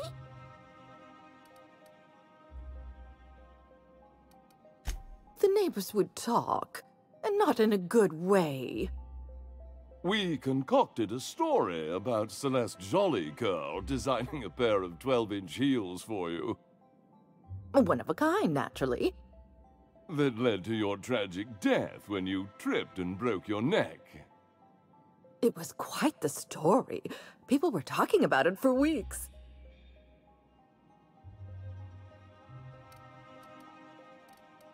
Couldn't you have at least made up a better story? Something with pirates or raptidons? And what are you gonna do now that we're here? Yes, about that. We were just about to ask you to, leave.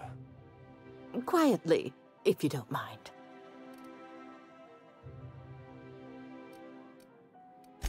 She hasn't changed a bit, I see. That's it? You just want us to disappear now? Marilyn, please. Don't cause a scene.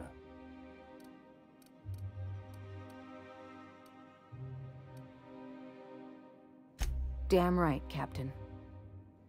Fine. I'm gone. Forever this time.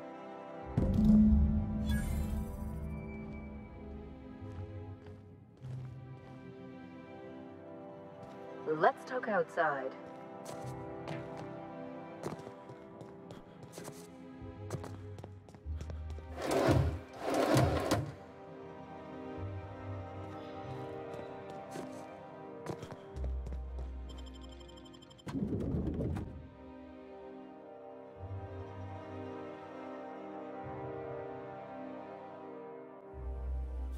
Can we talk? Can you believe those two? We'd hardly been there a minute and they turned us out like yesterday's garbage.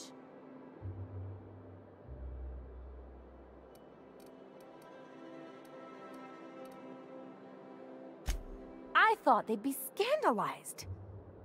They'd both be sitting there watching one of their vapid aetherwave dramas, and then we'd walk in. Mother would drop her mock apple cider, and the glass would shatter all over their overpriced marble. Father would tear off his glasses and blink open-mouthed. I'd have a great one-liner in the tube. I was thinking either, the leather's fake but the scars are real, or, oops, did I just track awesome onto your rug? Yeah, I'm gonna use that one day. Now, getting back to my story. Father would throw his hands up, because this would be just like me, to come back and make a big scene. Then, Mother would do the old, "You had us worried sick." Her eyes would be red, and she'd have her fist in front of her mouth to stifle a sob.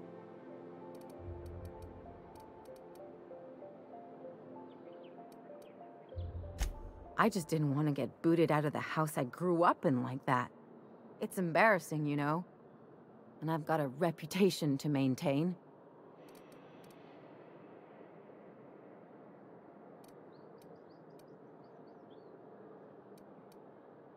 I'd love to know how you'd describe getting kneecapped.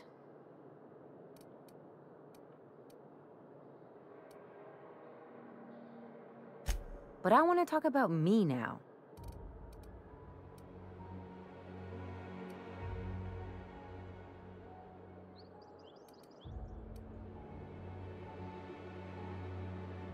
Unless you mean the kind who'll look out for you to blink so they could swipe your bits. The galaxy's not exactly crawling with those.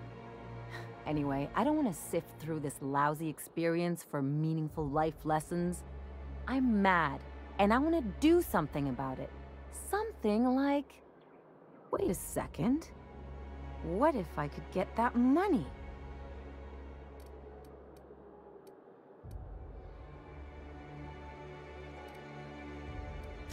I could open a new account, designate that account holder as a sole beneficiary. All the payouts would go to me. I'll make money without doing a thing. And I'll get to cut them off. My policy is with the Greater Halcyon Insurance Group. They have an office in Byzantium. Maybe you could use some of your people skills to help me set up a dummy beneficiary account. If that doesn't work, I'm sure we can find one of their terminals and do it ourselves.